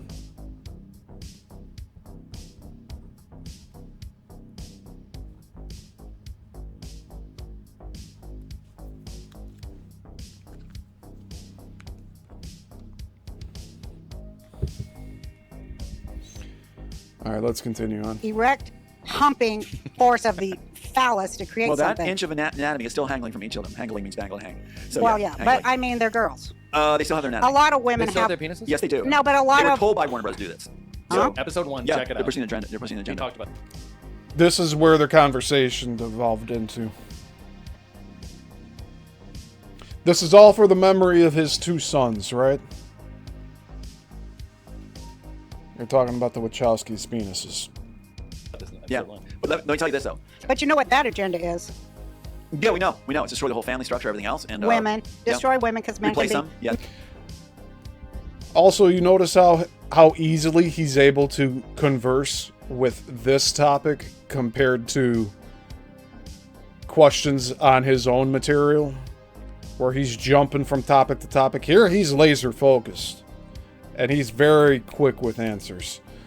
But in the deposition, you hear him going like, "I don't understand the question. Was it this?" It'd almost be like him here saying like, "Well, what are you trying to say?" The which I don't even know. I'm not even going to speculate on it. But you see, there's a clear difference between the different topics he talks about. He can easily carry conversation here, but then it gets all disjointed when it comes to his own story. Yes, they do. No, but a lot They were of. told by Warner Bros. To do this. Huh? Episode 1, Yeah, check it they're out. pushing the agenda. They're pushing the We agenda. talked about this in Yeah. episode 1. But let me tell you this, though. But you know what that agenda is?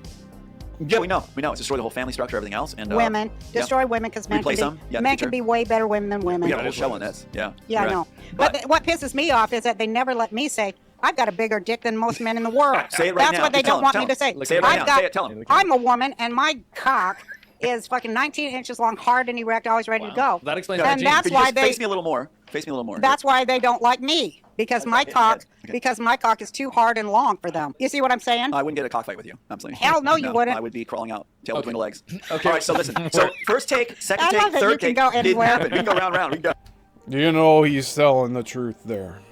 That's good. Round for round. That's He's good. sharp, he's That's quick. good. Yeah. Isn't he sharp? Yeah. I love think Tom. they took some of your skin cells and made me. It's So the anyway, nerve. yeah. So, You guys are nervings. yeah. No, I think they made me from you. No. Yeah, from your rib. How can the queen be made from my No, rib? because they made me from your rib. You know, we're supposed to be married, but you didn't even remember Yeah, that. let's talk Well, I about didn't think how- it was official. So I mean, it has to be official, right? And plus, a man can't ask the queen. No, I told you we're going to be married because we're such kindred All right. souls, especially because Mom wants a Walter husband. we White have the couldn't ask- fire of being authors. I know. And we've both been like held down and screwed and stole our shit. But you know the rules of engagement according to royalty. What? The queen has to ask. Well, I did ask. I said, well, we're married. I feel Well, you're how my can I say no to soulmate. the queen? So yes. You can't. But I then you know. didn't even remember it today when Because you came over here. I said, he's you know, we're dealing with the married. CIA I put on breaking into his red house, lipstick Mother. and tried to look real cute for I'm you. trying to weather down the palace.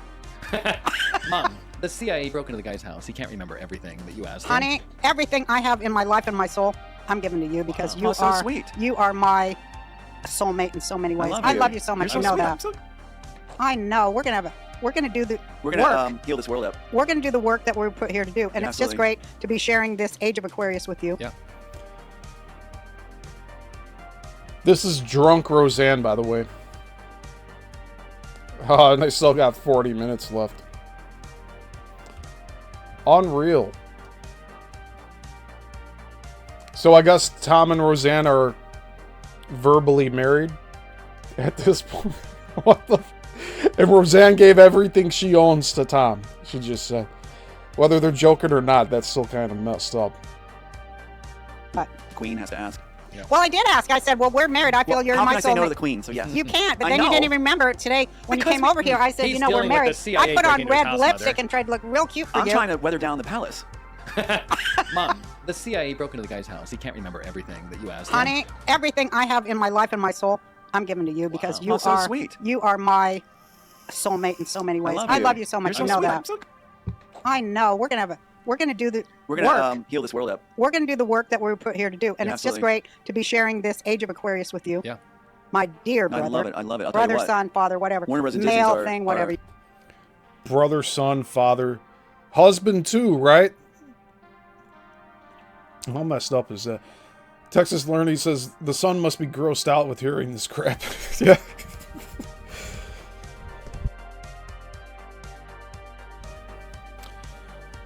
Yeah, it's wild for sure. So I'd say right now this is their honeymoon period. Once that wears off, that's when Roseanne will drop Tom. And you know what?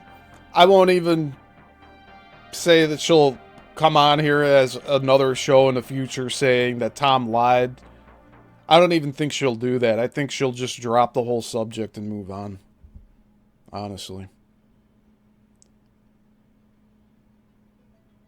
I mean, if she did have the genitals that she says she does, she would straight up call him out on all this bullshit. But she's piss drunk here at this point. She already admitted like 20 minutes ago in this that she's drunk. And so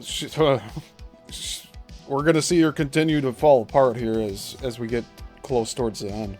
You are. I hope Well, I'm really the milk. Warner Bros. And Disney better have their brown pants on right now. Huh? They better have their brown pants on. They're gonna get When I didn't even get a chance to tell you what Warner Brothers did to me, but continue. Warner Brothers did something to you? Oh, girl. I mean, boy. What did Warner Can I Brothers just say do? hi to No, Warner I'm not Brothers? even- I just heard it, Warner Brothers. She let it slip there again. She called him girl. This is... So, he goes onto all of these different shows that are hosted by women. Tom just likes to be a gossip girl. He's not really doing too much for his case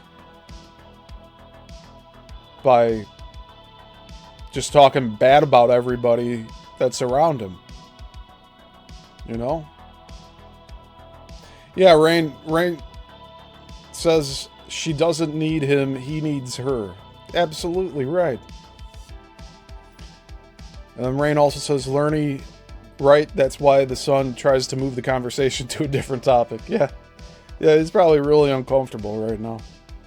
It's great to be sharing this Age of Aquarius with you. Yeah. My dear brother. I love it. I love it. I'll tell you Brother, what. son, father, whatever. Warner Bros. And Male Disney's thing, whatever you are. I hope Warner- Well, I'm really the milk. Warner Bros. And bigger Disney better have their penis. brown pants on right now. Huh? They better have their brown pants on. They're gonna get When I didn't even get a chance to tell you what Warner Brothers did to me, but continue. Warner Brothers did something to you? Oh, girl. I mean, boy. What did Warner Can I Brothers just do? say hi to No, Warner I'm not Brothers? even- I just heard it, Warner Brothers. Yeah. What did they do? I can cut it out. What?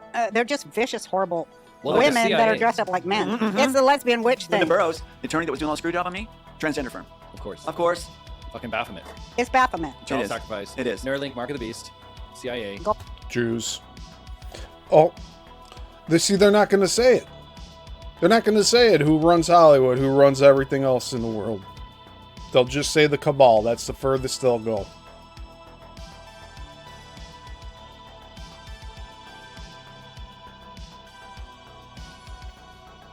Rain says he's just riding this roller coaster till it hits the wall. His 15 minutes of fame. Yeah. Well, think about it. He's been doing this since, oh man. I want to say at least 20... That has to be like a few years after the court case. So, I'll say like 2016, 2017. He's been doing this almost 10 years running this grift. Going on shows. But the furthest back I could find an interview of him was like 2020. And even that looked like he had long hair at that point. He was looking like that guy from The Room. I'm not kidding. Tom's actually a lot like that guy from The Room. In many ways. Of course. Of course. Fucking Baphomet. It's Baphomet. Child is. sacrifice. It is. Neuralink, Mark of the Beast. All related to what? Jews.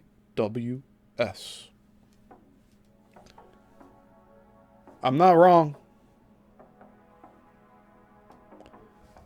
They'll tiptoe around this conversation as much as possible. CIA. Go They back break to in the- your house. They give the shit back. Okay, so What is Neuralink? so the good guys in the CIA, whatever it is. They break into your house and give you the shit back. You hear this? If you just stepped back, and if any of these people just stepped back and objectively looked at this, they would realize how obscene all of this is. Yes, Tommy Wiseau. Or Tommy Wiseau. That's what I was thinking. Thanks, Texas Learning. Yeah, he has, like, I'll have to try to dig that out, because I have this folder on Tom Althouse here. And I tried saving as many older interviews as I could while I was interviewing him.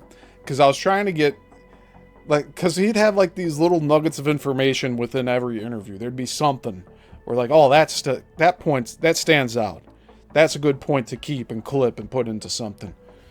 But one of the oldest interviews that I found on him, Tom has long hair, like, down to here. And it's like that, it's just straight, straggly hair. I don't know. But anyways. The lesbian witch thing. Linda Burrows, the attorney that was doing all the screw job on me, transgender firm. Of course. Of course. Fucking Baphomet. It's Baphomet. Child is. sacrifice. It is. Neuralink, Mark of the Beast, CIA. Go They back break to in the- your house. They give the shit back. Okay, so What is Neuralink? so the good guys in the CIA, whatever it is, Yeah, Why they did broke they- in the house. why they did broke choose- in the house hold and on. gave you back your shit. You want to go weaving or? I want to know why the CIA chose now to break into your house and give you the information. Well, Because what Trump- just happened to Elon Musk? Well, him and Trump got in a fight. Uh-huh. Mhm, he was they- exposed. Yeah, And he exposed He showed himself, who he was. And he has my tech, which belongs to God. Neuralink. And all of us. It is And God's. he lost the subsidies for the electric car. which is Didn't why get he his pissed off payoff the big buddies people that- benefit. So everything's going downhill. Who's the winning side now? If there's two people that own the Trump. actually came up with it, yeah. Who? So and us. And us. And us. Trump and us. Yeah. Same thing. How much you love Trump? I mean, can you believe all that we've been through? But look what they fucking did to him. They tried to put him in prison for 900 years. Well, somebody just said recently that Trump is the Neo, and I'm willing to share that Trump with is them. Neo. I'm willing I to think share so it with too. them, but the thing is, like, I modeled the character after myself. I'm willing That's to a share it and hand it stretch. over somewhat, but Neo. That's a stretch. I don't think I would say that Trump is Neo.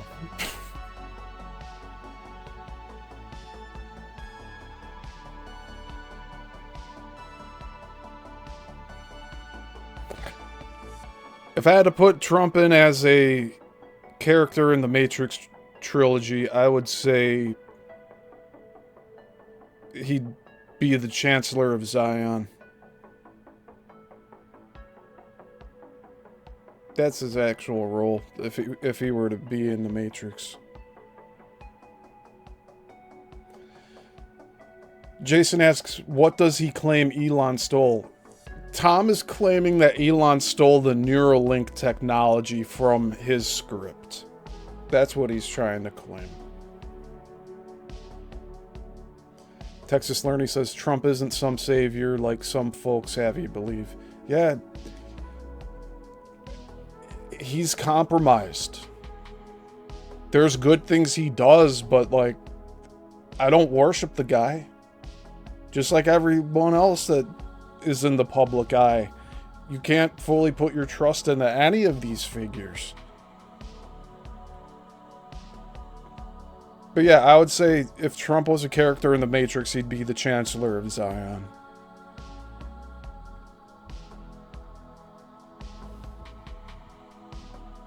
Let's see.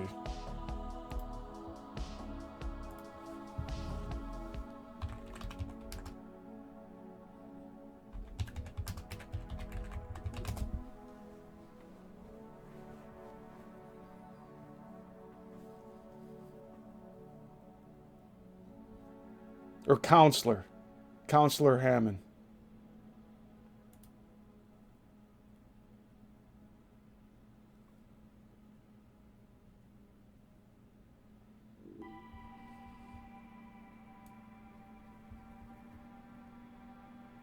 Well.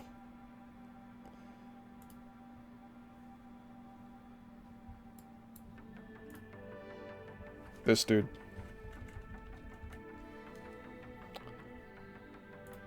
I'd say that's Trump in the Matrix trilogy.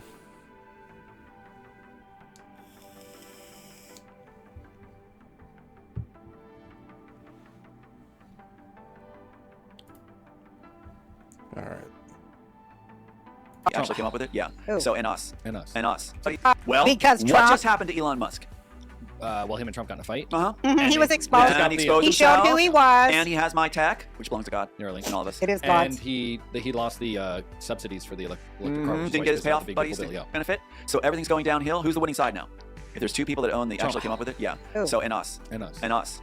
Trump and us. Yeah. Same thing. How much you love Trump? I mean, can you believe all that we've been through? But look what they fucking did to him. They tried to put him in prison for 900 years. Well, somebody just said recently that Trump is the Neo, and I'm willing to share that Trump with is him. Neo. I'm willing I to think share so it with too. him, but the thing is, like, I modeled the character after myself. I'm willing to share it and hand it over somewhat. But I mean, they even named the character Thomas A. So I mean, if Trump wants to take the Neo title, that's okay. But I have to have some of the Neo left over for me because that's what I You created. can I be thought Trump Neo, was Morpheus. but let's say I would say Trump was more Morpheus. I would Trump is agree more with Morpheus. Morpheus can That's what I save think. Neo's ass, Yeah. and I'm the Neo getting put under. Okay. Then you're the Neo-ette.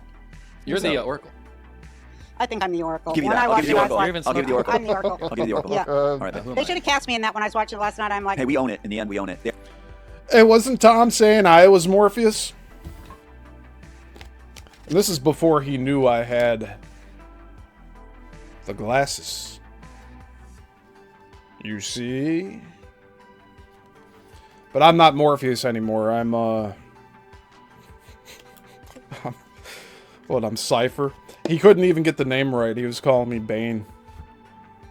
And I'm like, Bane, you sir. But he gets it all mixed up.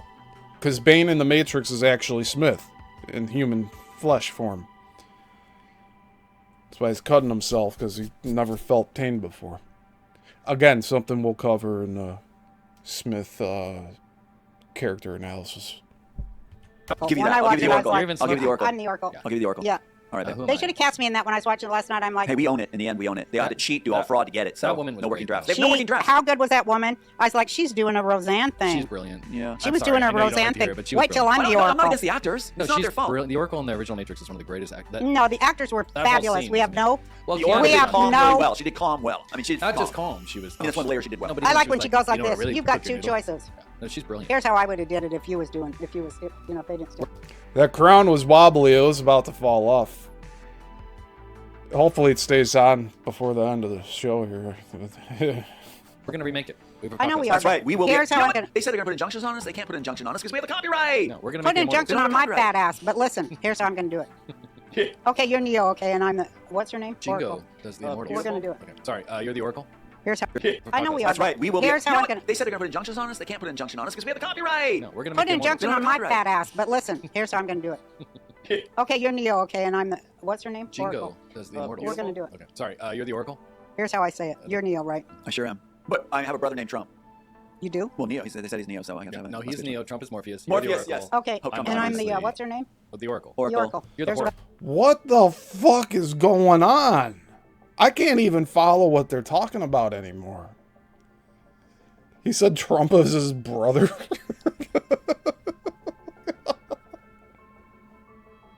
if they didn't steal. We're gonna remake it. I know we are. That's right. We will. Here's You how know I'm what? gonna They said they're gonna put injunctions on us. They can't put an injunction on us because we have the copyright. No, we're gonna Put make an the immortal. injunction They on don't my have copyright. fat ass. But listen, here's how I'm gonna do it. Okay, you're Neo. Okay, and I'm the what's her name? Jingo Oracle. does the immortal. We're gonna do it. Okay. Sorry, you're the Oracle. Here's how I say it. You're Neo, right? I sure am. But I have a brother named Trump. You do? Well, Neo. They said he's Neo, so I have to have it. No, Must he's be- Neo. Trump is Morpheus. You're the Morpheus, Oracle. yes. Okay, Hope Trump and I'm the obviously- what's her name? The Oracle. Oracle. The Oracle. You're the Here's what I Oracle. say. According to the script, I don't know if you wrote it or they fucked it up, but All they're doing right now is projecting themselves in the Wachowskis film. Using all the Wachowski names and none of Tom Althouse's names from the Immortals. If Tom really believed in what he's talking about, from the get-go, he would have said Neo is so-and-so, Trinity is so-and-so, Morpheus is so-and-so, Smith is so-and-so. And then from that point on, he would refer to every character as his character before the Wachowskis. As in, so-and-so, a.k.a. Neo, so-and-so, a.k.a. Morpheus, so-and-so, a.k.a. Smith. You understand my thought process here? If he really is claiming this work that he says got ripped off, then he would be speaking from that perspective. Not just sitting around spitballing being like, oh yeah. I'm Neo and so-and-so is Morpheus and you're Smith and they're all referencing the Wachowskis' characters. They're all referencing their characters, not Tom's. It's like a water cooler conversation. The Yes, Oracle. yes. okay, Hope Trump and I'm the obviously- what's her name? Of the Oracle. The Oracle. You're the Here's what I Oracle. say. According to the script, I don't know if you wrote it or they fucked it up, but here's No, what. I got the Oracle person. The in there. original Matrix is not a bad movie. I gotta be honest. Well, it's the lifted images are cool. but it's Like a- the suits that Warner Brothers said, the lifted images are cool. But it's the, really cool, the AI and the yeah, you know. yeah, it's all there. We didn't even get into AI. And he refers to these as lifted images because there's no matchups. He's saying they're stealing concepts from like this page and scenes of this is like reorganized into other scenes in different movies, and he's saying there's 100 movies that use this one script. He's no Joseph Campbell, hero with 1,000 faces. Come on, man. He hasn't even brought that up once. You'd think he'd bring that up. Because The Matrix, Star Wars, Harry Potter all follow the hero with 1,000 faces concept.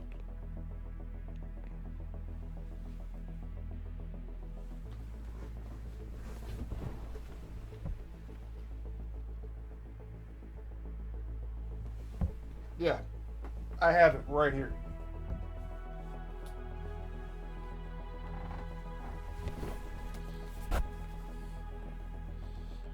Joseph Campbell, the hero with 1,000 faces.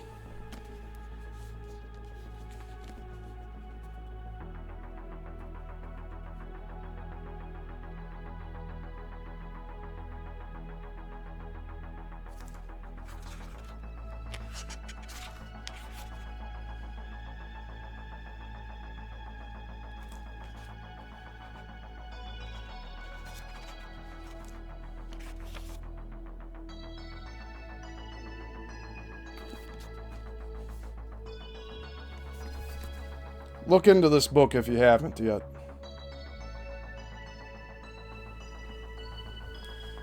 But that disproves a lot of what Tom's talking about here. As if we needed more to disprove.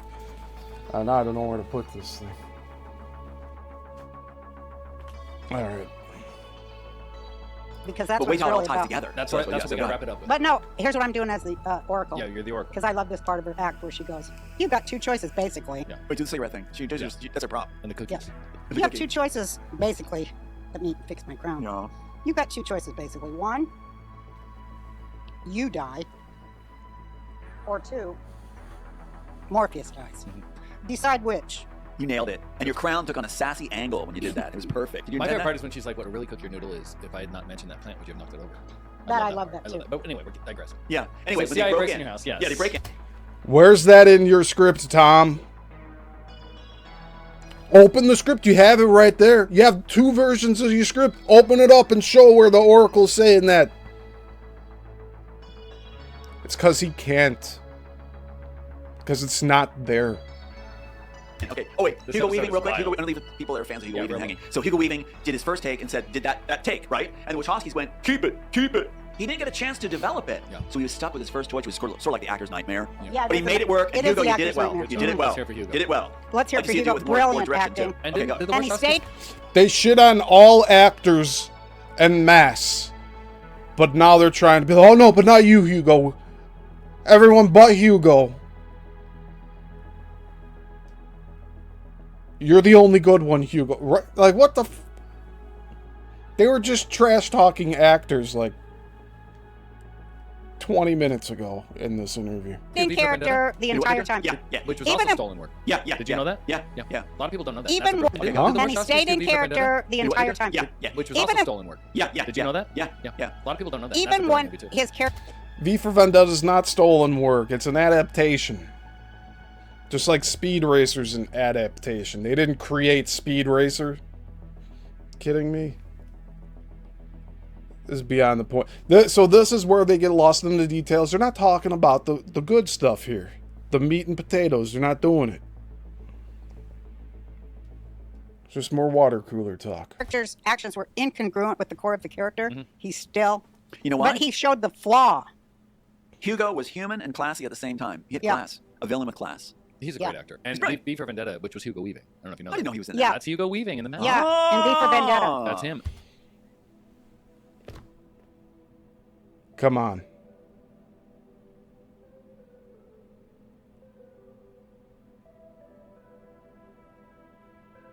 You'd think if this guy is claiming that the Wachowskis stole his work, he wouldn't be watching everything the Wachowskis put out.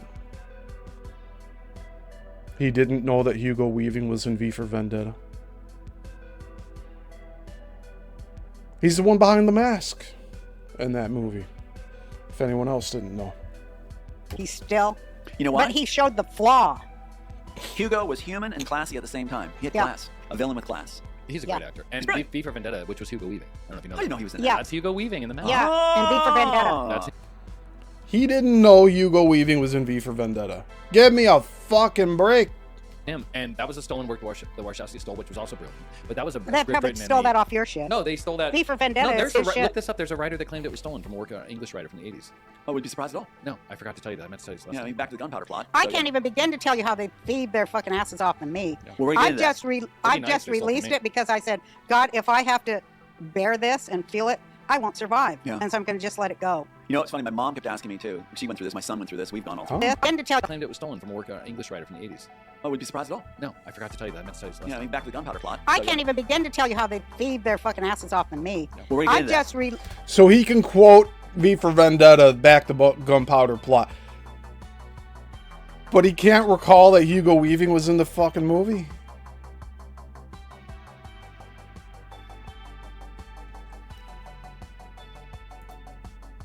Hold on.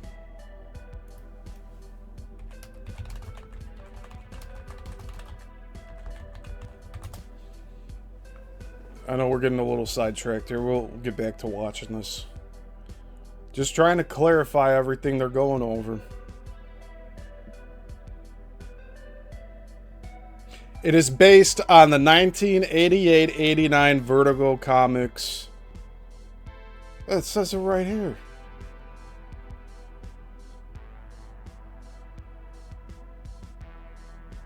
Of the same name by Alan Moore and David Lloyd. I knew it was an adaptation. I didn't even have to look it up.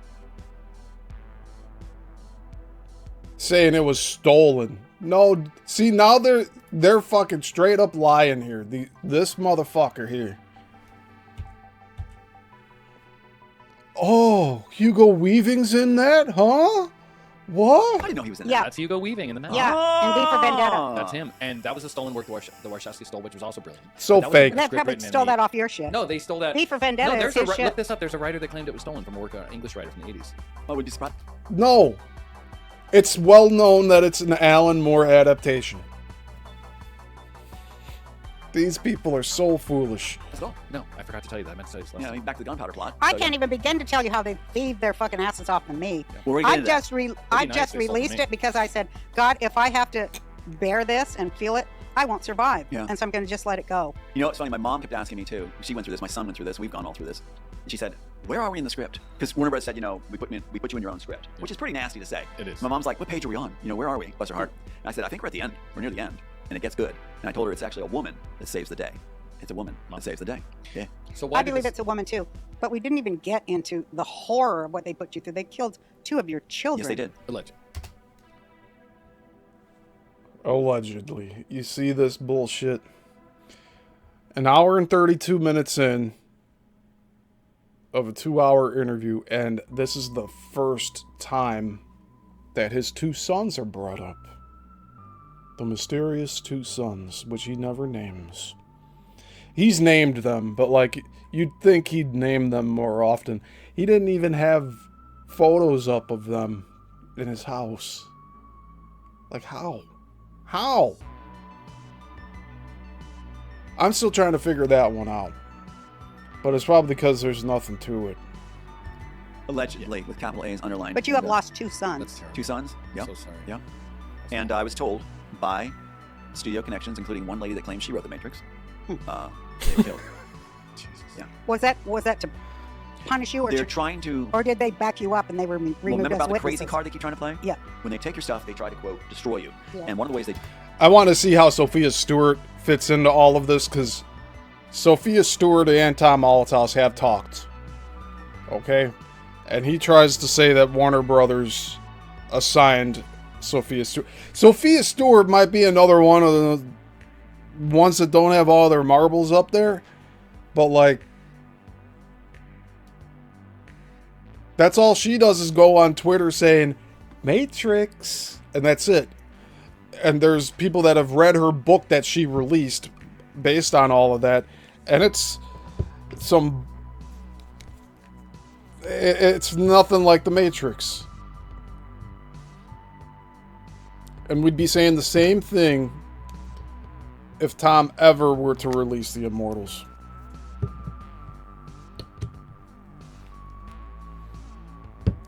Do that is try to agitate you. If they can agitate you and make you look agitated in public, Yes. then they can Yes. push you away. If Yes, they can that's put you right. away, Yes. then they That's can what just take Kanye your word. talks about. Yeah, it's what it's their strategy. That is And who what came up with Kanye it? says. Disney. Disney came up with that. Mike Yes. Lang of Disney under Michael Eisner came up with that Yes, strategy. Eisner. Jake used to hang out Yeah. at the Eisner's I was house. good friends with Michael Eisner's son. Rain says in the comments here, V for Vendetta has some aspects of a book, The Giver. Yeah. Yeah, I could see that. It's been a long time since I read The Giver.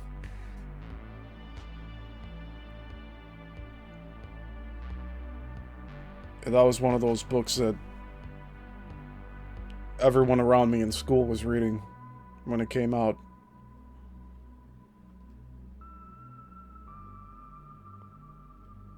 Yeah, alright. We'll carry on here. Isn't that incredible? I've had dinner with Michael. I That's used to wild. pray for Jake every time he went over there. Like, Anders was a cool kid, and Michael was always nice to me, but I'm not surprised. Well, I would encourage Bob Iger. mhm. If I'm being told by your assistant that you're going to make that call and do the right thing, make your call and do the right thing for us. Make your call. Yeah. I'm calling you out on the air. You owe us. Yeah, Bob Iger, just do the right thing. I tell Bob Iger all the time in my secret connections with him through Right. prayer, and the fact that there is something in him that cares about the Jewish people, even though he's Well, that's what I'm saying. We all got- twisted in it. 16, now 17 other screenplays better than The Matrix, and Warner Bros. Can't touch you. I Why think- doesn't Disney do the right thing and lead the way for the kids? Why don't Right. you do that?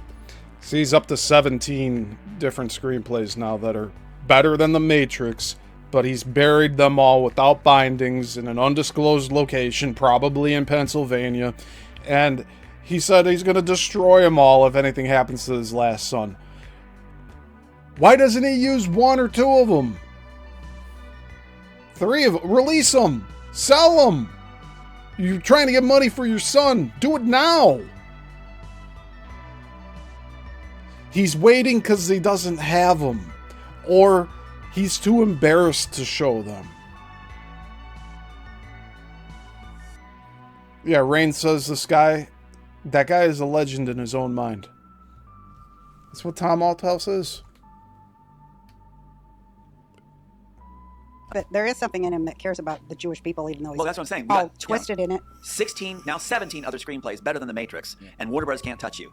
I Why think- doesn't Disney do the right thing and lead the way for the kids? Why don't Right. you do that, Bob? It's in your power. Yeah. It's no big And thing you'll be for you remembered for that. I think that he had- you can remove the brainwashing of American We youth, could. And since- and yeah. you can help them return and connect to God if you'll just shut the fuck up Yeah, and just get tell out of the way DreamWorks, yeah, with your tell goddamn DreamWorks and Spielberg to greed. take a hike. Do you remember when he was basically in Trump's cabinet? Mm-hmm. No. Yeah, and then Michelle, like SRA raped him or whatever, Mm-hmm. like butt raped him, and then he would turn against Trump. But Trump and Iger were buds. What is going on? Do you know what happened to That's him? why. Disgusting.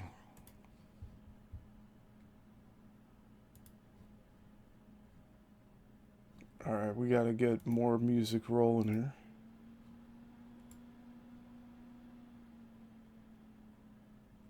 Which one did I just do?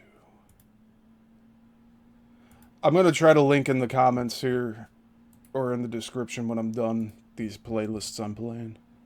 If you guys are interested in listening to them.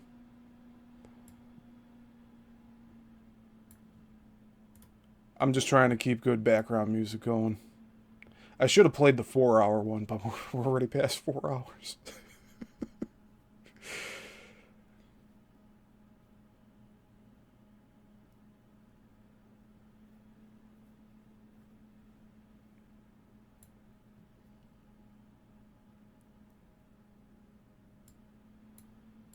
All right.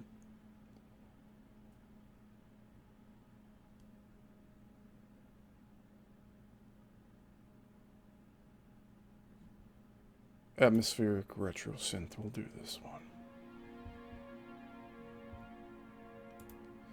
Okay.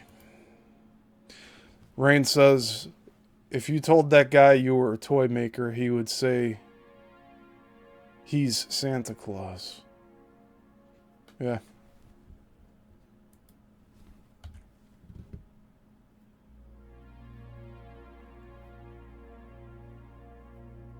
You know, he also claimed that Inception was stolen off of one of his other scripts that he mentions here, the 17 scripts. He said one of them was the Dream movie. And he says there was a scene where, like, the person was going to, like, jump out of a window to go fly. And that's why it's connected to Inception.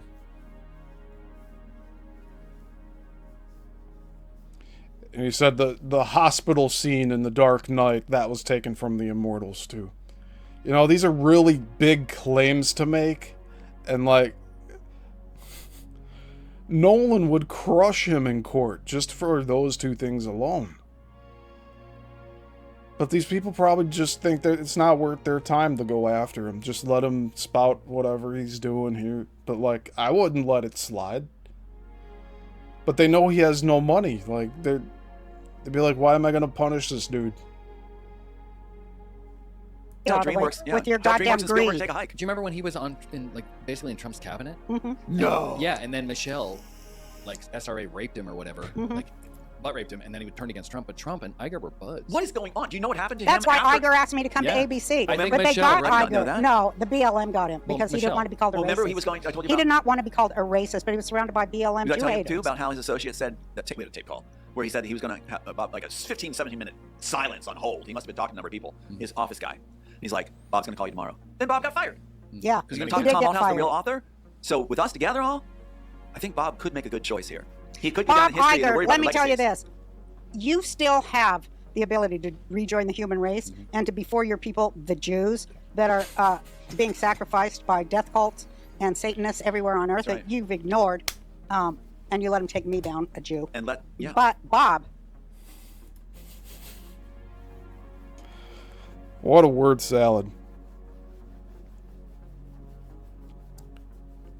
Who's going to tell Roseanne who's running the death cults and the Satanists? Anyone going to clue her in? Or does she know and she's just trying to separate the two? Or the three, for that matter, since she's trying to say...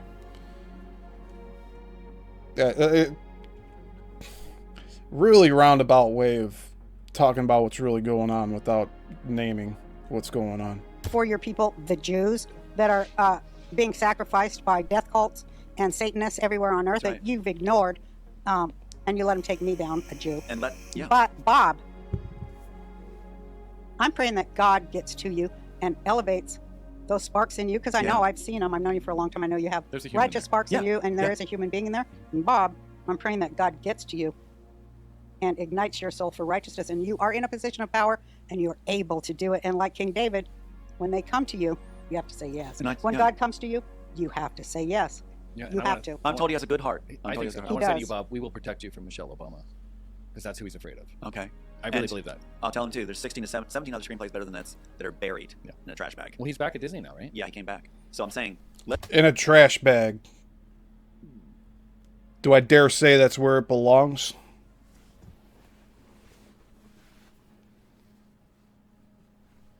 This is a case of someone smelling his own farts.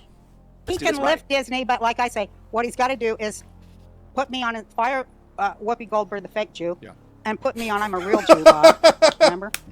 And let me fucking rock their world. I want $50 million a year. Right. And Warner Bros. Doesn't have a copyright at all. They don't have the copyright. They admit it on tape. We got everything. We hold the copyright.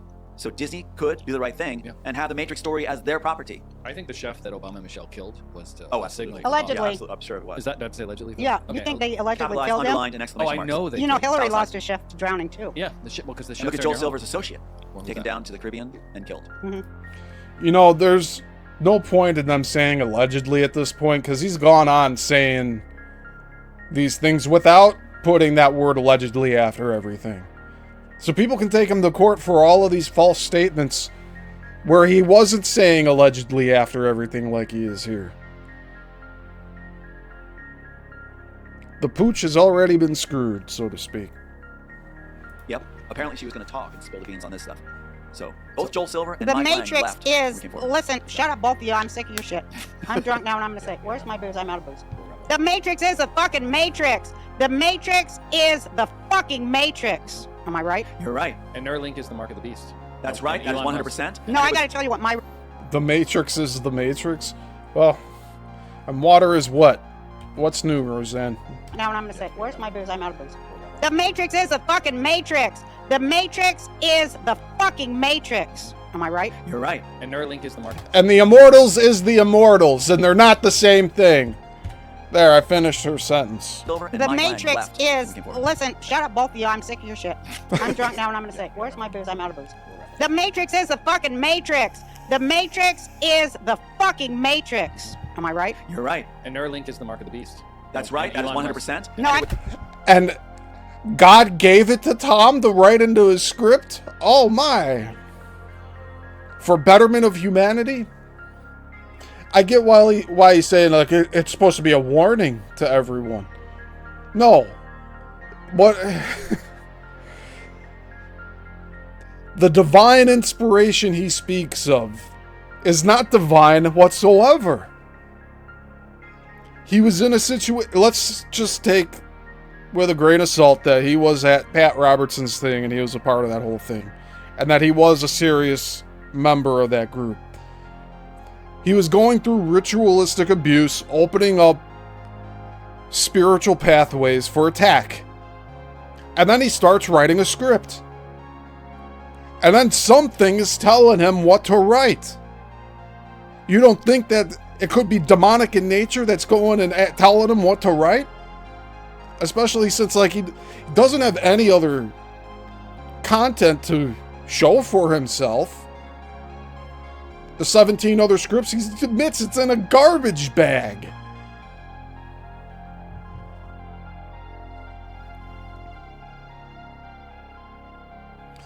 Rain says no money, he's judgment proof. Yeah. Texas Learning says, what a wisdom. Yeah, in reference to Roseanne saying the Matrix is the Matrix. And Texas Learning says, reminds me of Andrew Tate. Quote, the Matrix has attacked me. End quote. LOL.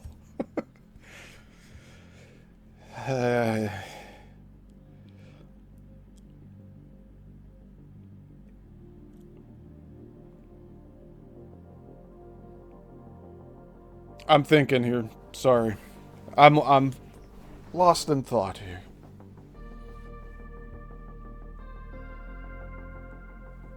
The world is a matrix in the sense that our thoughts and words get projected into our reality. That's why they talk about manifestation and the power of manifestation. That's why you should always be talking positively about yourself and others. And while there may be negative things that are factual, you can't be sitting here beating yourself up saying, oh, I'm this, I'm that, talking negatively about yourself. You need to be positive about what you want and not where you're at, so that you can make what you want a reality. And that's the power of manifestation. And that's the matrix we're dealing with. It's a malleable construct that's really determined by what we do here. That's my understanding of it. And every action has a reaction.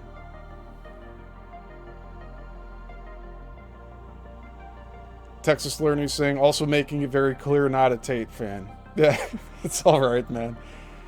It's okay to reference people we disagree with or don't fully support.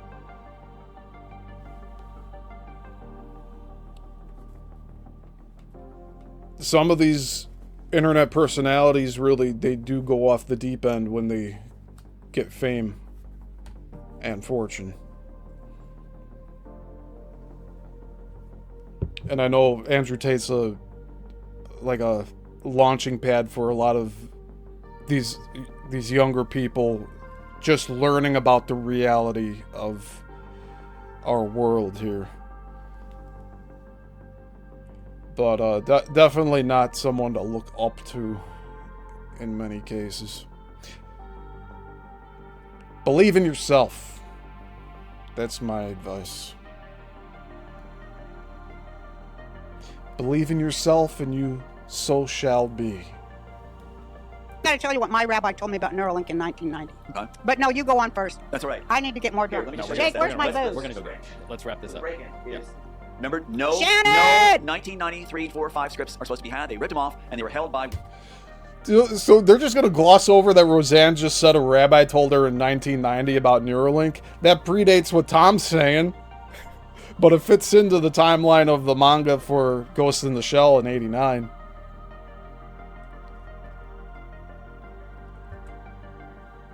Did she just make an Ozzy joke too? Man, that's right before he passed too. Sick of your shit.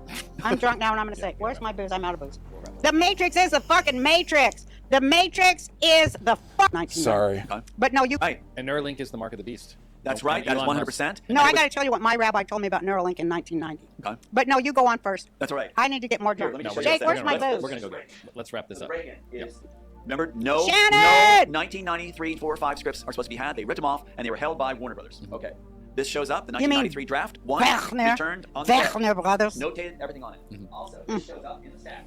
The These are all on very your bed? script where- These are all on your bed? on the bed. Yeah. 2 days before Easter, this year. And Praise God. remember I told you Praise about the God. art box of my son? It was stuffed down the art box for Baruch Tony Hashem. Idiot Rankin. Praise God. This is returned. This is what was taken, where the cover page was stuffed down the art box. This is what Tony Rankin, his scummy fingers were all over. Hold on, I gotta go back. One Wagner. returned on the set. Wagner Brothers. Notated everything on it. Also, this shows up in the stack.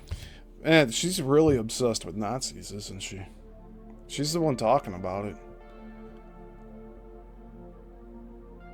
Lerny says, seeing this guy getting arrested after all his shenanigans, he cries about the Matrix. Andrew Tate? Yeah. And then Rain says, yes, the Liver King guy really went off the deep end, another fraud. Yeah. Yeah, see how that... he was supposed to be this all-natural type of dude, and then here he is. What was the last thing he did as of late? He was, like, publicly threatening Joe Rogan.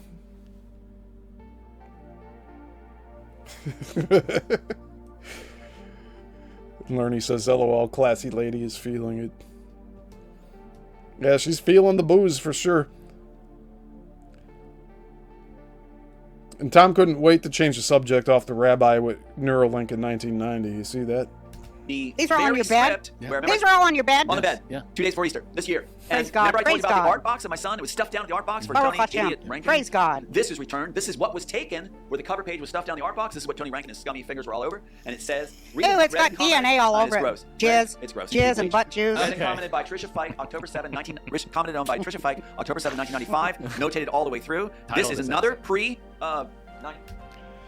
Tom is trying so hard here to be serious, and Roseanne is just making this all a mockery. It's kind of sad, honestly. Yeah. Someone on their set say, let's wrap this up. So my son, it was stuffed down in the art box for Baruch Tony Hashem. Idiot Rankin. Praise God. This is returned. This is what was taken, where the cover page was stuffed down the art box. This is what Tony Rankin, his scummy fingers were all over. And it says... Ew, it's got DNA all over it. Gross. Jizz. It's gross. Jizz and butt juice. And then commented by Trisha Fike, October 7, commented on by Trisha Fike, October 7, 1995. Notated all the way through. This is another This showed up in his bed. On my bed. Here's the screenplay from Greg It Nixon. just was taken laying there in your off bed? the table. Yep, off the table. It says notations. They even included, thank you agency, the actual notation page from Greg to me that was taken. We're gonna make every one of these on Now, I'm going to tell you what. Let me tell you what. They got... This showed up in your bed? What? Yeah, it's that ridiculous. It's that fucking ridiculous. No one broke into his house and gave him his scripts back. He found them, put them on his bed, forgot about them, went to Florida, came back, saw him on his bed, made up this bullshit story about someone breaking in and giving him his scripts back. Yeah, Lerny said, that son must be so embarrassed you even see him face palming. Yeah. Yeah, like, she's just totally degrading this entire interview right at this peak moment when Tom is trying to be like, oh, look at this script and look at this script. And I got this one from this year and this one from this year. And meanwhile, she's saying, Jizz,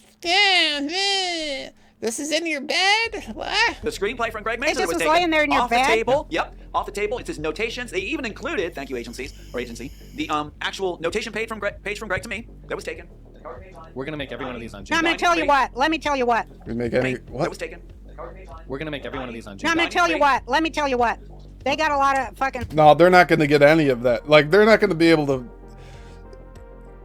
Let's say that Tom lets them photocopy all of this. You really think he'd let them do that?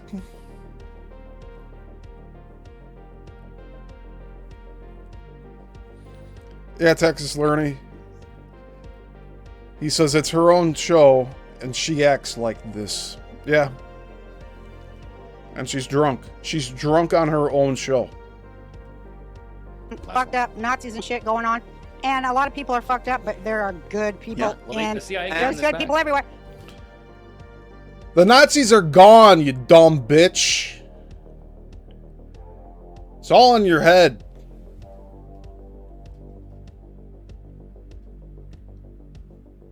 Fucking retarded. I'm saying Mossad, there's good fucking people in Mossad. Wrong. Fucking wrong. There she's ass kicking the Israeli government now. You said that. There's so many good people in Mossad, and Mossad are like. Tom's like, oh yeah, I agree. There's a bunch of bumbling fucks at this point. Off the table, yep, off the table. It's his notations. They even included, thank you, agency, the actual notation page from Greg to me that was taken.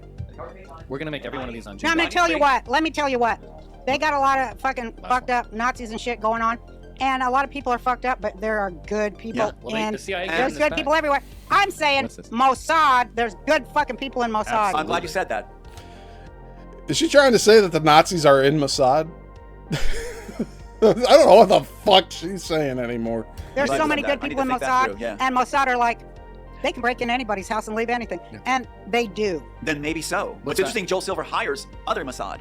So it'd be Mossad dealing with Mossad. Interesting. What a story. Well, there's a civil war in Mossad, there you go. just like there is in the CIA, a big ass civil war. Right. Okay. Remember I told you about the poor man's patent? I don't know script what is that ripped means, out. Poor man's patent is when Yeah. when poor man's patent is you write a You letter mail to it to yourself, put it in a yourself, mailer, yeah. and it remains sealed, Certified and it proves that you created at least Yeah. Do you for have that that? date. That's what all Well, I writers have it, do. with Rankin ripping it all apart and remember he pulled out the notarized statement and everything like that, and she comes back and inserts it. Here's the interior of the poor man's patent. Wow. Bar Returned Rojas, on my thank you, bed. Lord. This is what was taken out of the poor man's patent. Freshly printed, it looks like, too, huh? Well, as the other one's so damaged, and this looks brand fucking new. See, anybody can go after the fact and write down dates and everything. Like, you'd need some forensics to figure out if this was written 30 years ago or not. And most likely, you wouldn't be able to prove it, would you? You just have to go based off of what he's saying. Just look into his eyes. Can't you see it? Can't you see it? He's a liar.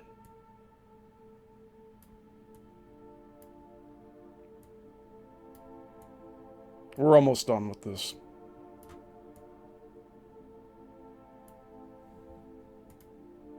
By Stinking Rankin. Wow.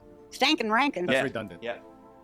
Wow. So you are Somebody taking it to him. knew. Check this out. Somebody is aware. Somebody and is a aided hero. you. A hero. They aided the Yeah. people. They aided the artists. They aided justice and the righteous way. Restoring the gift for humanity. This was meant Oh as a my gift God. for humanity from God. You know how I'd like to It wrap is. this up? I'd like you to thank that CIA or Mossad agent that's not Yes, in your house. Mossad agent, CIA agent, whoever you are, you're a freaking hero. And that comes from the guy who actually wrote The Immortals Matrix. So thank you from the bottom of my... You see how he... Oh, God. In the righteous way. Restoring... Watch Roseanne's son, when he says that the Mossad agent is a hero. He's like... The gift for humanity. This was meant Oh as a my gift God. for humanity Just watch from God. this. You know how I'd like to It wrap is. this up? I'd like you to thank that CIA or Mossad agent that's not Yes, in your house. Mossad agent, Watch. CIA agent, whoever you are, you're a freaking hero. And that comes from the guy who actually wrote The Immortals Yeah. Matrix. So thank you from the bottom of my heart for my There's sons. righteous all souls of us. everywhere, Yes. even in like decrepit people. Yeah. They Yeah. can still rise too. Even in Hollywood, there might be some good people. Yeah, and One I'd or say, two. I'd say President Trump too. Yeah. Use this. Indecent. Oh, yeah, there's good people on Epstein Island. Yeah. Yeah, there's good people living in the sewers in New York. Yeah. Yeah. Those people abducting the children. Yeah, there's good people within them too. Yeah. But they're not doing shit. Are they? Bunch of fucking lies. Gee, were the people that killed your sons good people too? You're saying everyone that did bad to you is good now. Fucking retard. He's gonna come full circle and say I'm a good person again, right? He's saying I'm the most. I'm as worst. I'm as bad as his sister in terms of. I don't know what the fuck. It's all baseless. It's based off of me trying to tell him that there are handlers around him. But he just let his ego inflate. He went to Roseanne's and now he just doesn't need anyone else. He thinks this is his ticket. Use this to protect yourself from that schmuck. So go ahead and use this because it's not his work. He's It's basically just a little ours. A whiner. So don't get the Neuralink, you're saying. Don't ever get the Neuralink. We didn't get into the bad stuff about it. What is the bad stuff? Oh my God. I know. Okay, one scenario real quick about Is that. Neuralink all artificial intelligence or just a No. particular sort of artificial Neuralink intelligence? is basically this. Remember I said called it originally neural enhancer? Enhancing your cognitive abilities, your memories. It also So it's allows... like Adderall? Yeah, in the same way. But listen to this. What you have for the good side first. It's flowers for Library of algebra. memories. You can live your relatives' memories from the past. You don't have to even... You can step in their shoes without words spoken. I certainly and feel don't their want to finest relive moments. the All right. Holocaust. He never developed this tech. Tom Althouse does not have the Neuralink technology. No matter how much he wants to go on that neuro enhancer was in his script, like, he doesn't have the technical papers behind any of this. And the whole All right. Mador. Well, here's and more. the Here's fucking more. Bolshevik Alzheimer's can be revolution. healed. They knew that from the screenplay. Alzheimer's is addressed. Oh, is he talking about the? She's talking about the Bolsheviks. Yeah, guess what religion the Bolsheviks were in Russia. Just guess, and look up how many people they killed. In the same way. But listen to this. What you have for the good side first. It's flowers for Library algebra. of memories. You can live your relatives' memories from the past. You don't have to even... You can step in their shoes without words spoken. I certainly and feel don't their want to finest relive moments. the All right. Holocaust and the whole All right. Mador. Well, here's and the more. Here's fucking more. Bolshevik Alzheimer's can be revolution. healed. They knew that from the screenplay. Alzheimer's is addressed. Sounds good. You can also save your... Wouldn't that be something if we were able to go back in time and relive the past and we saw that the camps were all just that, holding camps to be sent out to another country. All well-fed, not starving, plays being performed like a community. That's a topic for another day. child's life if they're depressed and suicidal. You're You selling can put the neural link, their neural link, and link with it, and you can understand and feel what they feel, and they know that you feel what they feel, like a Spock mind blend. And so what happens This is sounds great. you can that understanding. No, for a but child then it who's can also suicidal, do the opposite. It has a negative We'll get to that in side. a second. You're absolutely right. But in that instant, you as a parent, think of the desperation of a understand how your parent. child Can you just look at the child's eyes? They know you feel, and you you have that moment where you're connected. They're not alone. They're not suffering alone, and you understand everything they've been feeling. Then how is this bad? That sounds great. It sounds good so far. Right. Also, another good one. It Let's has do a another good one. application. Now, Elon hasn't touched this good one yet, but listen to this one. Medical Neuralink. So what you have No, I is, know all about you know that. this one? Neuralink that you keep in your first aid kit in the car. Basically, if you have an accident, let's say your child's injured, and this is intentions I had too that God gave me. Your child's injured. It's a massive injury. You don't have the medical knowledge. You plug in. Remember from the Matrix and the helicopter? They stole it, didn't they? You plug in the Neuralink, which I have in the Whoa, back of I the know, neck. Kung Fu. You now have the knowledge of a John Hopkins surgeon. Wow. Yeah. So these are the good things. What's the bad things? Control. Yes. Well, you Bad can. thing. The bad things are the things that exist, like you can pay parents to broadcast the sexual abuse of their children. You're tapping into it. Let me give you the worst case scenarios. You ready? Yeah. You know how expensive that technology would be? To have the knowledge of a lifelong medic just in a chip ready to go if you need to use it? That'd be hundreds of thousands of dollars. It's not attainable for the common person. That's why none of this stuff's gonna launch off the way anybody imagines it. It's gonna make a lot of people nuts. You're cutting the skull off and putting a chip directly onto the brain tissue. It's gonna make people go nuts. And what happens with the misfires? You see phones that catch on fire. What if these chips overheat? It destroys the section of the brain it's sitting on. It fries it like a burger. Just sizzle away. It'll be the new lobotomies. And that's not even to mention the thought control that would come along with Neuralink. And all the ads. Think about it. You have to pay for ad-free Neuralink. Just like Netflix, right? It's not going to come to fruition. There's just too much too much that's unattainable for the common individual to even have this luxury, if you even want to call it that.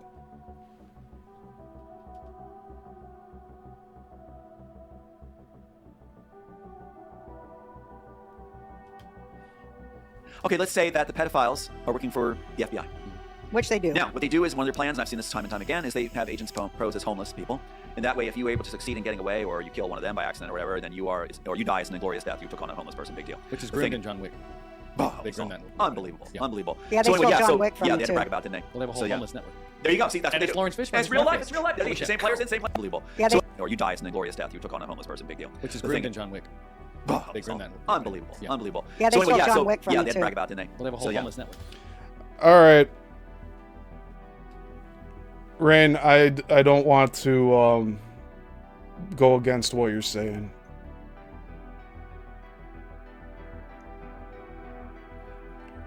I believe that you can't get that smell of burning human flesh out of your nose, but at the same time, I don't believe the narrative that we've been told about World War II. There's too much evidence going against all of it.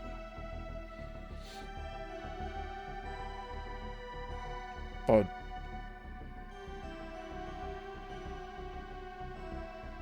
I respect you and your grandfather's account of what he saw. Only thing is that I'll say on this, there was a lot of disease.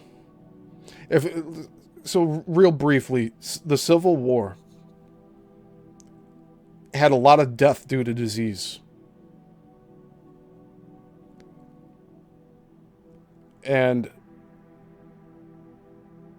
the gassing agent that was used in World War II, that was a delousing agent. That was to get rid of bugs out of clothes. That's why there's piles of clothes and shoes. And I'll say if they were burning bodies, it was getting rid of those that were diseased, and it wasn't. You see, I'm looking at this at a perspective where it wasn't as horrible as everyone's making it out to be. I don't think that they were tortured the way that we've been told.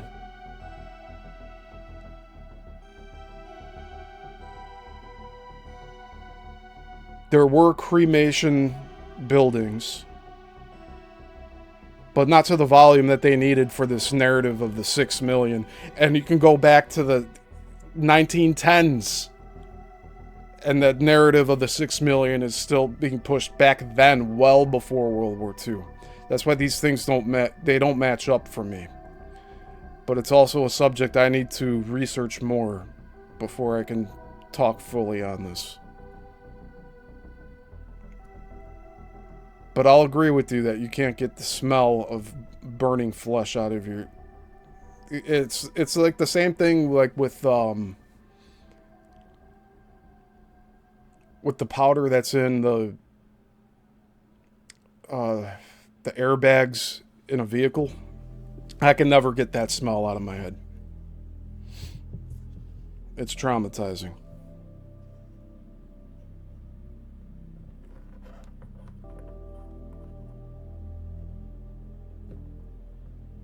But I'll say this, we're all entitled to our own opinions, and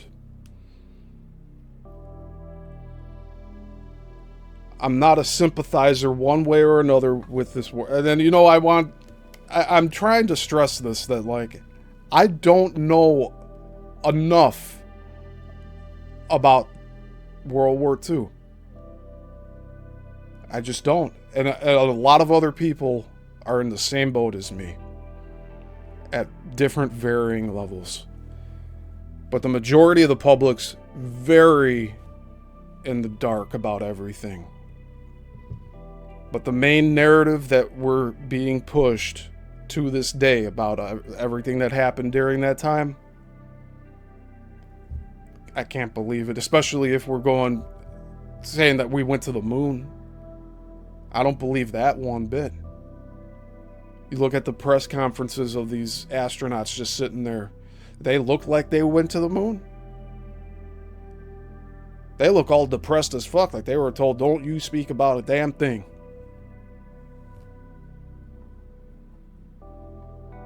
And as time goes on, we're going to lose more and more of our history. Which really, from what I've learned recently,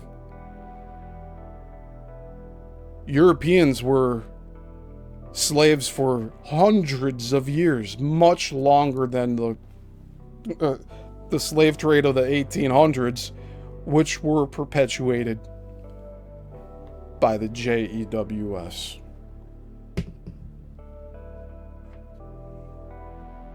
There's a quote that I hear often. It's like, for no reason at all whatsoever, that these people were all treated the way they were during World War II. No, something kicked it off. There's tipping points. There's stuff that are mirroring today with the corruption of our children. And it's going so far in one direction that it's going to be a bad recorrection, because people are not willing to do what's necessary now. We're pushing things off. We're having this whole generation of children that are growing up believing all these lies. Even going down to the individual level, like we're being told that we can be whatever we want to be. Like, as a concept, that's great. Dream. But don't lie about biology. Don't lie about the reality of things. There's a lot of mental illness that's in this world right now, and it's not being addressed. And we're all supposed to go along with it. And then the only people that get punished, get demonetized, get deplatformed are the ones going against the narrative of World War II. And something that happened over 80 years ago.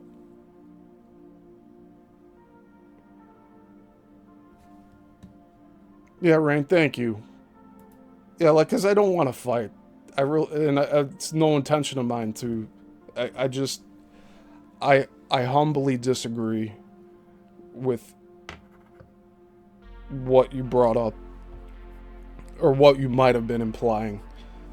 But I will say that you are entitled to your opinion, and I do respect that your family served in the war. Okay?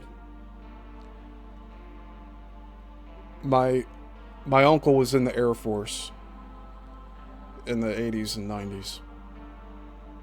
So that was for a whole different reason. But it was all for the love of our country. And a lot of our military personnel were tricked into doing things and going and serving in wars that were started for different reasons than they were told.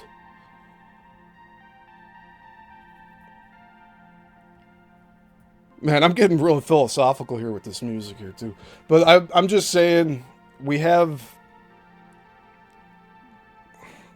a lot to look at that's unifying for us, and really it's not productive here, like listening to Roseanne just constantly saying Jews, Nazis, Jews, Nazis, Jews, not like it's programming. It's what it is. It's programming. They're trying to get us to think a certain way.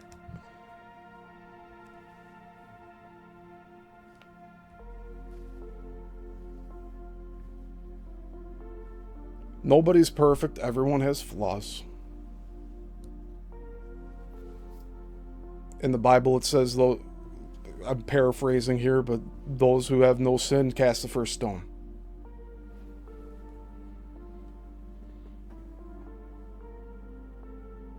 But I do know that there's atrocities that our military personnel have seen that they're going to live with forever. Like, it's a memory that will stay with them.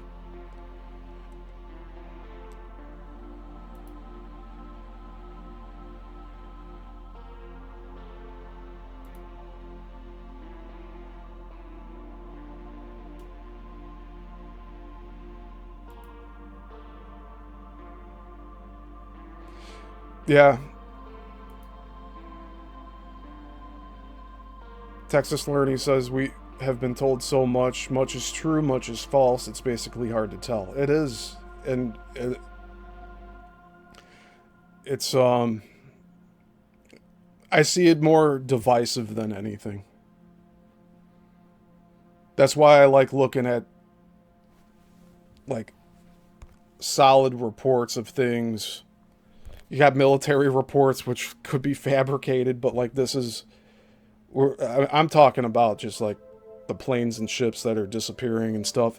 These are people that disappear, too. I'm here trying to figure things out just like everyone else. So...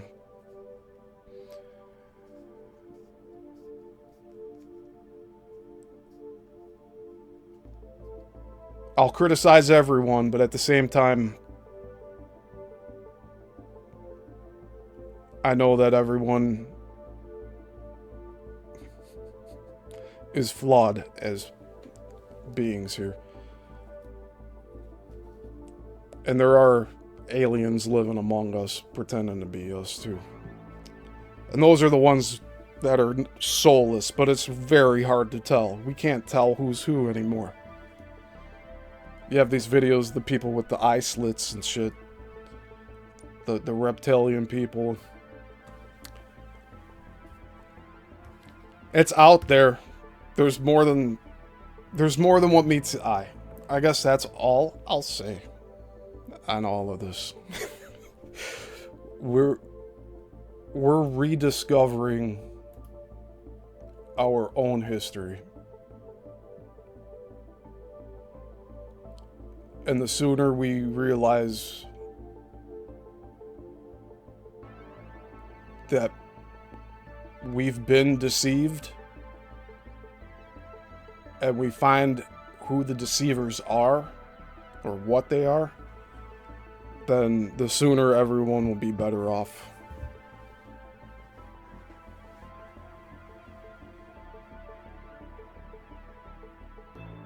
And I see Hollywood as a brainwashing mechanism. So that's why, like, I haven't watched movies lately. For many years now. Like, I've just stepped back.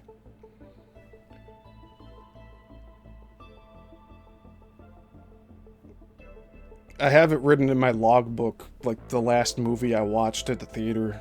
Like, I'd have to dig that out and see. It might have been Tenet or Joker. But, like, yeah.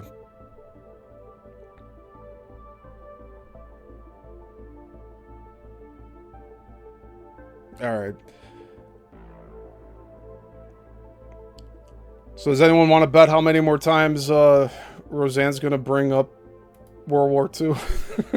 We got 20 minutes left.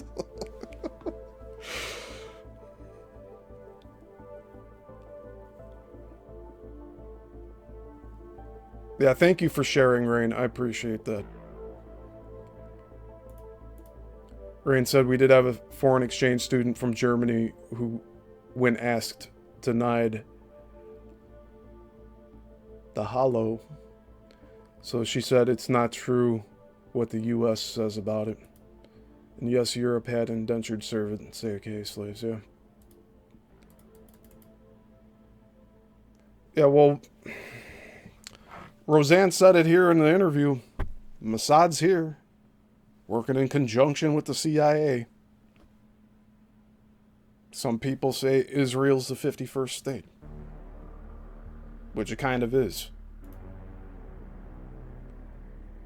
The only thing is, like, us U.S. citizens can't go there and claim citizenship. But, like, I personally wouldn't go. And really, just all the war needs to stop. And who's perpetuating the wars right now? It's everything in the Middle East. It's not just the Islamic military. There's no way you could tell me you bombed an entire city on a coast saying you're looking for a few people hiding in a building or two.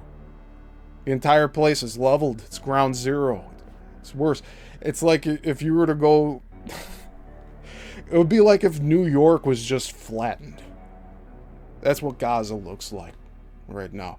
I can't sympathize with that. The wars need to end.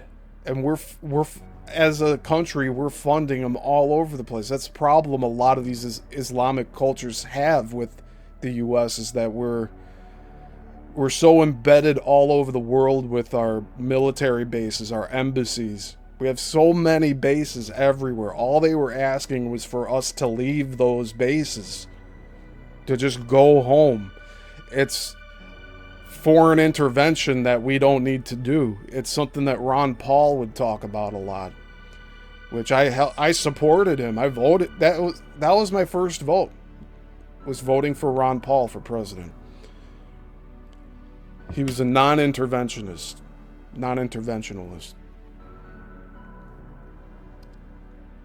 And he understood the fiat currency, the financial system we're in now. And that's the current form of slavery, is that.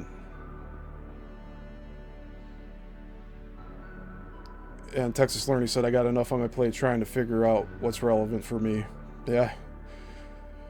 And it's still odd how many leaders are going to Israel and kiss that wall. Yeah. Well, it's like you're ostracized if you don't, and they go and they say you're a Nazi, right? Like, it doesn't make any sense. Even Christians and Catholics going and doing that, saying they're doing it for, like, good rapport or whatever. Like, I don't think that's like a practice or like a representation of an olive branch. Like, there's many other ways to go about doing that.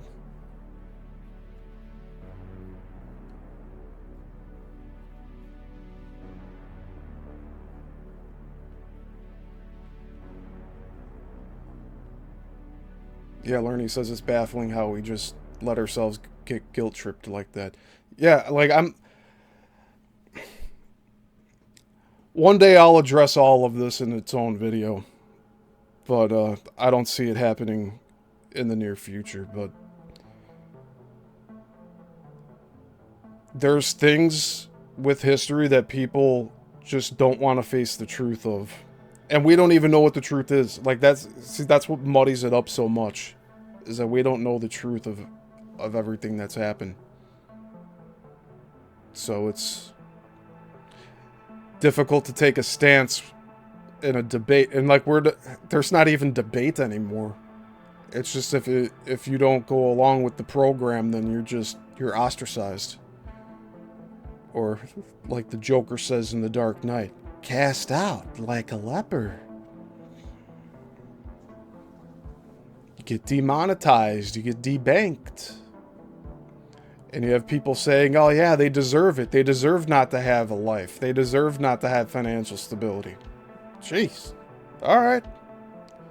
If that's how you feel.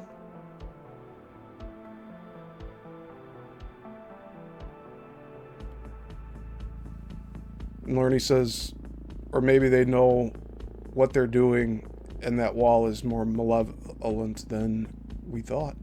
Yeah. Well, they're waiting for the return of the real Christ, and that is dependent on the third temple being built. And they're all stories. These are all stories. We need to learn from these stories.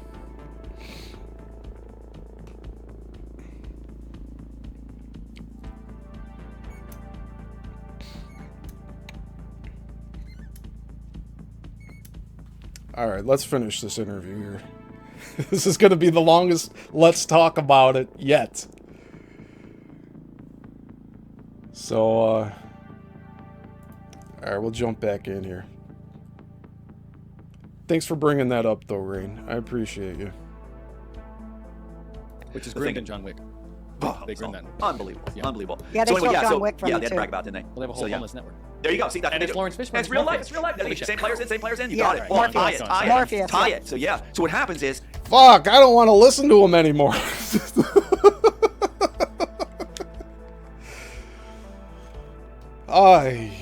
you got the idea like this. You, your loved one, your child, you're walking on the street. Let's say your child's 8 years old, young Jake. And what happens is, up comes an agent. They accost you like they're doing an armed robbery. First thing you're going to steal is your neural link. You got your identity, you got your intellectual property, you got everything, including, like you said, your intimate moments. For a pedophile, that's golden. Yeah. They just patch that in, and they're enjoying bath time. They're enjoying moments of intimacy with you and your loved ones. It's all theirs. It's all theirs. Wow. Neuralink is bad. Also,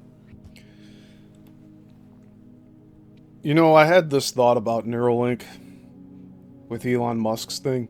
So, like, let's say somebody gets it installed in their head. What's not to say that, like, your neural pathways in your brain start integrating with it and then become dependent on it, so that if it were ever removed again, would it also take part of you from, like, the time that you got it installed to when you remove it? I just think it'll make everyone psychotic. People will have major portions of their life that they can't remember anymore. Like, if you have to go in there and upgrade it and they take it out and put a new one in. Like, it's like a corrupted hard drive. Like, what? You're removing a hard drive and then you're putting a new one in. Like, it's just bad news all around.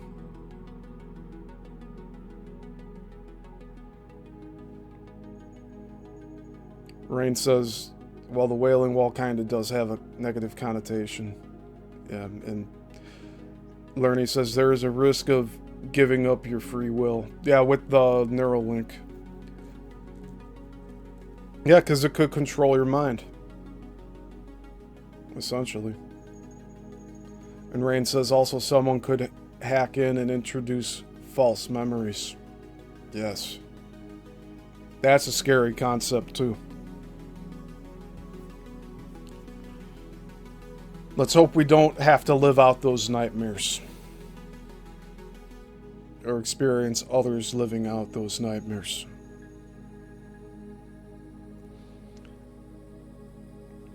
If they could limit it, like this would be a best case scenario.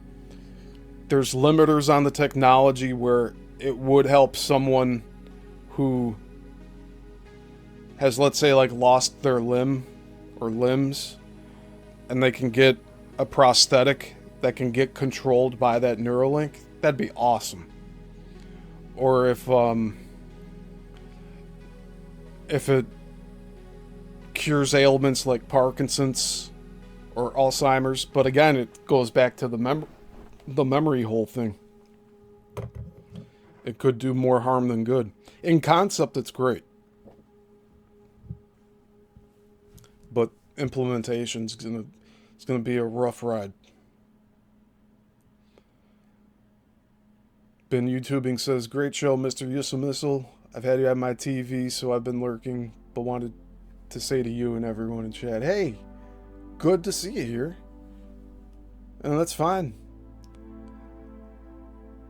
I like that you guys are just listening in. We're doing sort of a super show tonight. I guess it's like making up for what the time that I took off. But see, like, I wanted to do 2 different videos today, like reviewing 2 different ones, but we're only gonna get through this one because we're already maxing out here. I can keep going, it's all right. But no, we're talking about a lot of good topics here. Yeah, Learning says they will use the best case scenario for marketing. Of course, yeah. They'll play to our sympathies.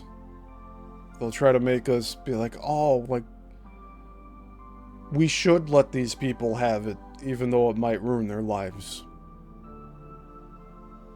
And then anyone who goes against it, it would be like, oh, what, do you hate the disabled? Do you not want them to have better lives? Like, that's the line of questioning they'll go down if you refuse the Neuralink. And really, we're not that far away. Like, we already got that chip in the hand with the... So, like, you know, the credit cards, you could just tap it now? That chip, that's basically what would be wrapped up in that little, like, rice grain type of device that's put into people's palms now. It works the same way. We're that close to it. But that's where I say no. Like, keep it on the card. Don't put it in my body. Because I could always get rid of the card. Yeah. Lerny says 5 hours, it's like an SCE show. Yeah. It's like we've influenced each other. He started having longer shows. I got on there, and then with Jesse being gone, he was more of a timekeeper over there. And now they've been running longer, which is fine. I mean, I prefer having meaningful conversations like this. Like the time, there is no time limit here for me, so it's preferable we get everything out that we need to.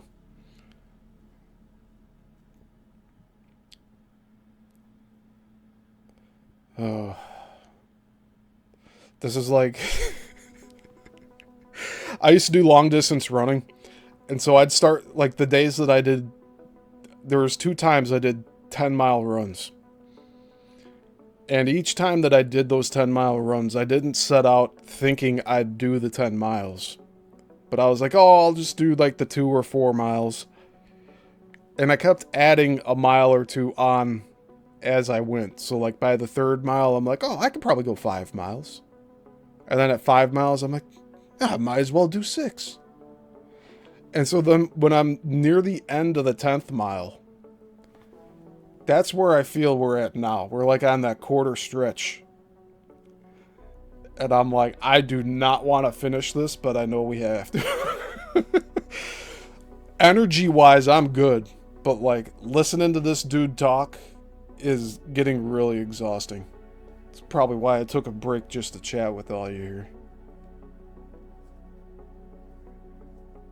Yeah, Lerny says, I hope Jesse comes back soon. He's a gem. I miss him, man. I miss his laugh.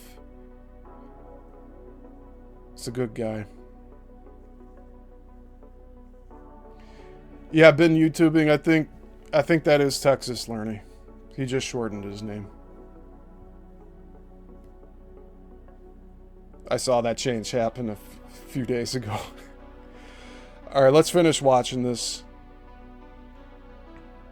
We're almost done. In the major screenplay, and yes, I'm passionate about this. You're going to hear my voice elevating here. Yeah, so what happens is, you've got him being trained by Trinity and the doctors of Underground, got 3 days to learn how to adapt to Behringer's, or Smith's enhancer, because they need to find the cortex in the dome. And first time he's mentioned his actual character name, Behringer. Very first time, and he's almost 2 hours in. They should have already been done, according to Roseanne's son here. See how that ekes out over time? Eventually he gets around to naming his own characters. But he relies on the Wachowskis' character names. You've got him being trained by Trinity and the doctors of Underground, got 3 days to learn how to adapt to Behringer's, or Smith's enhancer, because they need to find the cortex in the dome, and through the barrier to the dome. So what you've got is him only having 3 days. He's told he has to give up his enhancer because it's been diseased by the architect. It's a tracking device, it's been diseased, he's starting to age, which is another thing it can be tampered with. Yeah. So he has to pick 3 memories to remember by. And there's one line in there where he says to Trinity, after one of the sessions goes bad, and he's having these terrible nightmares. The thing in the notes, too, it says that he has lucid dreaming, and the doctors are telling him that's interfering with him interfacing, because it affects him having to absorb, be able to deal with his memories. Anyway. So, like, the concept's good. Tom's execution in script format, not so good.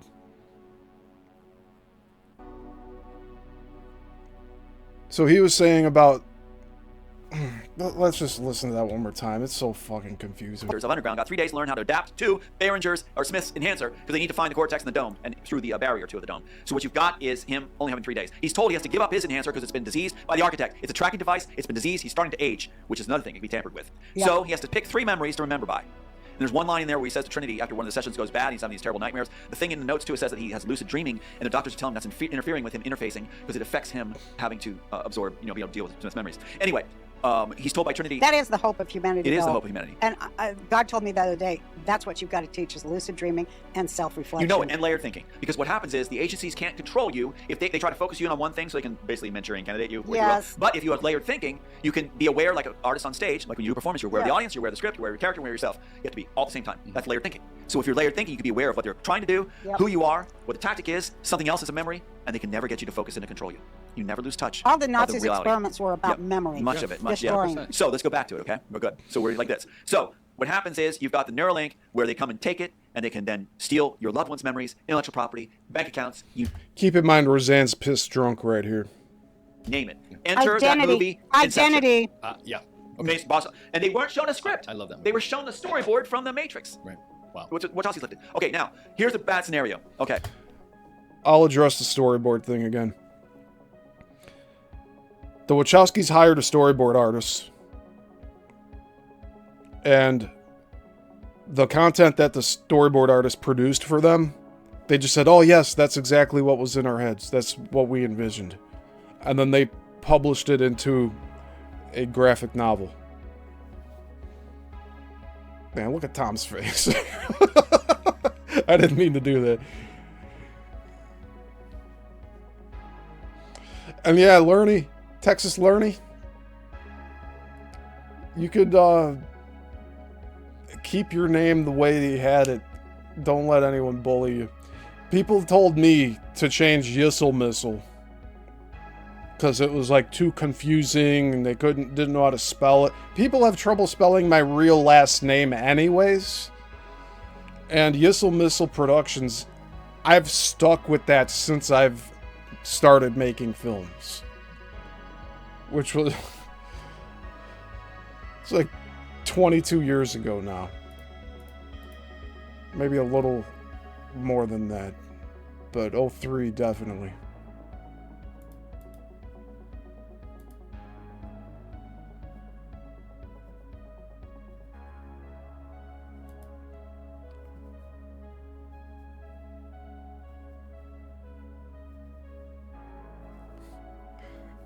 Alright. Well, I'm still gonna call you Tex. It's all good.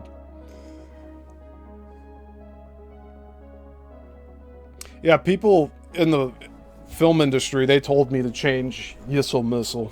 They're like, don't use that. Use something a little more simple. It's like, this is the... It's what differentiates me from everyone else. There's only one Yissilmissil.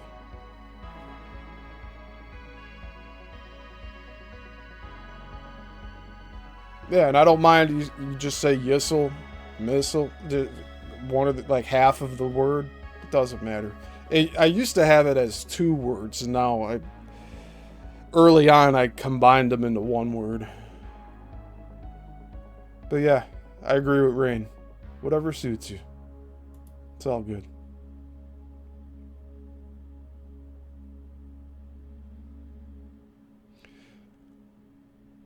Just think of, like, missile. Just missile. And then Yissil is the same. Like, Yissilmissil. People have a hard time because they want to, like, pronounce it correctly. It's just supposed to roll off the tongue. It's the alliteration. It was based off of a joke from childhood I had with my group of friends here. Yissilmissil for shizzle.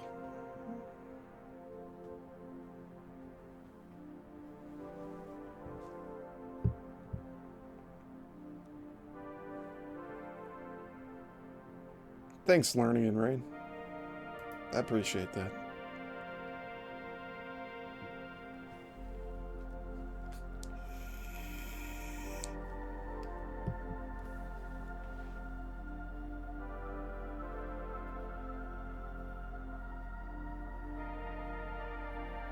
Yeah.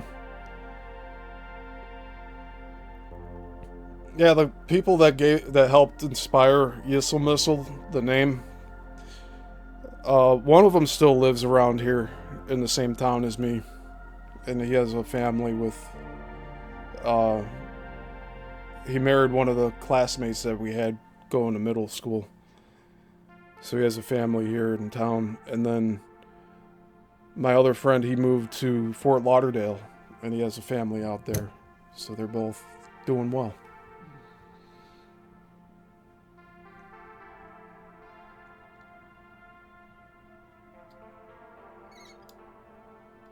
All right, let's finish this up. And we're going to have Mike on the show here soon.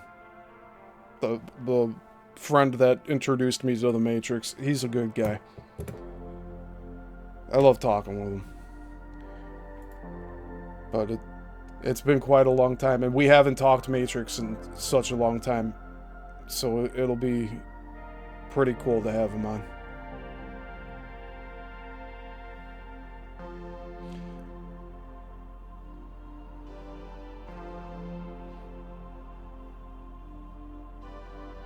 Alright, we're gonna keep going.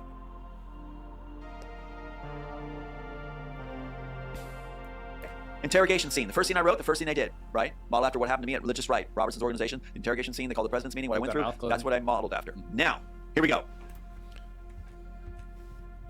Right. Wow. Wachowski's lifted. Okay, now, here's the bad scenario. Okay, interrogation scene. The first scene I wrote, the first scene I did. Yeah. So Tom's consistent with saying this. That the first scene he wrote is the first scene they shot. But that first scene is not until much later in the Matrix by the Wachowskis, and it isn't in the first 12 pages of The Immortals. I can tell you that much.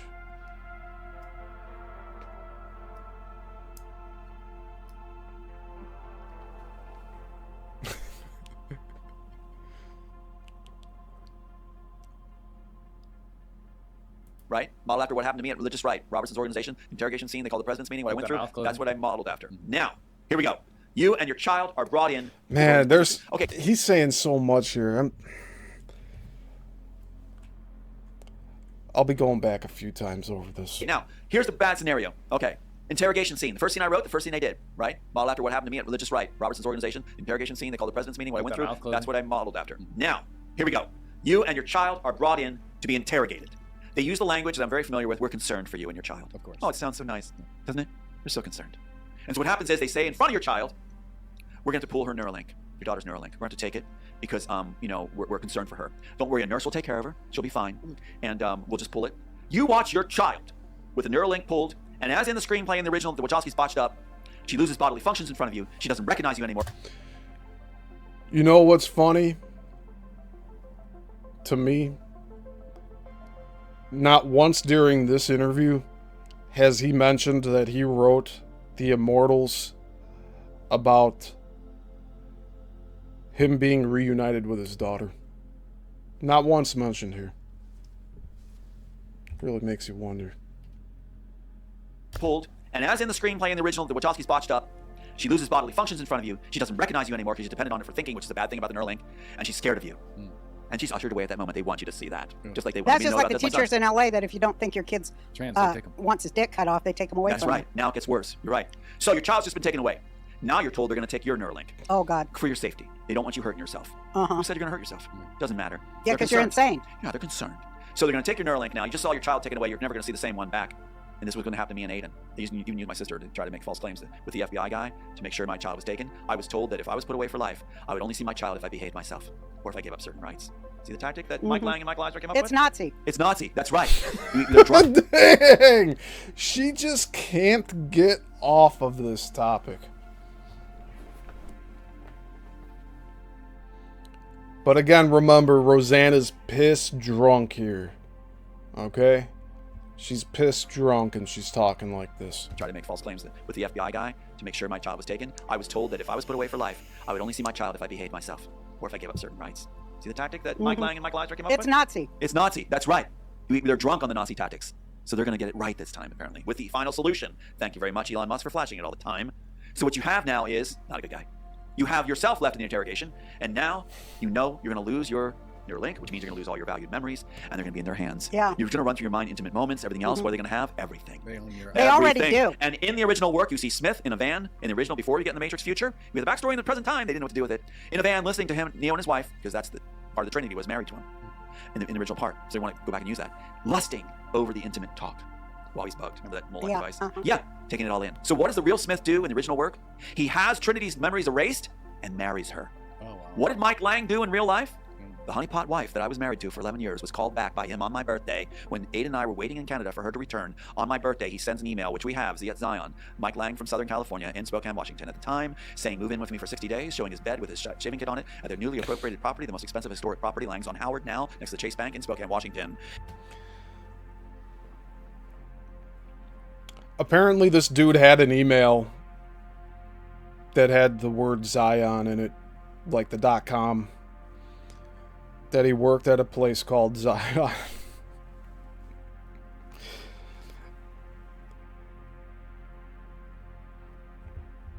They're trying to say that the... I wouldn't be surprised if the guy's actual name is Mike Langowitz or something.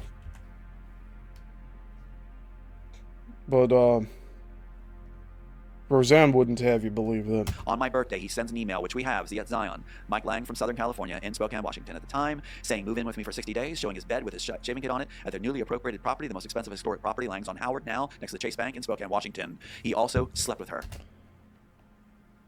Why would he need to reference the Chase Bank right next to the Why? Why is that relevant? Again, it's all these little details just to get you lost in them so that you don't question directly what he's presenting here. My birthday, he sends an email, which we have, Ziet Zion, Mike Lang from Southern California in Spokane, Washington at the time, saying, move in with me for 60 days, showing his bed with his shaving kit on it at their newly appropriated property, the most expensive historic property, Langs on Howard now, next to the Chase Bank in Spokane, Washington. He also slept with her. In Spokane, Washington. See, he's... What's the word? He's relishing in all of this. It's almost like he's getting a kick out of it that he was hoodwinked.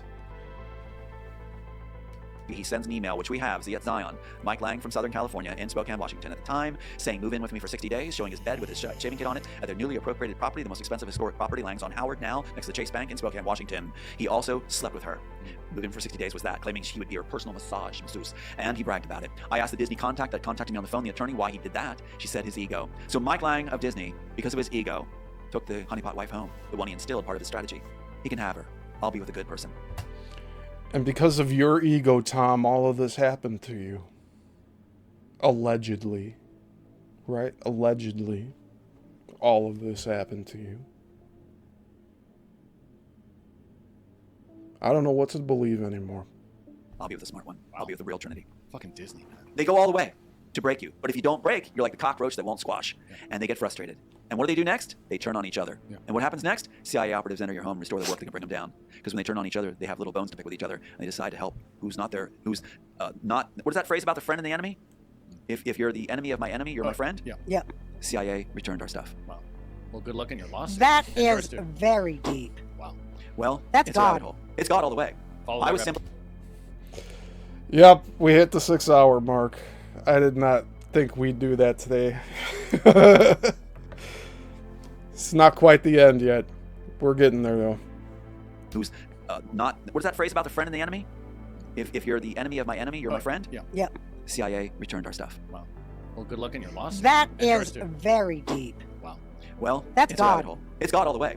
Follow I that was rabbit- simply his instrument, and I did it. I was to be faithful, and the reason I was picked, I believe, because I got that, I looked for someone, found no one, is because humility and compassion. I had to learn that from God, and I got a crash course on that, and none of us really know it from where we originally come from. We don't. Where is Tom's humility and compassion? Where is it? You see it anywhere? Rain says, learning, I'm not easily offended either, always willing to learn a different perspective. Yeah, it's a good way to approach everything, really.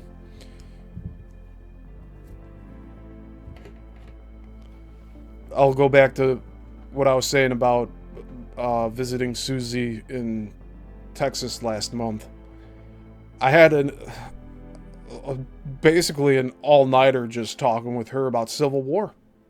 We're pulling stuff up on the TV, showing different YouTube videos and stuff, but really we were talking about President Lincoln's role and who he was influenced by and how it went down and why. And I entered that conversation with conviction with some of my ideas, and she was challenging these ideas that I had been formulating for quite a long time. And it took a while for me to distinguish what Lincoln was really meaning with certain things, like wanting to keep the U.S. Bank and to push away the World Bank.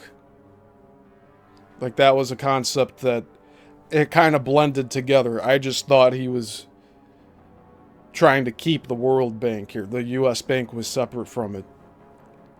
I didn't realize that until after I had that conversation with Susie.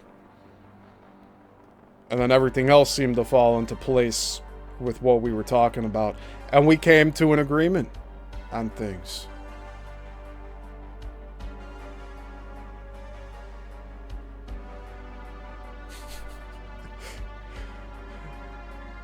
Lerny says Tom is full of humility and compassion. He even says so himself. Yeah, as long as he says so, right?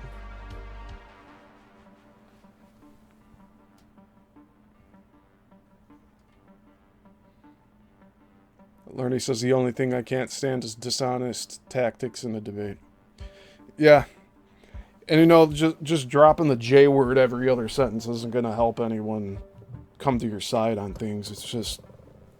Like, again, I said, like, Roseanne's drunk here. She even says it. She's drunk.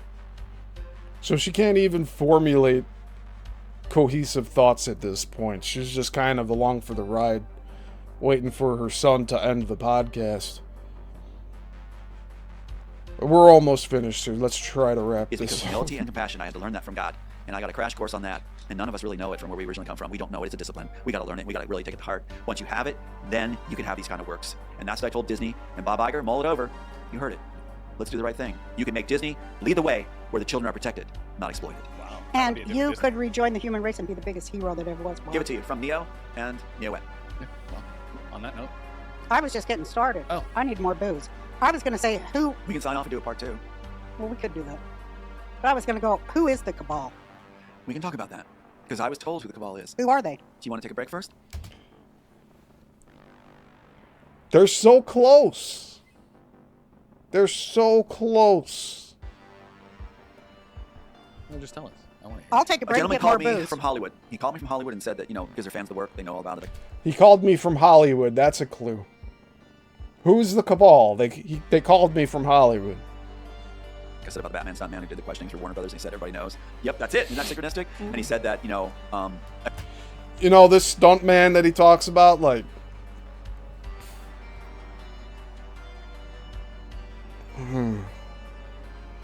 So many missed opportunities here. You could have this guy talking on different shows with him. If they had enough courage to reach out to Tom and say, like, oh, I believe what you're saying, they didn't use their own script or whatever, why not bring this dude on to different shows with him? You have first-hand accounts from crew. Like, that's what I've been asking for this whole time. And he gave the name of this dude a long time ago. I probably have it written down somewhere. the Cabal is. Who are they? Do you want to take a break first? Well, just tell us. I want to hear. I'll take a A break and gentleman get more called me booze. from Hollywood. He called me from Hollywood and said that, you know, because they're fans of the work, they know all about it. Like I said about the Batman stuntman who did the questioning through Warner Brothers, and he said everybody knows. Yep, that's it. Isn't that synchronistic? And he said that, you know, everybody knows. They're not supposed to talk about you or Diane Bellis, who my submitting attorney Boyd sent the information to Diane Bellis, who Bonaventura had instructed to send to through his friend Elizabeth, and that's on the letterhead. Care of Elizabeth to Diane Bellis. Well, Diane Bellis was replaced. How can anyone follow this crap? He's name dropping. It's good that he's name dropping, but he's doing a smear campaign is what he's really doing here. Right away after she received the materials, and then talked to me by Teresa Wayne, who still is in position to cover it up at the story department. So, who is the cabal? A gentleman calls me and he says, "Whoops, I was able to track that. Sorry, FBI." Anyway, they don't think I can track things. So anyway, so what we have is the cabal. I was told by a gentleman who called me, and he said, when I asked his name, he said, "Call me," and it was I looked it up. It's a Latin term for friend. What is the Latin word for friend? Ask Suri. Latin word for friend. Dumb come shit. on, Suri. I'll just Google it. I wrote Suri into my screenplay. That's where she comes from. She doesn't know that, but she's actually. You know, from they Matrix. offered me to be the voice of Siri. I looked it up. It's a Latin term for friend. Hold What is on. the Latin word for friend? Ask Suri. Latin word for friend.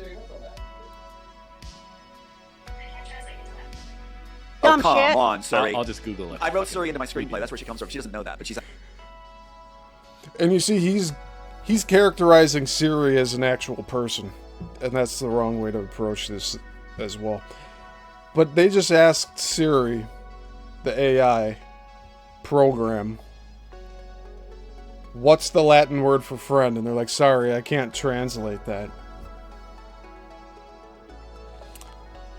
It's by design. Actually You know, from they Matrix. offered me to be the voice of Siri. They're just messing with us because Suri's in here because our character Neo, our Neo character. Could you imagine Siri being the voice of Roseanne? That would be insufferable. Dumb come shit. on, Suri. I'll just Google it. I wrote Suri into my screenplay. That's where she comes from. She doesn't know that, but she's actually. You know, from they Matrix. offered me to be the voice of Siri. They're just messing with us because Suri's in here because our character Neo, our Neo character, is so obsessed about losing his wife that he reprograms his house and all his devices with her voice and mannerisms, so you can feel like she's still there. That's Suri. That's where I came from. What? The Latin word for friend is amicus. Yes. Amicus Isn't that a cool brief. name? Yeah. Amicus. So we're an hour and 54 minutes into this particular interview, and this is the first time that Tom is referencing that also Siri was stolen from him as a concept or idea.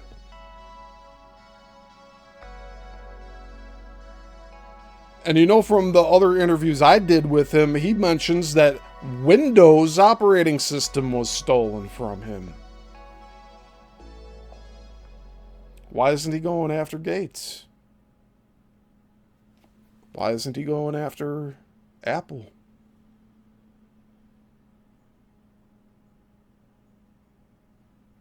The So there it is. amicus brief. He said that I'm supposed to use that term to reference him. He wouldn't give me his full name. He supposed to use that. Amicus. And so he explained to me. He said, "You would think it's the Hollywood moguls. It's not. This is why he's promising me that I can bring 10 people to Hollywood, stay at a resort, and get tours of the studios, and be a script doctor where I'd be laundering other people's work, and teach other writers my concepts for creating in layers." Okay, tempting, but I don't want to launder other people's work. I don't want to be a script. He said I'd be the wealthiest man in Hollywood because the script doctors are the wealthiest, the ones that appropriate the other people's work. That's what Carrie Fisher did, and she was paid really well. You get but it. it tortured her. Right. I can't do it. So he said that, he said, it's not the Hollywood moguls. They're on the low end of it. Yeah. As far as the cabal. They're on the low end. They're not. He was talking about Bank of England. That's he was it, talking period. about Why royalty. didn't I say He was that? talking, and he said something very cryptic. And as a writer, I still get the response in my head on this lobe from it, like a boom, like I'm hit with a baseball bat. He said that it is a woman at the top that really runs the show. And she's somewhere in England. It just feel like pressure. Oh, he said, it's not the Hollywood moguls. They're on the low end of it. Yeah. As far as the cabal. They're on the low end. They're not. He was talking about Bank of England. That's he was it, talking period. about Why royalty. didn't I say He was that? talking, and he said something very cryptic. And as a writer, I still get the response in my head on this lobe from it, like a boom, like I'm hit with a baseball bat. He said that it is a woman at the top that really runs the show. And she's somewhere in England.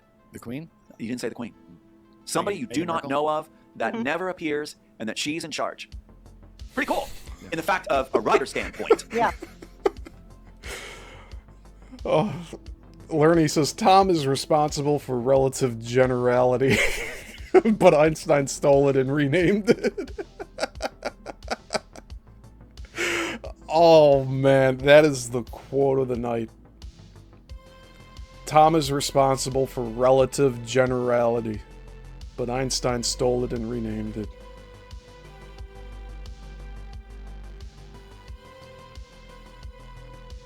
That's clever. Holy crap. We made some progress here because we're good at what we do, and God has rendered us to be good at what we do because of faith and humility Yeah. and compassion. Okay, so he throws I've another always piece. known it was a woman. I Of didn't. course, of But you know course. what came to mind right away? Margaret Thatcher. Lord of the Rings. Not to stomp on that. Margaret Thatcher's a good call. Lord of the Rings, you have the Elven Queen who puts on the ring. And would you rather have a woman who's terrible and beautiful? That kind of thing, right? Not to get too dramatic. Kate I think Blanchett. they're playing off that. Yeah. They're playing off because Warner Bros. Even cited Lord of the Rings against me, saying it's the other way around. What they embellished into Tolkien's novel, which didn't need embellishing, was drawn from that. They let me know that. And Harry Potter. Isn't that incredible? Yeah, I knew Harry Yeah, Potter. and was- Hunger Games. Yeah, Hunger Games. Hunger Games off the charts. Some other time, if we ever do another one of these, Yeah. Hunger Games, let's go over Hunger Games and wait till you see the original notes for Hunger Games. We're definitely Yeah. doing another one of these. Wait till you see. Then Now we'll do I know it. all about Hunger Games. Oh my gosh. When you read the original notes, I have them prepared for you when the next time comes. Okay, Can't wait for the next one. And you only live 3 hours? He's in Houston, Texas. Yeah. So You got to come down sometime too. I will. All right? Everybody loves you. I will Everybody loves come you. My down God. Like, remember I said, the planet, no one in the world can imagine a world without you. I can't imagine a world without you. That's so sweet. No, Can't. can't We either. can't. Well, I love it down.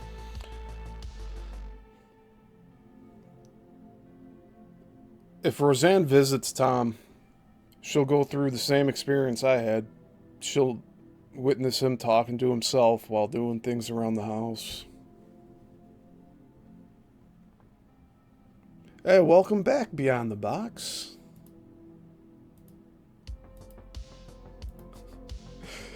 Rain says, learning he also made a time machine and went back and invented the wheel. Yeah. And he wrote the Bible too, you know that? Tom Althouse wrote the Bible.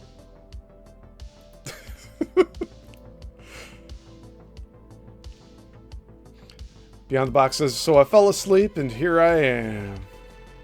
Welcome back. I didn't think I'd still be on here. You see how long it takes to dissect these things? And then we're also having conversation in between, but I think I could knock out 2 different videos that are 3-4 hours at most, and here we're going 6 hours on here.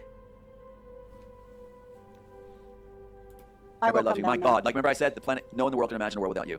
I can't imagine a world without you. That's so sweet. No, Can't. can't We either. can't. Well, I love it down there in You Dallas. have helped shape our comfort. Yeah. Our, what do you say? How do you phrase that? Our vision of the world, as we understand it, includes you in a large degree. Yeah. And you're a comforting factor in that world. Well, I've tried to be, That's true. and I've tried to, take the brunt of what it takes to be a truth teller. You've been a which mama bear. You have I taken have, the blows. You because have been the face I'm of the not cave. gonna let 'em win. Yeah. And you know the way out of the cave, too. And the children are fighting in the cave. Yep. They're blowing each other's candles out Yeah. instead of just using them to walk out. Yeah, Bob Iger, do the right thing. Let's get out of the caves. All right. yeah. Let's I love it. do the right thing for the children of this world. And Elon Musk, find a good woman if you can. Learn what it is like to fall in love and be faithful and loyal. And see how magical it is to have compassion and humility as a family. Yeah. All right? Just try it out, okay? Tom's tried it twice, and he's calling them honeypot wives. That they hoodwinked them, right? I'm using that word a lot tonight. It was started in the morning, and now it's evening. Oh, shoot.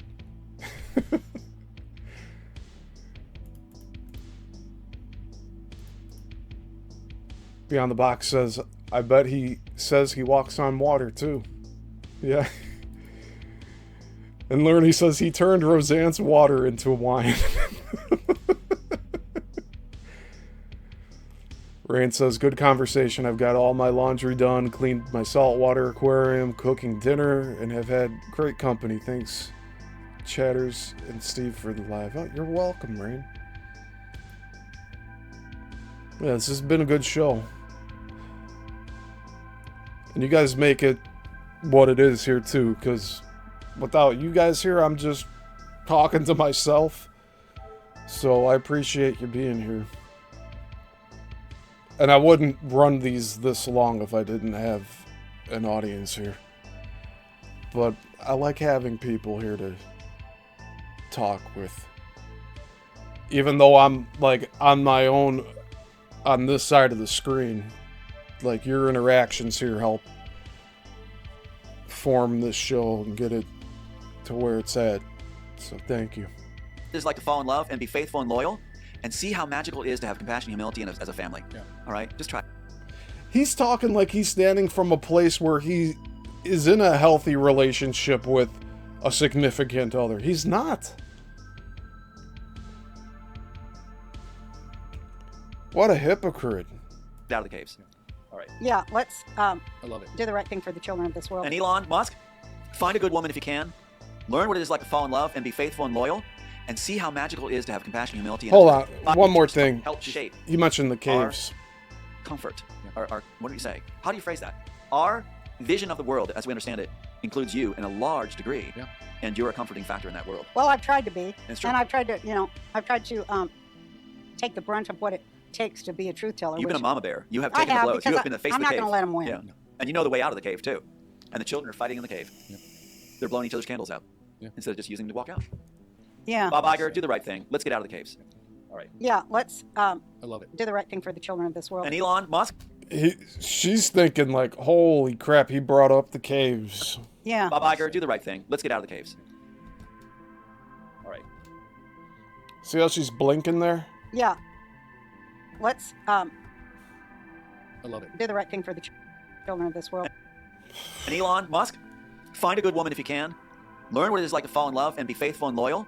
And see how magical it is to have compassion, humility, and as a family. Yeah. All right, just try it out, okay? Well said.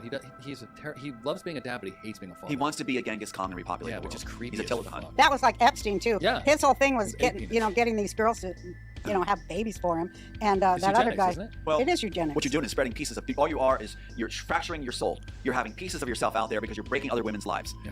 If you want to be a whole person, be with one person, love them, and be a whole with them. That's what you need. He needs to actually discover divine feminine. Well, Tom's tried 2 different women, and he's trying to find a third, and he hasn't had luck since then. Not objectified. It's absolutely about lifting up the divinity of the female, Yes. which they are so afraid of because They're afraid of it. Yeah. There's no worse fear and loathing on this You know planet. what Pat Robertson's team said to me? What? They said that Pat Robertson hates women. He's afraid of women. He's afraid of women. He's afraid that women will put him down when he was alive because it would destroy his image. Pedophiles are afraid of women. Yeah, which That's why means they he's like afraid. kids. He's insecure of who he is. 100%. Yeah. That's why pedophiles Well- like kids.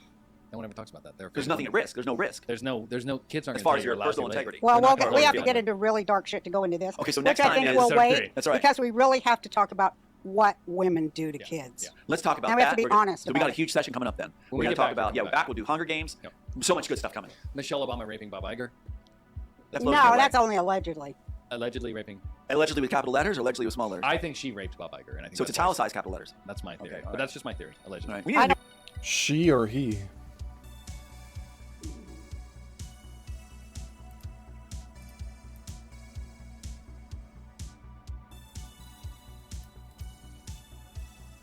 Beyond the Box says he is trying to woo her.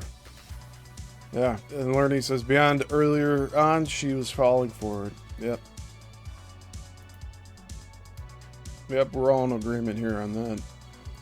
I don't think she raped Bob Iger, but I do Right in think the she butt. raped Allie Willis because Allie Willis says she did. Who's Allie Willis? That girl with Jaguar, right? That's talking Oh, about okay. Diddy and the Yeah. parties, and said that Does she- Michelle Obama was one of them that did it. Does Michelle still have her penis?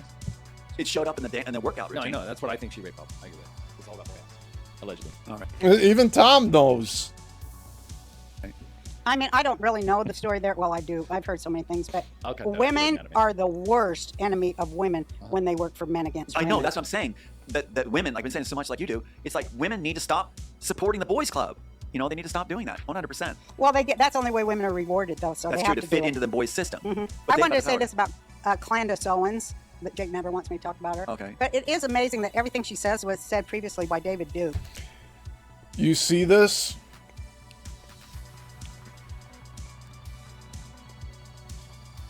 She just frames everyone she disagrees with as a Nazi, even though Candace Owens is black. That's funny. Candace Owens, that Jake never wants me to talk about her. Okay. But it is amazing that everything she says was said previously by David Duke. That's pretty cool when you think about it. But I said, now that she's a royal, because her husband is an English lord, Okay. boy, they really used her to clean up their shit. They used her as their maid to clean up that Ninth Circle British. You know what I'm talking about. Right. She's doing their laundry for them. You know the beauty of all this, though? What? Say Warner Brothers, Disney, or anything. I think Bob Iger might make a good choice. I feel it. I think he might make a good. He's got a good heart. You know people that know You him. know, he has showed a good heart to me, and I've tried to show a good heart to him, and I was devastated that he could be Satanized so He easily. could. Make the call, Bob. I just gotta say it again. Warner Brothers attorneys, Disney attorney, whatever, they can't make a move on us because if they do, all the evidence goes on record. So everything goes on record. All the drafts, all the screenplays, all the proofs. That's why they can't touch us. That's why Well, they I've been move. talking a lot of shit, hoping Disney sues me so I can get everybody Everything will go on into record. Yeah. You know, what do you call those things where you have to testify under oath? Deposition. Yeah, I really would love Joel that. Silver is so afraid of deposition. The one that you walked out of, Tom, you say that Joel Silver is afraid of depositions, but you walked out of your own deposition, bud.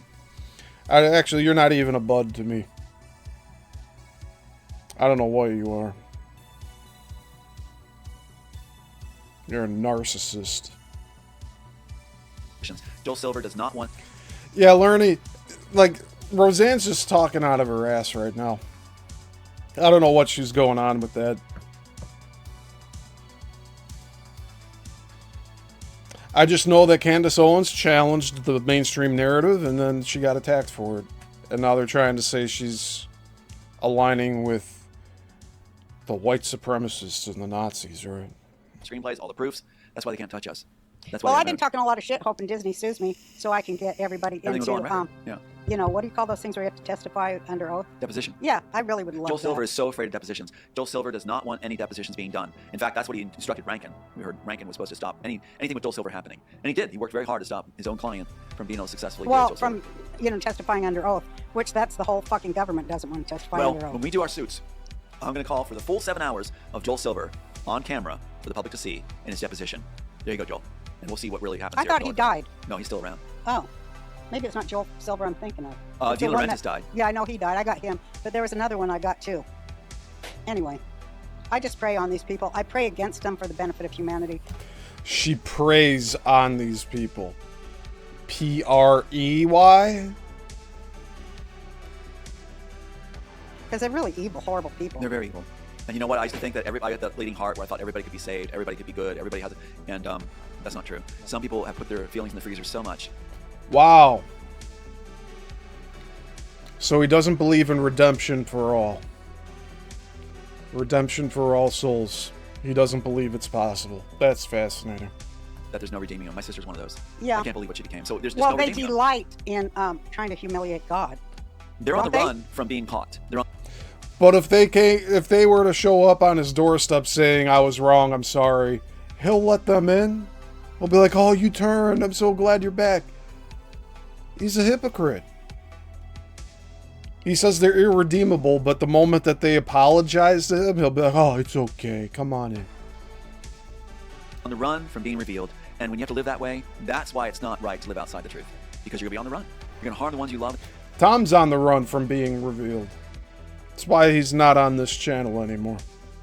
In the end, there's no way around it. The best thing is just be real, be honest. So, and that makes for great creators too. Thanks, guys, for doing Thank that. you for Oh my God. coming Every here time and you come on, letting it's- us talk to you and be with you. You know we love you so much. I love you guys too. Absolutely. You're amazing. You're my queen.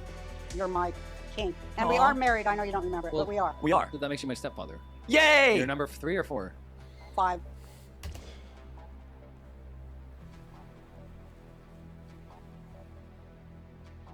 Fifth stepfather. So this dude's had 6 dads. Did I hear that right? For, Ew, my for God. coming Every here time and you come on, letting it's- us talk to you and be with you. You know we love you so much. I love you guys too. Absolutely. You're amazing. You're my queen. You're my king. And we Aw. are married. I know you don't remember it, Well, but we are. We are. That makes you my stepfather. Yay! You're number 3 or 4? 5. Who was the 4th? Johnny. That was the 3rd. Wow. Let's see Tom's yay one more time. That was I'm your stepfather? Yay! You know we love you so much. I love you guys too. Absolutely. You're amazing. You're my queen. You're my king. And we Aw. are married. I know you don't remember it, Well, but we are. We are. That makes you my stepfather. Yay!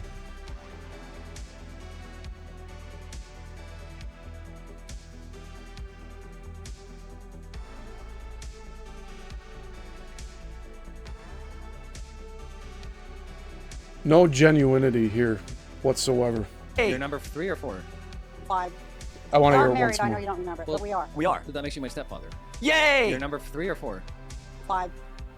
Who was the 4th? Johnny. That was the 3rd. No.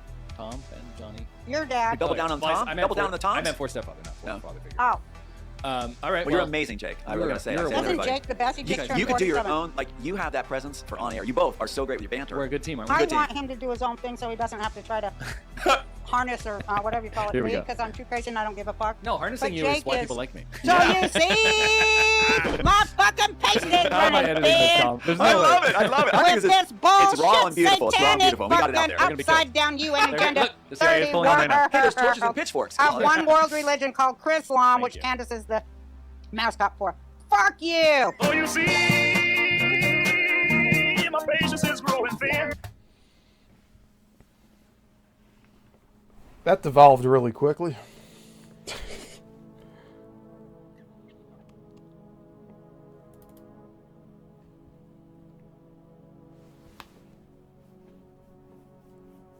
Why doesn't she have Candace Owens on her podcast?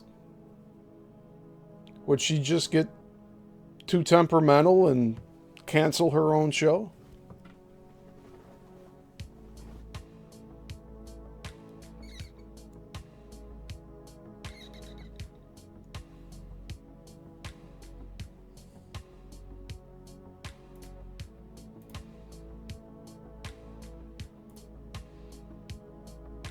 All right. So I wanted to show 2 videos today, but really this one filled up the whole day. I'm glad you guys stuck around, and you know, it's good. I enjoy doing this.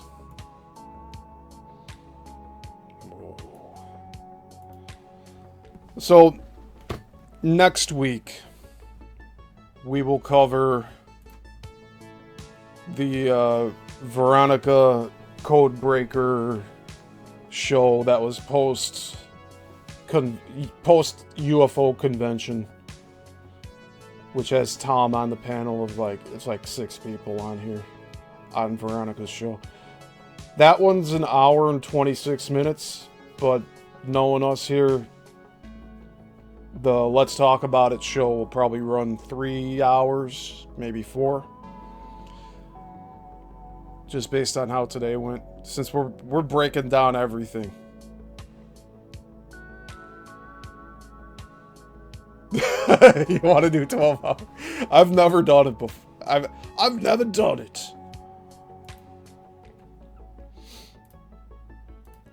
I mean, honestly, I could keep going. You guys are all still here. You know?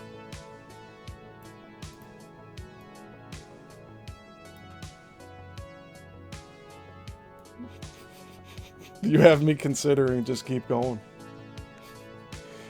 I won't be shamed for long streams, you hear me?